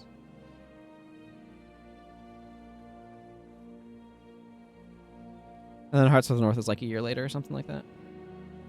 Yeah, Gift of Health is pretty good. Yes, post is 2 years after pre, but not everything is sequential. So if you go to the timeline article on the wiki, it lays it out better. So the Earthquakes, Eye of the North, is in 1078 AE. The Searing is in 1070 AE. Or the Pre-Searing, like that. Pre-Searing is the day of the Searing, right? So that's in 1070 AE, and Gwen is 10 there. So it's 8 years later that Eye of the North occurs. She's around 17 to 19, depending upon her birth date. And then Hearts of the North takes place in the next year. So she's around... I might just use this and drop Healing Light. That seems reasonable to me. Then I can go back to Cleave.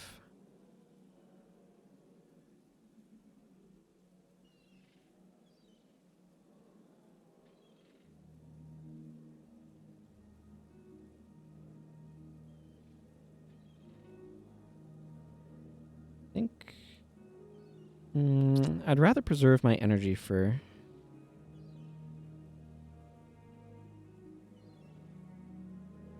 I mean, yeah, that's definitely a debate I'm willing to have.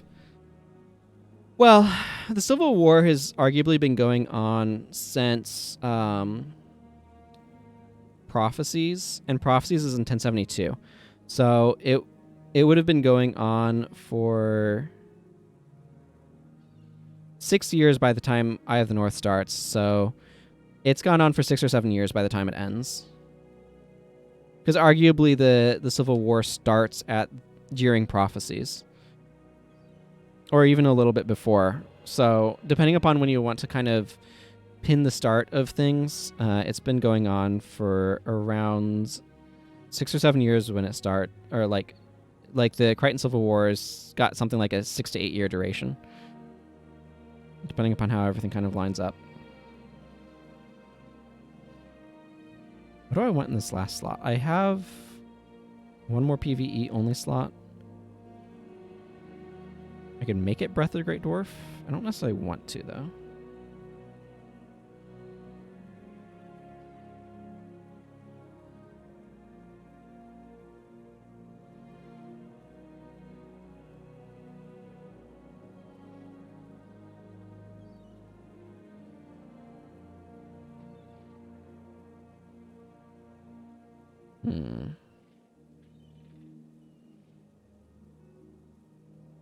I should just bring Brawling Headbutt. I like Brawling Headbutt. I need to get more dwarf rank on this character, but whatever. We'll worry about that later.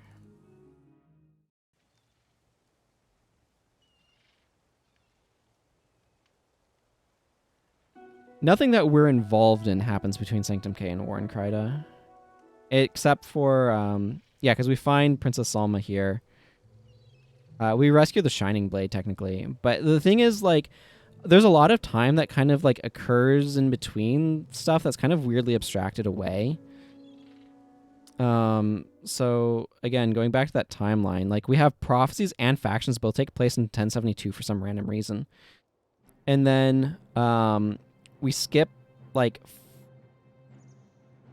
3 years. Nightfall takes place 3 years after prophecies and factions for some reason, and I'm not sure why, or like that time jump is not like it's really glossed over what's occurring during that time.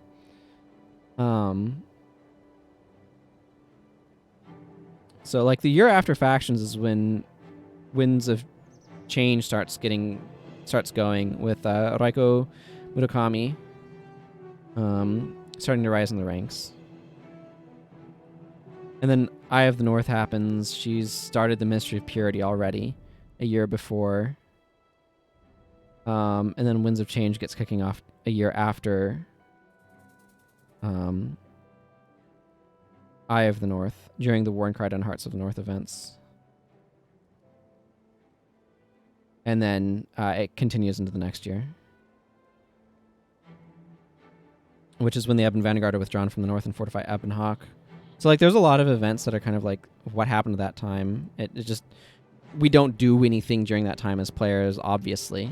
We don't have anything that we're doing during that time as a player that is obvious, is what I meant by that. So this is a very wonky sort of setup. We'll see how things go here with this team. I feel like I might need something more, but maybe this is fine.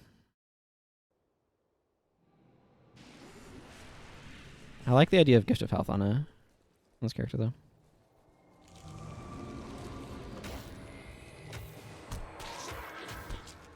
So I want to get Augury Rock and then Thirsty River and then do Thirsty River. We'll see how much time I have after that. Wow. I don't know what hit my party, but it was a doozy.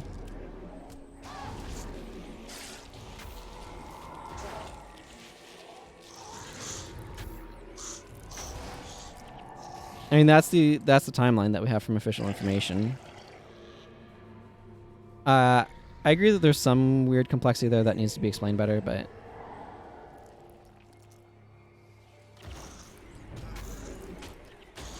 yeah, I'm not gonna argue with that. I do think Prophecies feels like it should be stretched out over a longer period of time.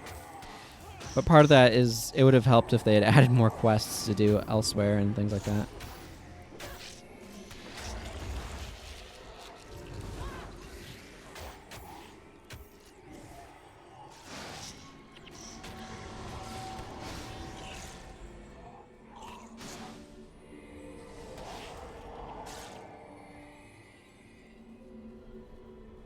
Like long enough that everyone thinks you're dead. Then Glint Bombs, yeah, and the Drachner's Forge. Yeah, for sure. Like everything kind of moves a little weirdly quickly. If you're not going to heal him, I will.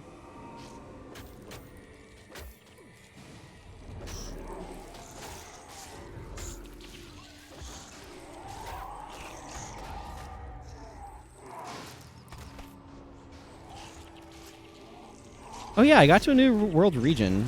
I forgot to do something that I'm supposed to do when I do that.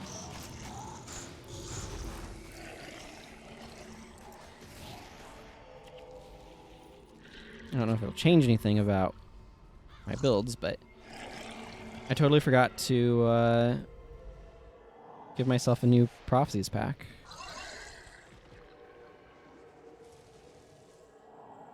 Add one. Yay! I finally get a copy of Guardian and Ether Prodigy, which will allow me to be able to do the other bar that I was thinking of better. Okay, let's see. Guardian is a really good pickup. Free to post, Northern Shiver Peaks, Southern Shiver Peaks, Ring of Fire. Phoenix, there's Vigorous Spirit. Swirling Aura is an important pickup for this. Restore Condition is really good. Ether Prodigy. Punishing Shot's alright. The big stuff that's exciting to me here is Guardian, Vigorous Spirit, Swirling Aura, Restore Condition, and Ether Prodigy.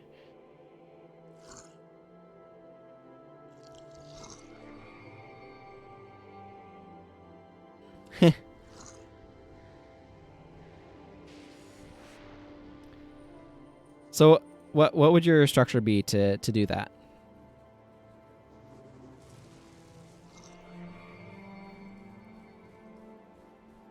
Because we have the impetus for going over the mountains is to go find refuge in Kryta, so you'd need to change that. How's the rest of everything fitting together? If you're changing, if you're cutting out Kryta and Meguma, how is everything else changing in order to accommodate for that? Because there's a number of important things that happen in Gustav the Silent in Prophecies.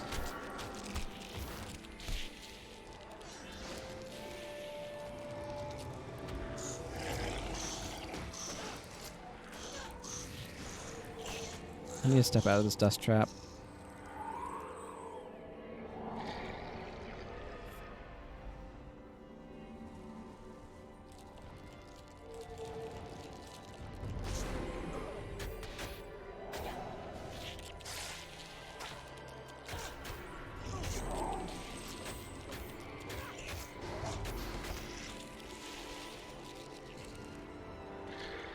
My instinct is to heal the person with the lowest health, but that's the AI's instinct too.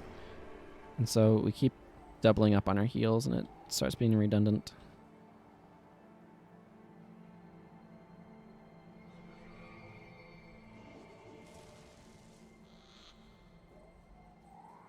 Personally, don't need to go into Kryta as a thing.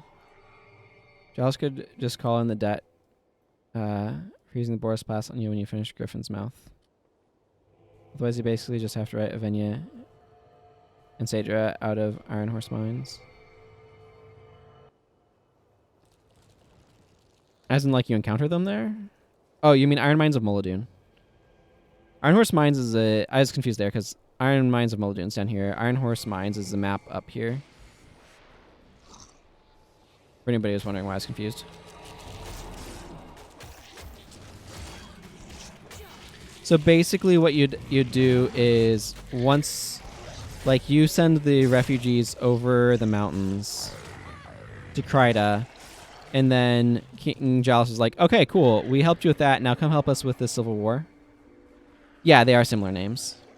Then, okay, now that we've helped you with this, come help us with our Civil War, basically.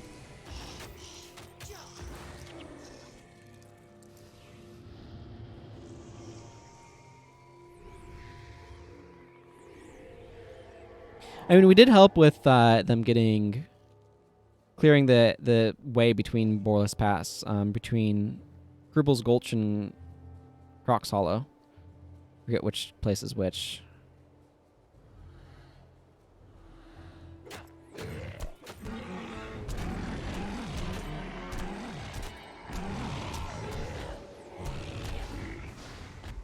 Yeah, the names are similar.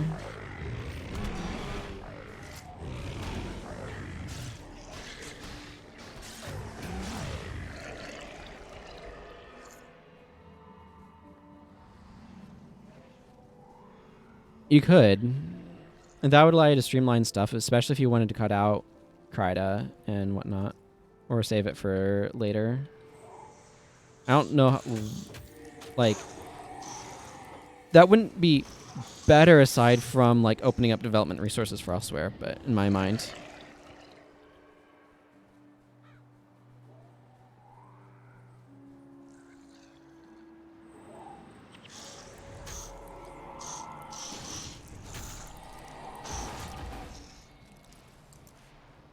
Which obviously does have its own advantages.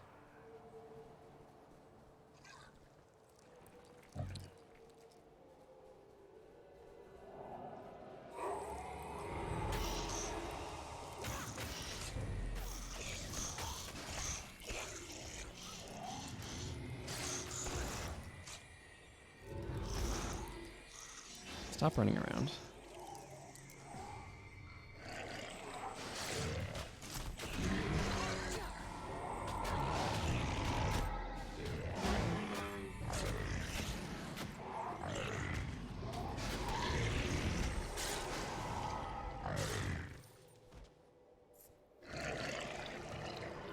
Okay.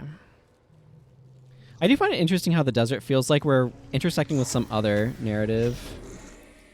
Resolves any of the core issues with Prophecies, just that streamlined narrative not have essentially a 9-act side which has terrible development.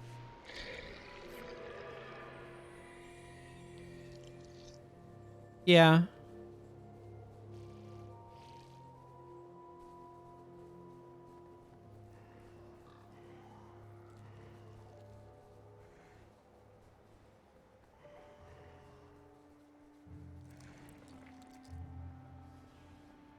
And you do have to start like explaining where the Mersat coming from, where the White Mantle coming from, theoretically. But I don't know, I feel like there's enough sort of stuff that's kind of integrated together that it becomes a bit tricky to kind of pull out. Like you could, but then you're leaving a lot of unexplained details or stuff that has to be kind of delivered in other ways. Ooh. Money. Calling itself an Elonian key.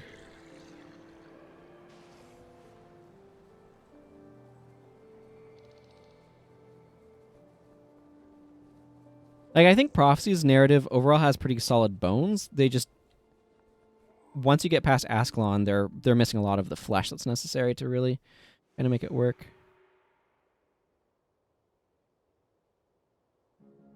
I guess you could do something like that if you wanted to. Blessed Aura and Shield Bash. Sure.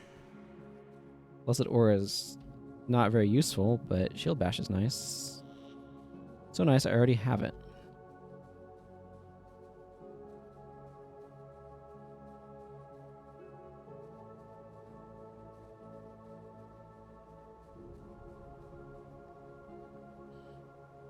I mean, you could definitely make sense out of the Stone Summit. Yeah, I already have Fear Me as well. The Stone Summit are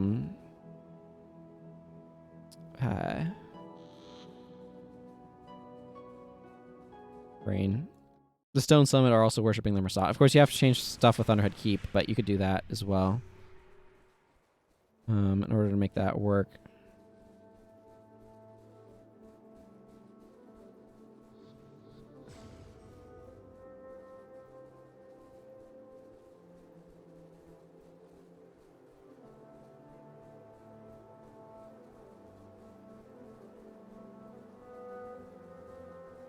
Why are you guys RP walking?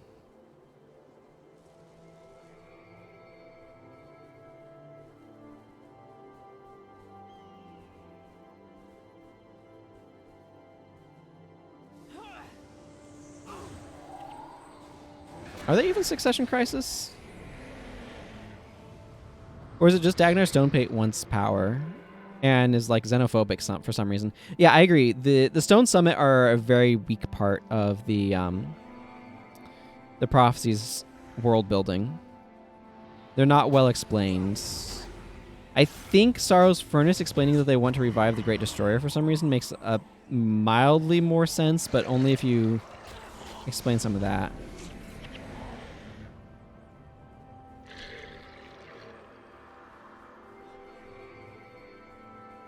Was Dagnar Stonepate King Jealous Ironhammer's brother? I don't think so. I think he's like a cousin or something.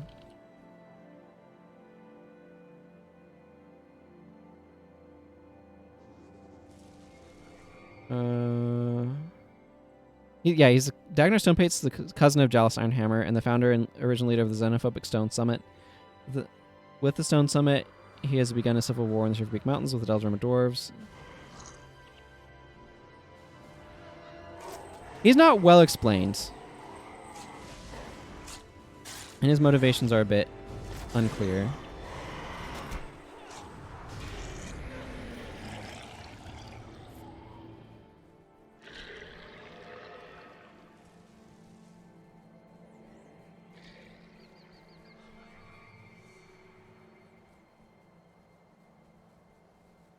Unfortunately, the journey was pretty harsh. Sin is dead.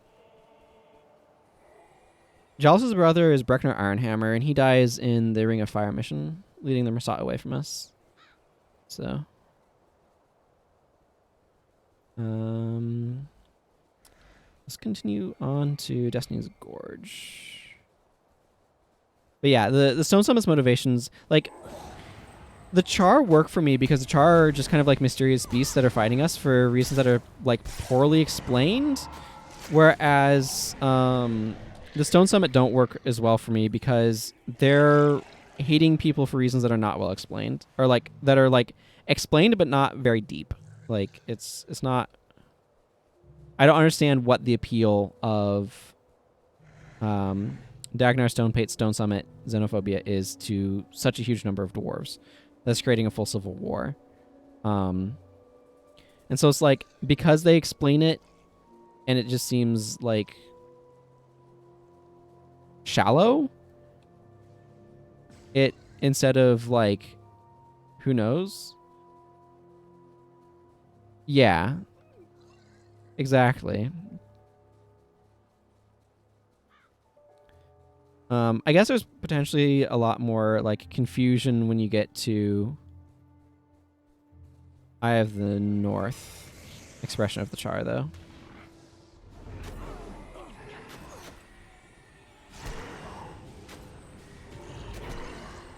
I should throw my next heal at Talcora, because she's not as good at healing herself, just like I'm not.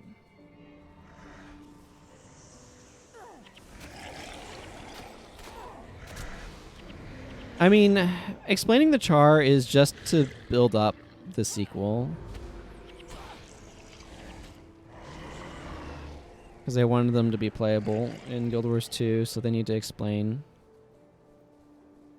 why the Char are fighting humans in Prophecies. But like the Stone Summit, like their motivations are just like, we hate everybody who's not a dwarf, I guess. And like, it just... Oh boy, that was... Giving me our whirlwind attack. Diverted sucked. And so it's like not well explored what's going on with them.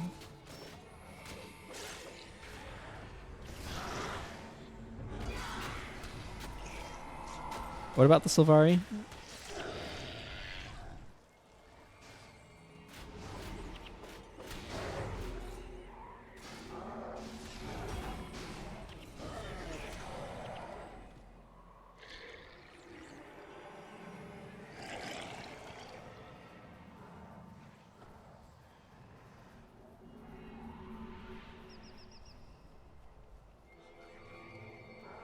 Okay, here comes the diversion. Oh, good. Stopped the diversion.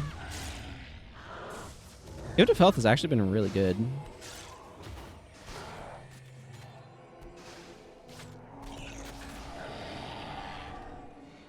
Other than one quest in the Falls, there's no build-up, prologue, or explanation of the story.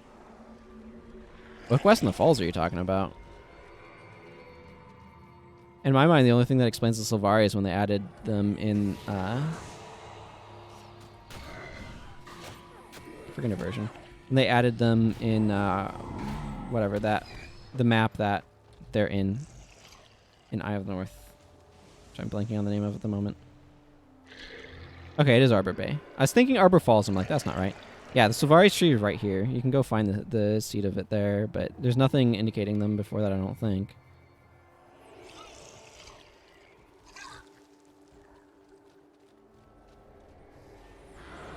Like, I think they set up all of the...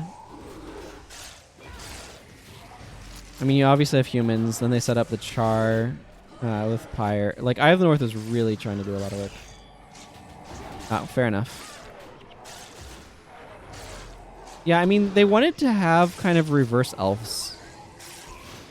Which, fine. Instead of being an old race, they wanted them to be a young race. And I'm okay with them going that direction with them. That means we get very little from them in this.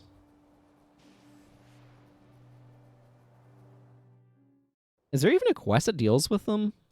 I don't recall one. I know that there's a quest with Ventari where you go talk to him in Etten's back. He leaves there, obviously. But he's like, yeah, no, screw war. I don't engage in your petty human conflict. I ain't gonna be any help to you, basically.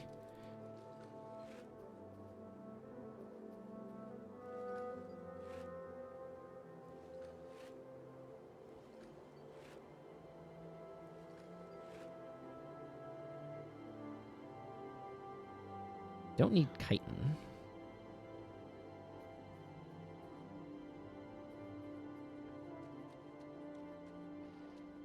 Oh, what do you have going on in Elphips? Vengeance and defensive stance. Yeah, sure, that'll work. I don't think I have vengeance. Nope. Do I have defensive stance? That seems like one I might have picked up. I do. Does he? I don't recall him having a quest in Arbor Bay. He has a conversation that you can do with him, but I don't think anything actually directs you there besides vanquishing that I recall.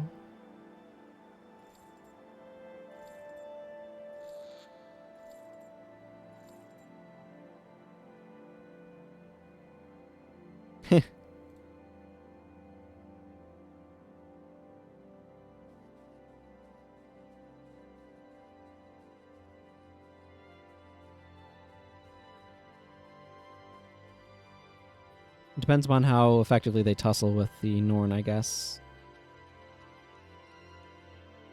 I would have liked it if we had gotten a little bit more in this area, but oh well.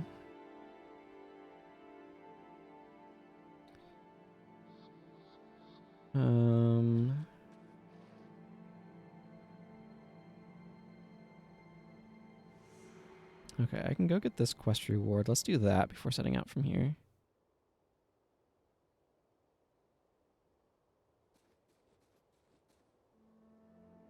More Warhammer 40k references, I think. Again, I'm super unfamiliar with Warhammer 40k, so they're a little bit lost on me, I'm afraid.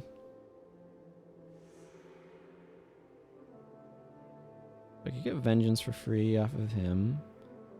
Blessed Aura is almost not worth getting, but that's an extremely free quest, so. Or at least Tau vs. Imperium sounds like it's a Warhammer 40k reference to me. This way.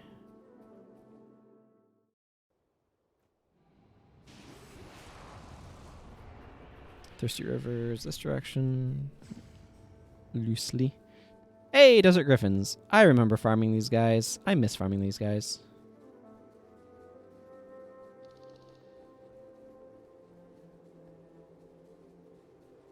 That's a lot of people.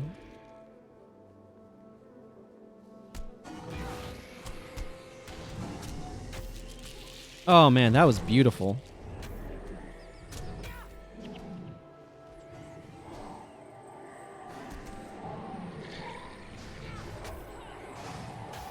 Ah. FNG stands for Friendly New Guy, I'm guessing? I'm not actually familiar with the abbreviation.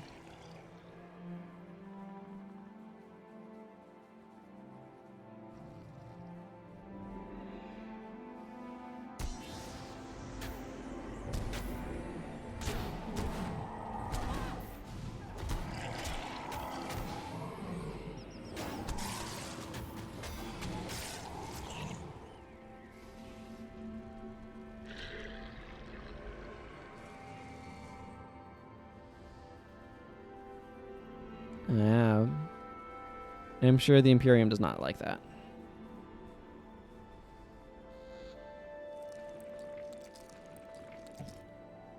Ah.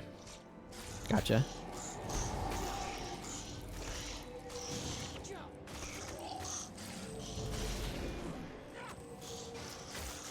Get out of here, Dust Trap.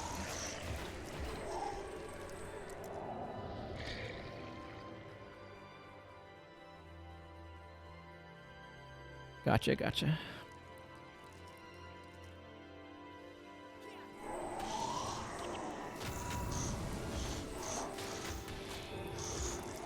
Well, I guess I brought that on myself by sitting literally right next to you. Imperium doesn't expand. They've sort of reached the limit of what they can be without teching up to being a psychic race or a blank race. Yeah, the sort of thing where like the bureaucracy of managing their empire is capped out, and if they try to expand further, then what they have obtained will start to slip through their fingers because the administrative costs are too high, more or less, that sort of thing.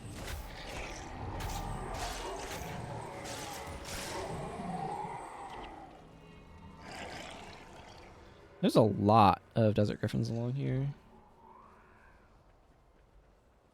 I'm kind of taking the side road to Thirsty, but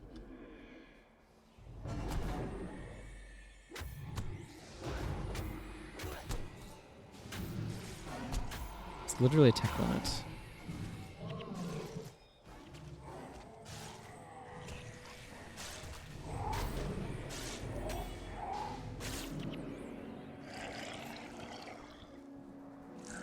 Could you explain how it's a tech limit? I just don't have context, so.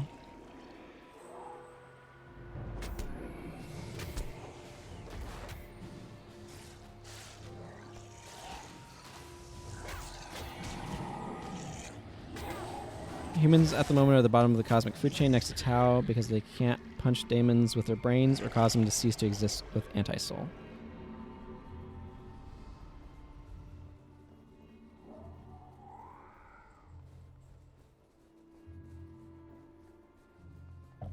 Okay, are daemons a like species, or are they more of like a classification, or?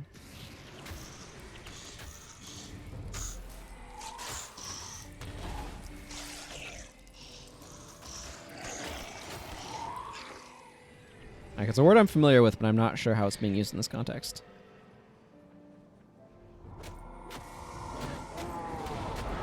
Here's the giant stomp.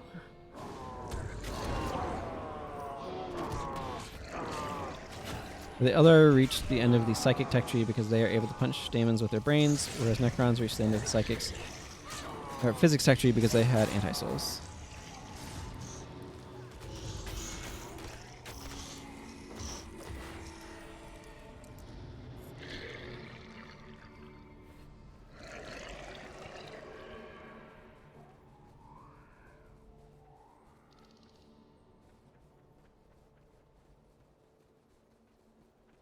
Daemons are a classification of entities specifically aligned with hostile conceptual forces. They are temporal thought forms.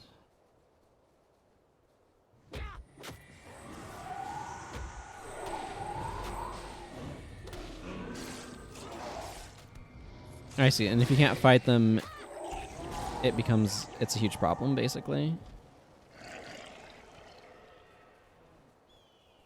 So the Imperium can't expand because it runs into daemon territory?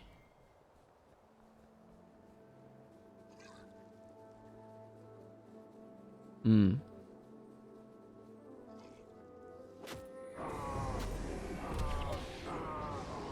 I see. So they're kind of like Saiyans.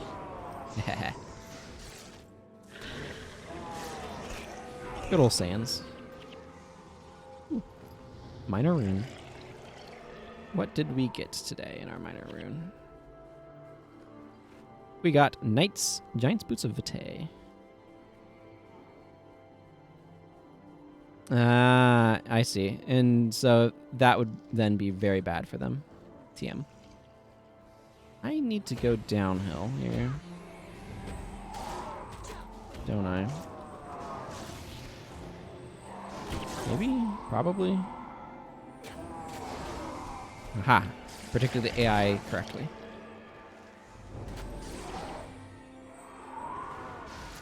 Right, so they have to be careful not to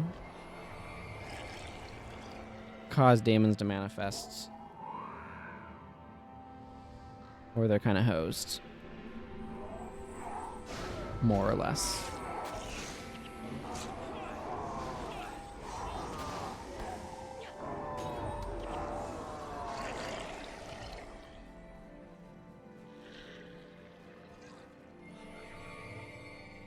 Okay, yeah, I need to get down into that ravine.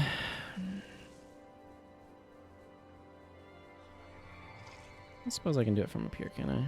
Probably not. Probably need to go over here.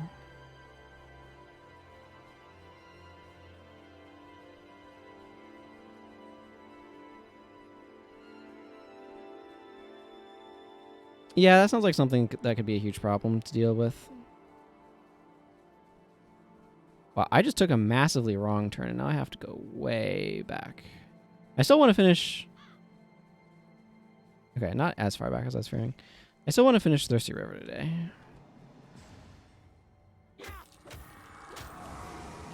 But we may not be doing much more besides that. Current rate of things.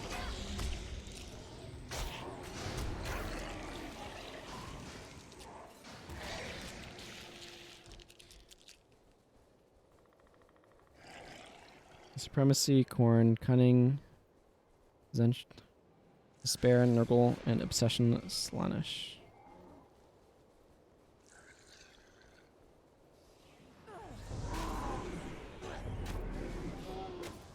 So are like Corn, etc., like locations or something else? Like, because they sound like planets or something to me, but...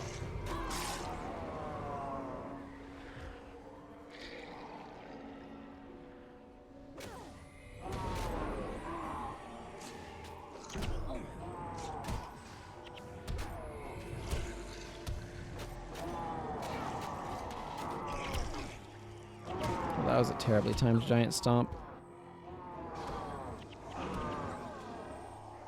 Okay, we're getting giant stomped pretty badly here. That well, on the other hand, was very good.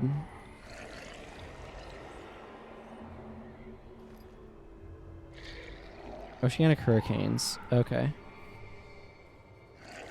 The ocean is the hurricane. Yeah. So basically a sea of tempests. And like different epicenters of them result in the production of different things based upon other inputs to the system or something like that. That's kind of what it sounds like you're saying anyway.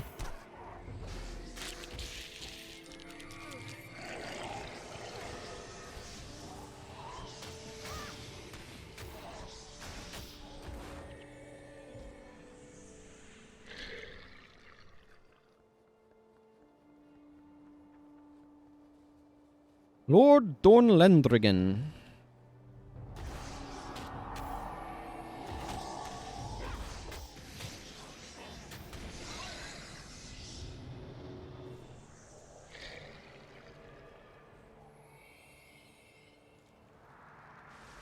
Oh, there's my Stance Carapace shield that I like. This must be the guy that had it that I kept thinking of being by boats. Also travel faster than the speed of light. You must sunder the walls of reality, cast your ship into the Sea of Souls, aka the Warp. Use the collective expectation that you can move faster than light to move faster than light. I see. So it's kind of in an area where, like, imagination becomes reality, as it were. Or belief is made real, in a sense. Or made manifest. You also need something to stop your ship from being dragged around by warp currents infested by daemons, or a no-clip into another ship.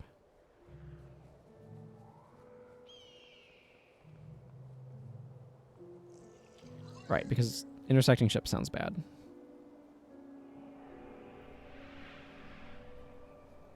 So it's kind of tied into their FTL technology.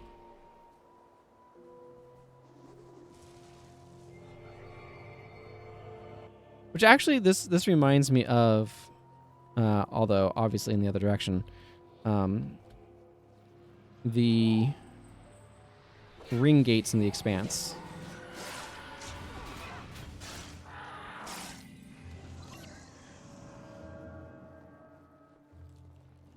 Called a Space Hulk. I've heard that term from like a game or something. Isn't there a game called like Space Hulk or something like that?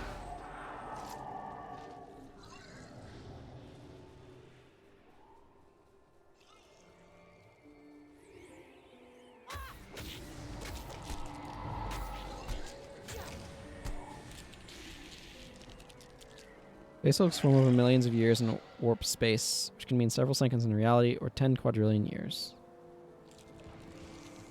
I see. Because time is not necessarily tethered the same way across multiple areas.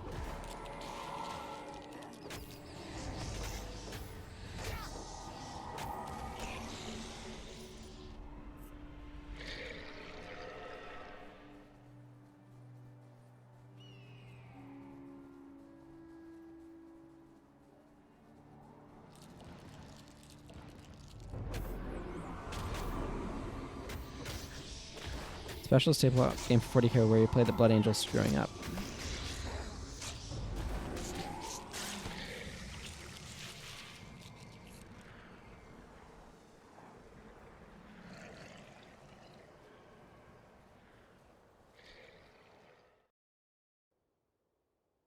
Let's see. I'm going to drop these, keep this, keep that, and grab 2 signets of capture, which I think I have. Okay, good. I've got 3. Means I can slot 2 of them onto my bar. Excellent.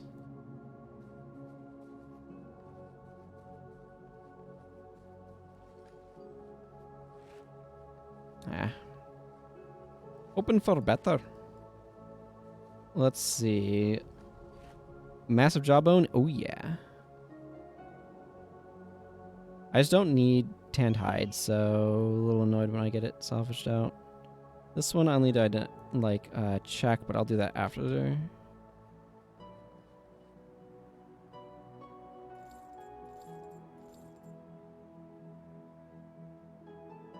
Okay, I'm going to go through most of this with signets of capture because the 2 bosses I want to capture from are in the very last part of this, but whatever. It is what it is.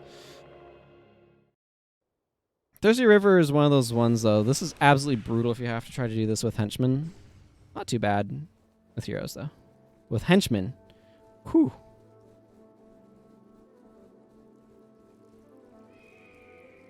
Henchmen are just nowhere near as competent. Space Hulks tend to only emerge into real space when they've collected enough ships, asteroids, orcs, gene stealers, and daemons to be the size of Earth. Ah, I see. Large problems, then.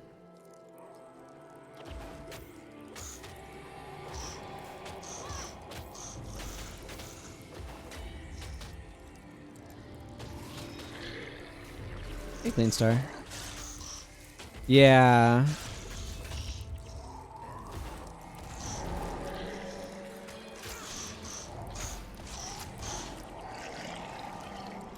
Yeah, there's a lot of different reasons why this one's rough.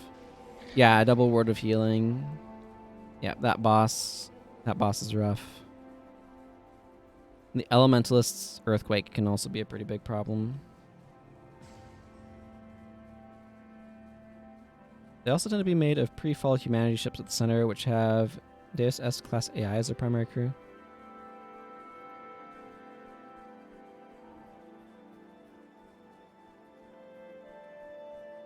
I see. So there's my guess from what you just said there, keeping in mind that I know almost nothing about Warhammer 40k, is that at one point in time humanity was a lot more powerful, and then something happened to make them a lot less powerful.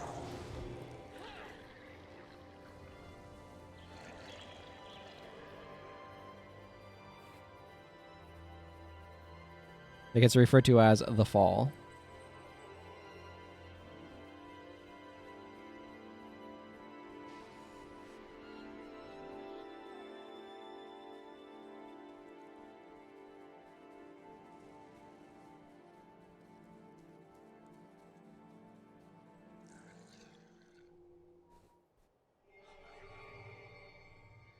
Okay, would you please open the gate? Even if you skip the cutscene, you need to know what's going on.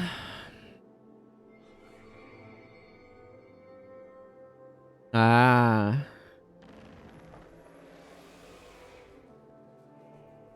Are you following me? Good.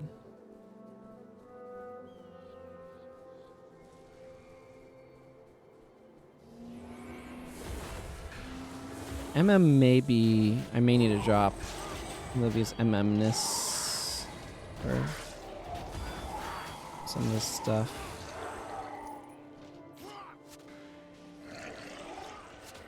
Yeah.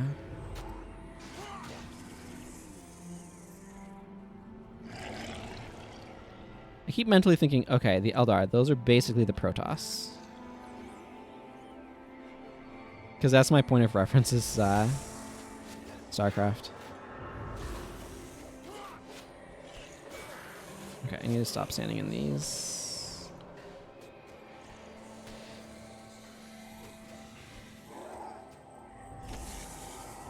Putting against humanity in a war of exterminations, space elves. I mean, so are the Protoss?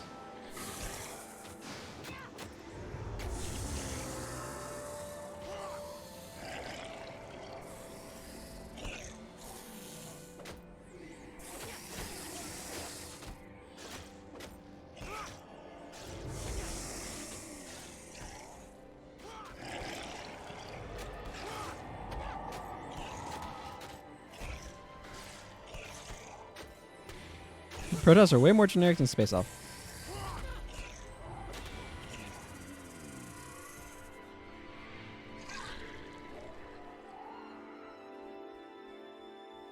Don't know if I agree with that, but...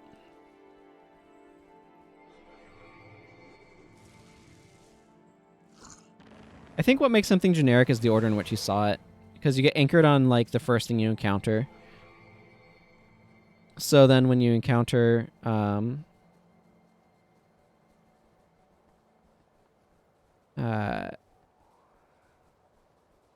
okay, sure. But like the first things that you encounter are the things that are going to anchor your understanding of concepts. So you kind of like look at that and you're like, oh, this is like that thing, right? So I mean, a good example of this is with Magic the Gathering. If the first pump spell you see is Giant Growth, then everything is kind of anchored according to Giant Growth. So it's like, how does this compare to Giant Growth? Oh, this is another skill or this is another card that's just Giant Growth, that sort of thing.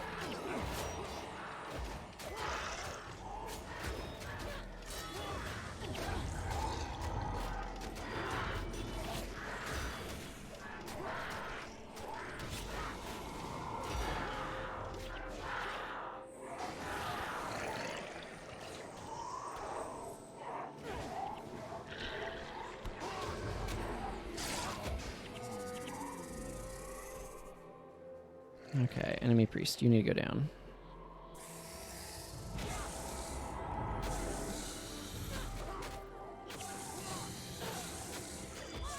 I need to remember to have Talcora. Healing Talcora is like a priority for me. Aristocrat, soul vampires. I see, I see.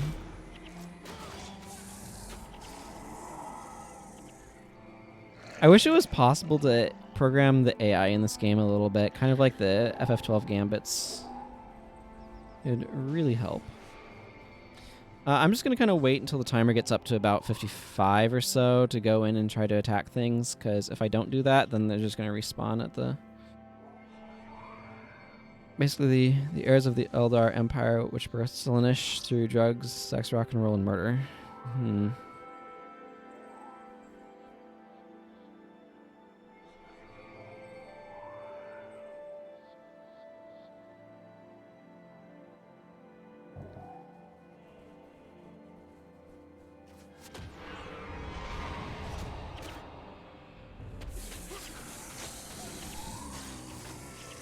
I'm not surprised by that. Blind.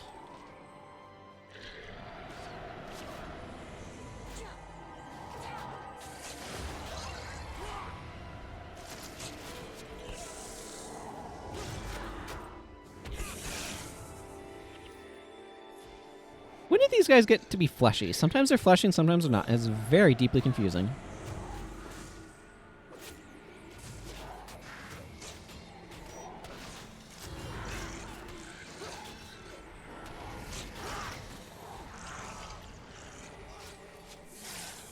What's my inventory doing? I feel like I've been picking up a lot of stuff, but it's doing okay.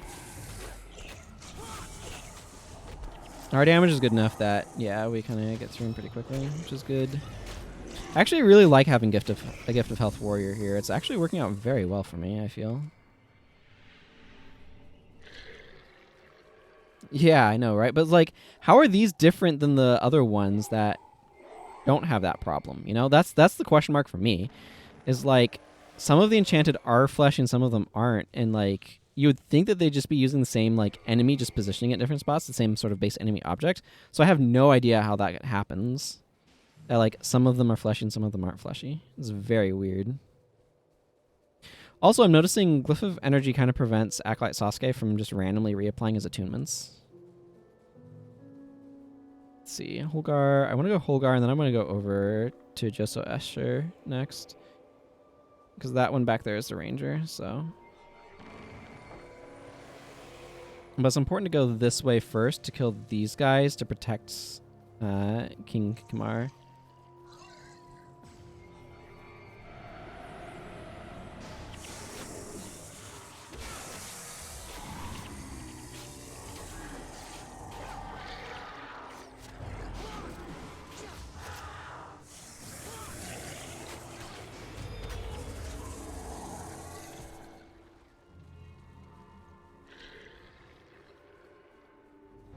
Okay, yeah, you're cute, but, like, this priest needs to go down. Palcora's energy has been doing fine, too, which is good. Okay, good. This has been disabled.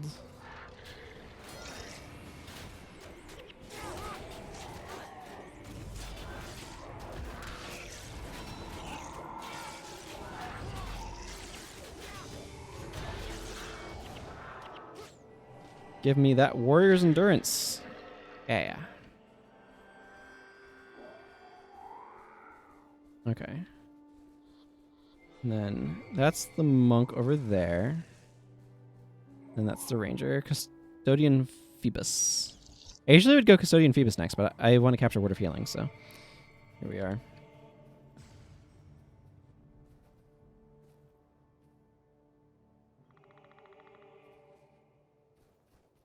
Again, I'm waiting for the timer to get close to the 2-minute marks. That way when I kill people, they're not respawning inside with the priest. Okay, looks like we have begun our conflict.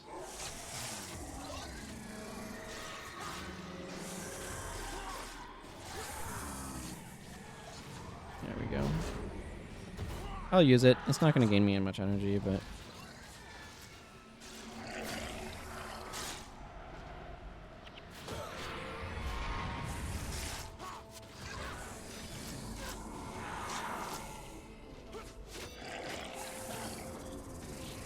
My party just has significantly more damage than the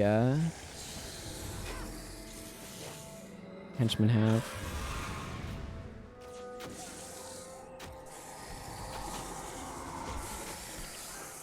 To the point where it's kind of ridiculous.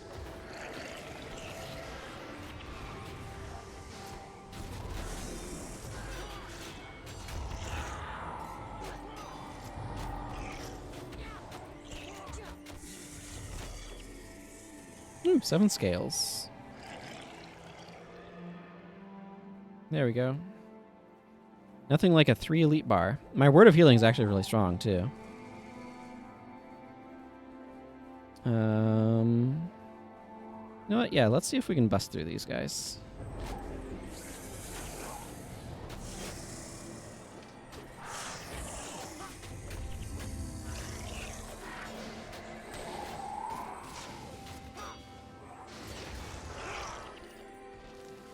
Whatever, I can pick that up later. I want to get this priest down in the next 20 seconds.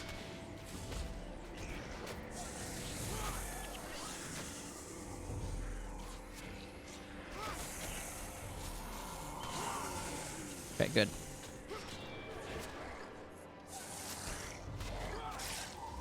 Disabled that particular problem.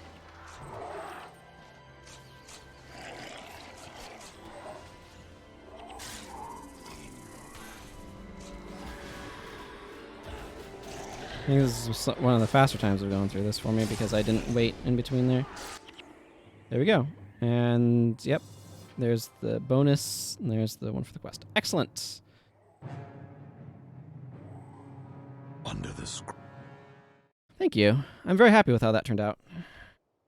That one can be quite tricksy.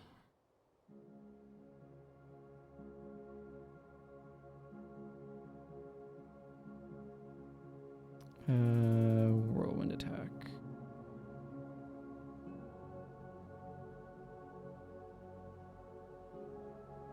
Don't know what I want in that last skill slot, but doesn't matter too much. Oh, I could use mending. Wouldn't that be cute?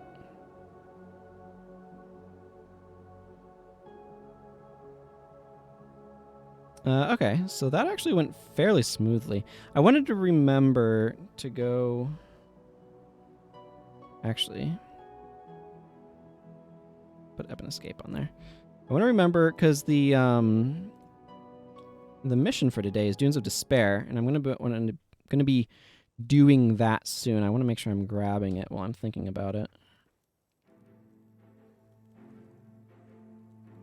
Remnant of Antiquities, sure. Good old Fort Aspenwood.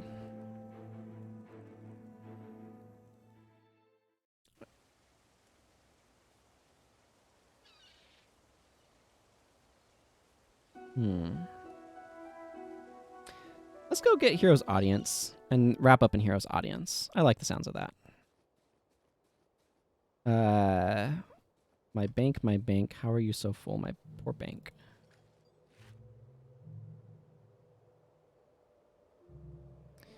Obviously, I'll need to take a moment here to clear some of this out.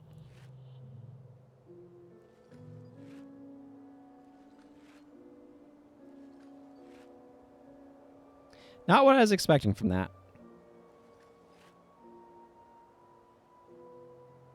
Okay, well, obviously, I'm going to have a bunch of inventory stuff I'm going to need to do. Sidon. Oh, that's Prodigies. Nice. Did not notice that until just now.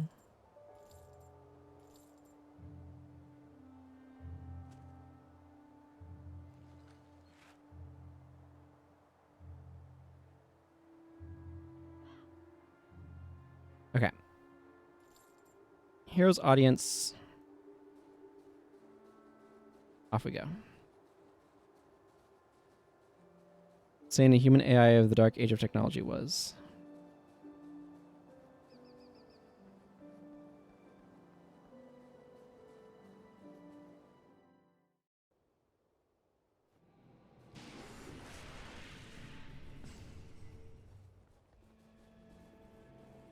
I like Hero's Audience. It's a neat little town. You can reprogram a human brain that is Faraday shielded with no equipment wirelessly. That just seems ridiculous.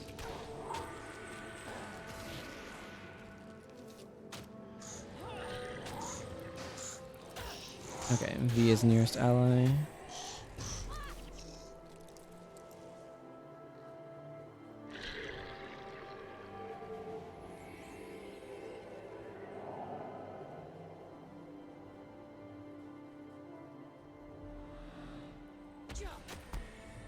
Wow.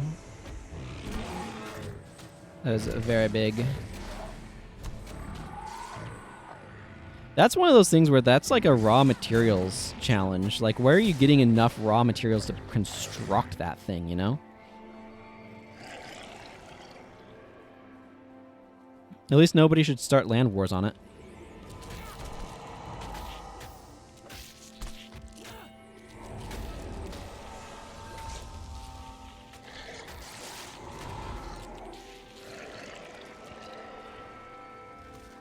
Ow. Yeah, that seems about right. I'm gonna swap those. I like having this on 5. It's easier to reach.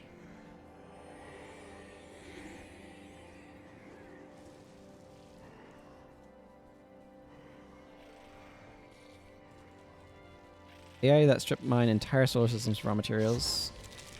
Then they use cold fusion to precipitate the elements they need. Yeah, that makes sense. Just get us raw atoms.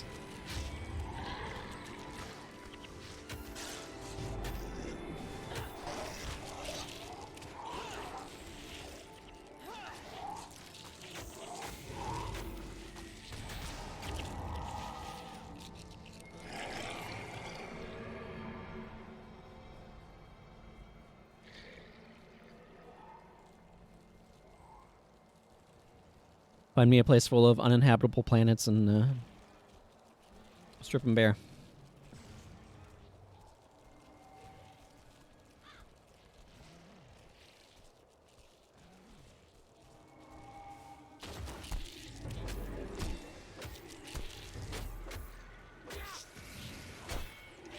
Of course, the population density on something that big is probably also enormous.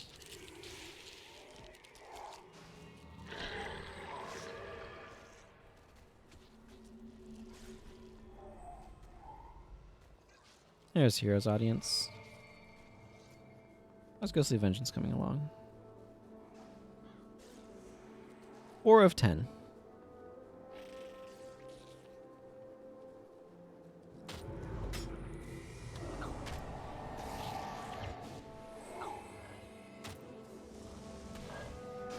They could terraform any planet into the other. Sure, but that doesn't necessarily mean that it's in... Like, you'd have to tow it into a habitable zone, too, and all that sort of stuff.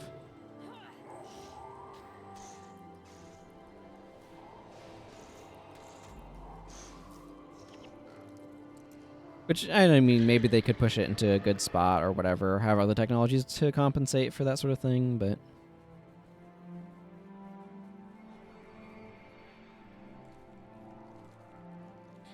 Why is it called the Dark Age of Technology, by the way? That's kind of an odd name. Is it Imperium propaganda? That sounds like Imperial propaganda to me.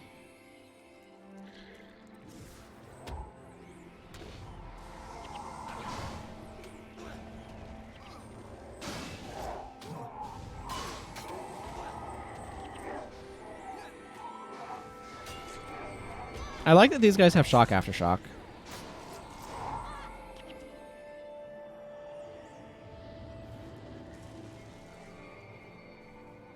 Seems correct somehow.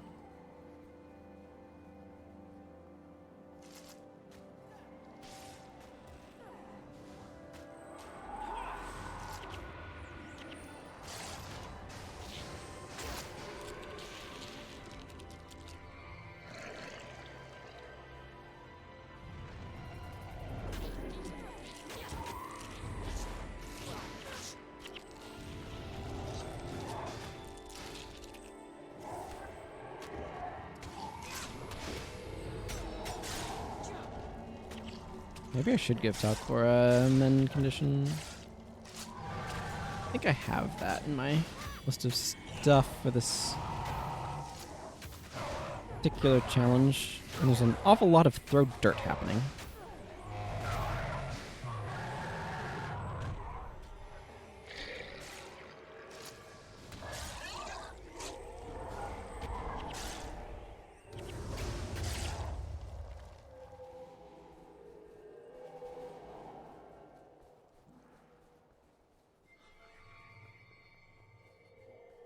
See, because it's a statistical aberration that information was stored in a non-digital medium, and all digital information is lost from the dark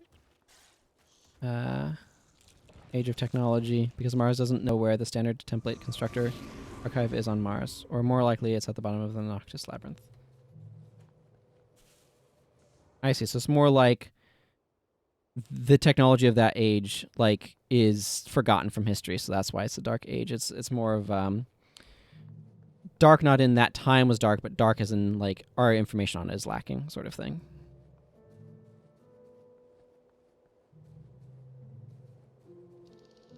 That makes sense. All right, well, we got to Heroes Audience, which is where I want to go ahead and wrap things up for today.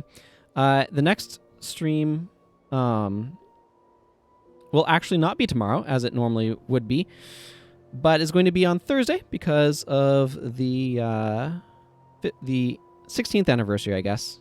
15th anniversary of Factions, something like that. I don't know. I don't know exactly when Factions came out off the top of my head. But it's going to be the anniversary celebration, so I'm going to go ahead and have the next stream coincide with the start of that. Couple of important things about that. Again, that's on Thursday. The other thing is it will be starting at noon Pacific Daylight Time instead of 11 a.m. Pacific Daylight Time, so it'll be an hour later. Because that's just when the event's going to start. I don't have a reason to run around an hour before. I'm still going to run it the same sort of length is my plan, but it's just going to start. I'm just going to shift it a bit later, so it's roughly 25 hours later than normal. So that's the plan. You can check out the schedule. It is modified for this week to represent these things, so you can check that out down below. You can also just follow the channel to get notified when I go live. And, of course, you can go to my Discord, where I also make an announcement. Hopefully I remember how all of this is going this week, because it's an odd week. But that's the plans, so I thank you all for watching, for hanging out, for chatting, teaching me about other creative endeavors. And yeah, so I'm going to go ahead and wrap things up here. Thank you for everybody who hosted and raided and all that sort of stuff too. I do appreciate it. All right, until next time, everyone, take care and goodbye.